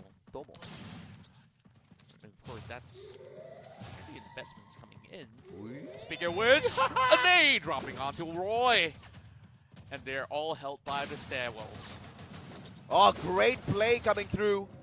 Too fast with the glue wall. X-Roy with the Punisher. Too fast with a God nade on Orgus as well. Can they find the finisher? Yes, they can. And that's where the captain finally steps it up for the squad. Axel with a backup. Funa's going to put a quick end to him. And E-Arena survives the onslaught, all thanks to Limit. And these players just survived by the skin of their teeth as well, where they were lesser than 30% of health by the very final moment. the Expand definitely sees a chance Yeah. to actually close up because they were all cornered into that segmented area of the staircase, but the trades on long range have definitely allowed E-Arena to be able to hold every member of Expand back. Now, over onto the bomb topics. And got to see how this is going to pan out because this requires Expand as well as E-Arena to play from long range, which E-Arena already have Morgus on pretty much the right weapons. So a little bit more of a deficit in terms of the exchanges, but of course Expand coming with a buy of their own coming in for Too Fast as well as Axel. Seemingly enough, within this span of a match, you see improvements coming from Axel with 2 takedowns. The knock comes in, and Too Fast trying to hold the line, seeing every member of EA marching forward. Limits just being very annoying from the left-hand side. The flush comes through from the rest of E-Arena, taking the fight up straight to Expanse territory. Axel, a little bit too far away to be lost in this fight. Cobra's gonna be attacked from the back. That backstab's just a little bit too good, and Cobra turns the tables on him. Morgan still hugging by the corner wall and will be able to spot out. Cobra trades it right back. X-Roy going very close to land the shots, but now needing to deal with to limit. Hops right over. We'll be able to pop to Orion. We'll still have the better trade. Orion's always going to be annoying, and that's the main reason why he is the most big active skill in the competition thus far. You're not going to be able to get past that skill at all unless you can pop that A124 in a timely manner. Axel now getting a little bit more of the groove and finally getting his hands back into snipers. Will have to challenge Limit for this one. Whereas, of course, all these Bisons now being purchased by the side of Expand will have to work in close proximities. Whereas a little bit more of a widespread going on for the side of the Arena at the moment. They can afford to basically play from long range, so they can basically wait for Expand to go in for push, and that's where Arena looks for a pick. How do they overcome this sort of spread? Expand kind of sticking together here. Funa on the right flank. Using the grenade to flush them out potentially in the next couple of seconds. Limit. AWM, Punisher, but Axel can keep the team together if he can hold his ground here. Huge nade going forward. Lopped against Too Fast. Axel will try to actually give him cover. Oh, close range. Limit. He's going to land another blow onto X-Roy as well. Ryan to seek him out. He's trying to line the shots correctly. And we'll continue to take them down, but Too Fast finds the blow. Too Fast final player. A124 can be popped. But there's no problems whatsoever for Limit to find the perfect shot. Nail in the coffin, Limit still continues to pop off. Oh, this is definitely going to be a daunting task. Expand. Surely they do have some companies that they can still make purchases of. And you can definitely see the tempo has definitely slowed down. Expand understanding Correct. what is at stake, but now it's really getting down to having a cleaner duel on their side. I absolutely agree. I mean, yes, the scoreline might definitely be one-sided, 3-1, but Expand is playing this way better. If only they hadn't squandered game number 1. X-Roy might just have to pay dinner. Huge ship damage on members as well, forcing them to heal up. Ice grenade now to zone them off for the time being. Stops the approach coming in from Funa. Funa busted it with a shotgun, but it sounded like a sniper. What? What's Yeah. going on? Meanwhile, Nate actually connects all the way Whoa, back. Oh, Cobra! Cobra! That could have actually caught him off guard, but there's 2 stacks coming from Area. And a jump coming through! My God. Funa's on fire this time round. And Limit finishes off Too Fast. It is all about the charge busters for round 5. And look at them go. Area says, we can play your game as well. Like, Yeah. if you're going to slow down, it's our time to shine. And I think Funa was just outstanding with the timing of those shots. Just absolutely sublime. Limit as usual. What an annoying player to take on. If he's my opponent, I'm just going to give up. Yeah, tap out. Just start doing the countdowns right now. Speaking of countdown, we're about to actually open up our 5th round. And if E-Arena gets it, they will get into the poised position for the match point. Rushes over the top. All members on deck. We'll definitely have to see what Axel can basically pull up this time. Well, 1v1. Tede versus Cobra. There is going to be an ice grenade holding back. Defensive approach, and they find Funa. Argus bought it out as well, but a good blue wall, Limit! and Limit finds a God nade out of nowhere. Cobra can't back him up just yet. Too many walls between them. And Roy is gonna be absolutely wasted by Limit. Oh, that was almost in the back, but slowly they wear down Oh. Tede. He will shut them all off. It's match point for E-Arena. That's the reason why they are your FFSI champions. That is the reason why they are your #1 seed out of Thailand. E-Arena's really got it, man. They're in the groove right now. Match point, in fact, series point for E-Arena. I mean, the only thing that E-Arena needs to work on right now is just the opening rounds of pistols, right? Other than that, like, everything looks so clean. Yeah, I agree. There's just not much flaws being displayed, but I could definitely admire the change of pacing coming from Expand now. The last Hura with 5 points to chase up against E-Arena. They got to hold them all the way down. Orcas now being brought into a close battle, and Axel's already on the ground. Axel down, Argus backstab, and Roy sorts him out instantly. That's a 1-to-1 trade so far. Can they pick Axel right back up? That's going to be crucial. They need a game of numbers. They do, but too fast gets dropped. X-Roy down on the ground as well. The instant flush coming through from E-Arena. Going in for the final push. Clips Cobra on the knee. Limit, just as he was about to get taken down. Whips out the Orion, and it's all over. E-Arena continues to be the top dogs. And the 3rd team from Thailand to get into the next stage. Swift, precise, and lethal. That is what E-Arena offers in every single duel that they partake in. 6-1. A huge statement to the rest of the regions there, contending against Thailand. 100% win rate thus far in the competition. Not dropping a single map. 2-0, 2-0, and they are going to look to hold that record all the way down to the end. And as we move into next week, it's going to be a double elimination bracket. So whoever who goes up against E-Arena doesn't need to worry all that too much yet. Yeah. Yes. As there is a double elimination format as Yeah. compared to a single elimination. Unfortunately, this spells the end of the run for the MCPS. The representatives expand, which we see them definitely showing signs of improvement, but definitely this is a harsh lesson to take. It is most definitely a harsh lesson to take. I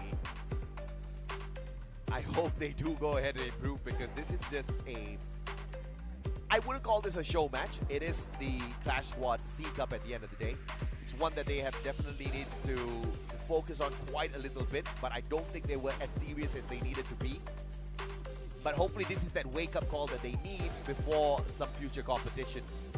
Yeah, essentially when you go into Battle Royale modes, you're going to be faced on very similar duels as well. And this is what I love about this mode, because it takes a real-time setting, and Correct. you are basically matched already with literally the best squads of the region. Yeah. So you got to take every single shot that you can get. So with that being said, sure, they may have actually missed this one. We hope to actually see a lot more coming in from Expand in the future, which they definitely do have plenty more tournaments to play out. Absolutely right. It's all going to be a question of whether or not they want to be the biggest fish in their pond, or they want to be the biggest fish. Limit, 12 eliminations, 3,781 damage dealt, 70% headshot rate. The most annoying Orion play out there on the battlefield.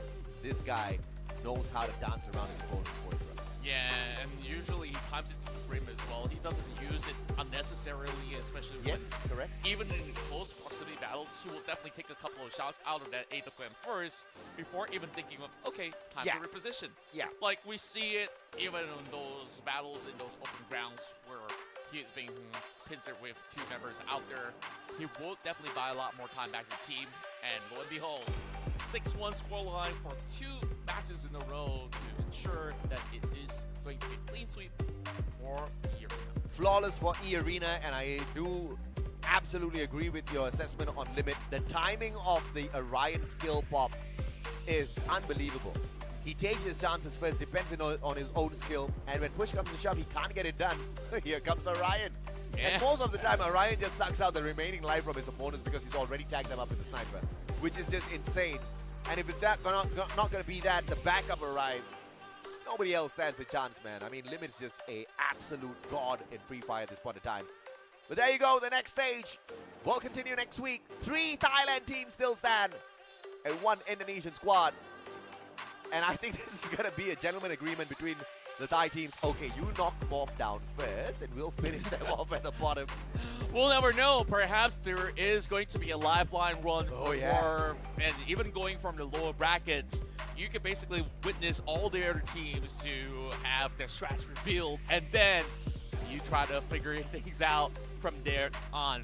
That being said, of course, we will move into week 2, and this time around with the double division format for those of you guys who are new to this format. So winner gets to proceed into a quicker round. Of course, the ones that drop into the lower bracket will only have 1 more chance in order to proceed forward, but we'll definitely have to fight against the rest of the seeds that are on the upper bracket. Absolutely. You play more if you cannot stand the heat to get into the upper bracket, and if you're able to survive back into the grand finals, then of course you'll get a lot of praises. But the question is, who's going to be able to traverse through all of these grueling battles? We will need to wait until next week, 14th of July. This crazy Clash Squad mayhem will continue. Already looking forward to the next weekend as well. Well, AJ, I definitely love the moments that we do have here, and of course we're going to bring Husky back next week, so I hope that, you know, I have you for Friday as well, right? Yeah, so you still see me on the initial rounds, and then on the finals, I really do wonder who will basically be the top team of the Clash Squads. Well, you pretty much get to tell if or not Indonesia will be a part of that roughly when we know exactly who's going to be playing the lower bracket. And if Indonesia wins the initial bout and gets into the upper bracket, then I'm going to get really excited, man, because finally we see a front runner. And once again, Morph team placed 3rd at FFSI. They are no chump squad. I want to see E-Arena versus Morph if I actually get the chance to do so, because you look at how lethal Morph has been throughout the course of the run, beating Evil's Divine, and that is on basically a reverse sweep comeback for these multiple rounds. Yes. That is definitely no easy feat at all. So 25% of chance, I'll take that. I most definitely will take that as well. I cannot wait to see Ma'al in action once again. But once again, of course, we have to wait until next week for all of that action to continue. It has been an amazing day with you, Contra. No doubt whatsoever. The matches have been absolutely explosive. I just wish the last one could have been dragged out a little bit more, just so that we can see exactly what MCPS has, because pretty much the rest of the teams from MCPS, they clumped out in the first round. Xpand was the only one to make it into day 2. Yeah, I think like they've definitely at least made it into the rounds of 16s. Yeah. And just tough luck. You're faced against the best of Thailand. So, of course, with that being said, I think all good things must come to the end for week 1, but we still got 1 more week to go. So it's Contra here, as well as the Mustachio AJ. We thank all of you guys for tuning in. So see you guys again next week.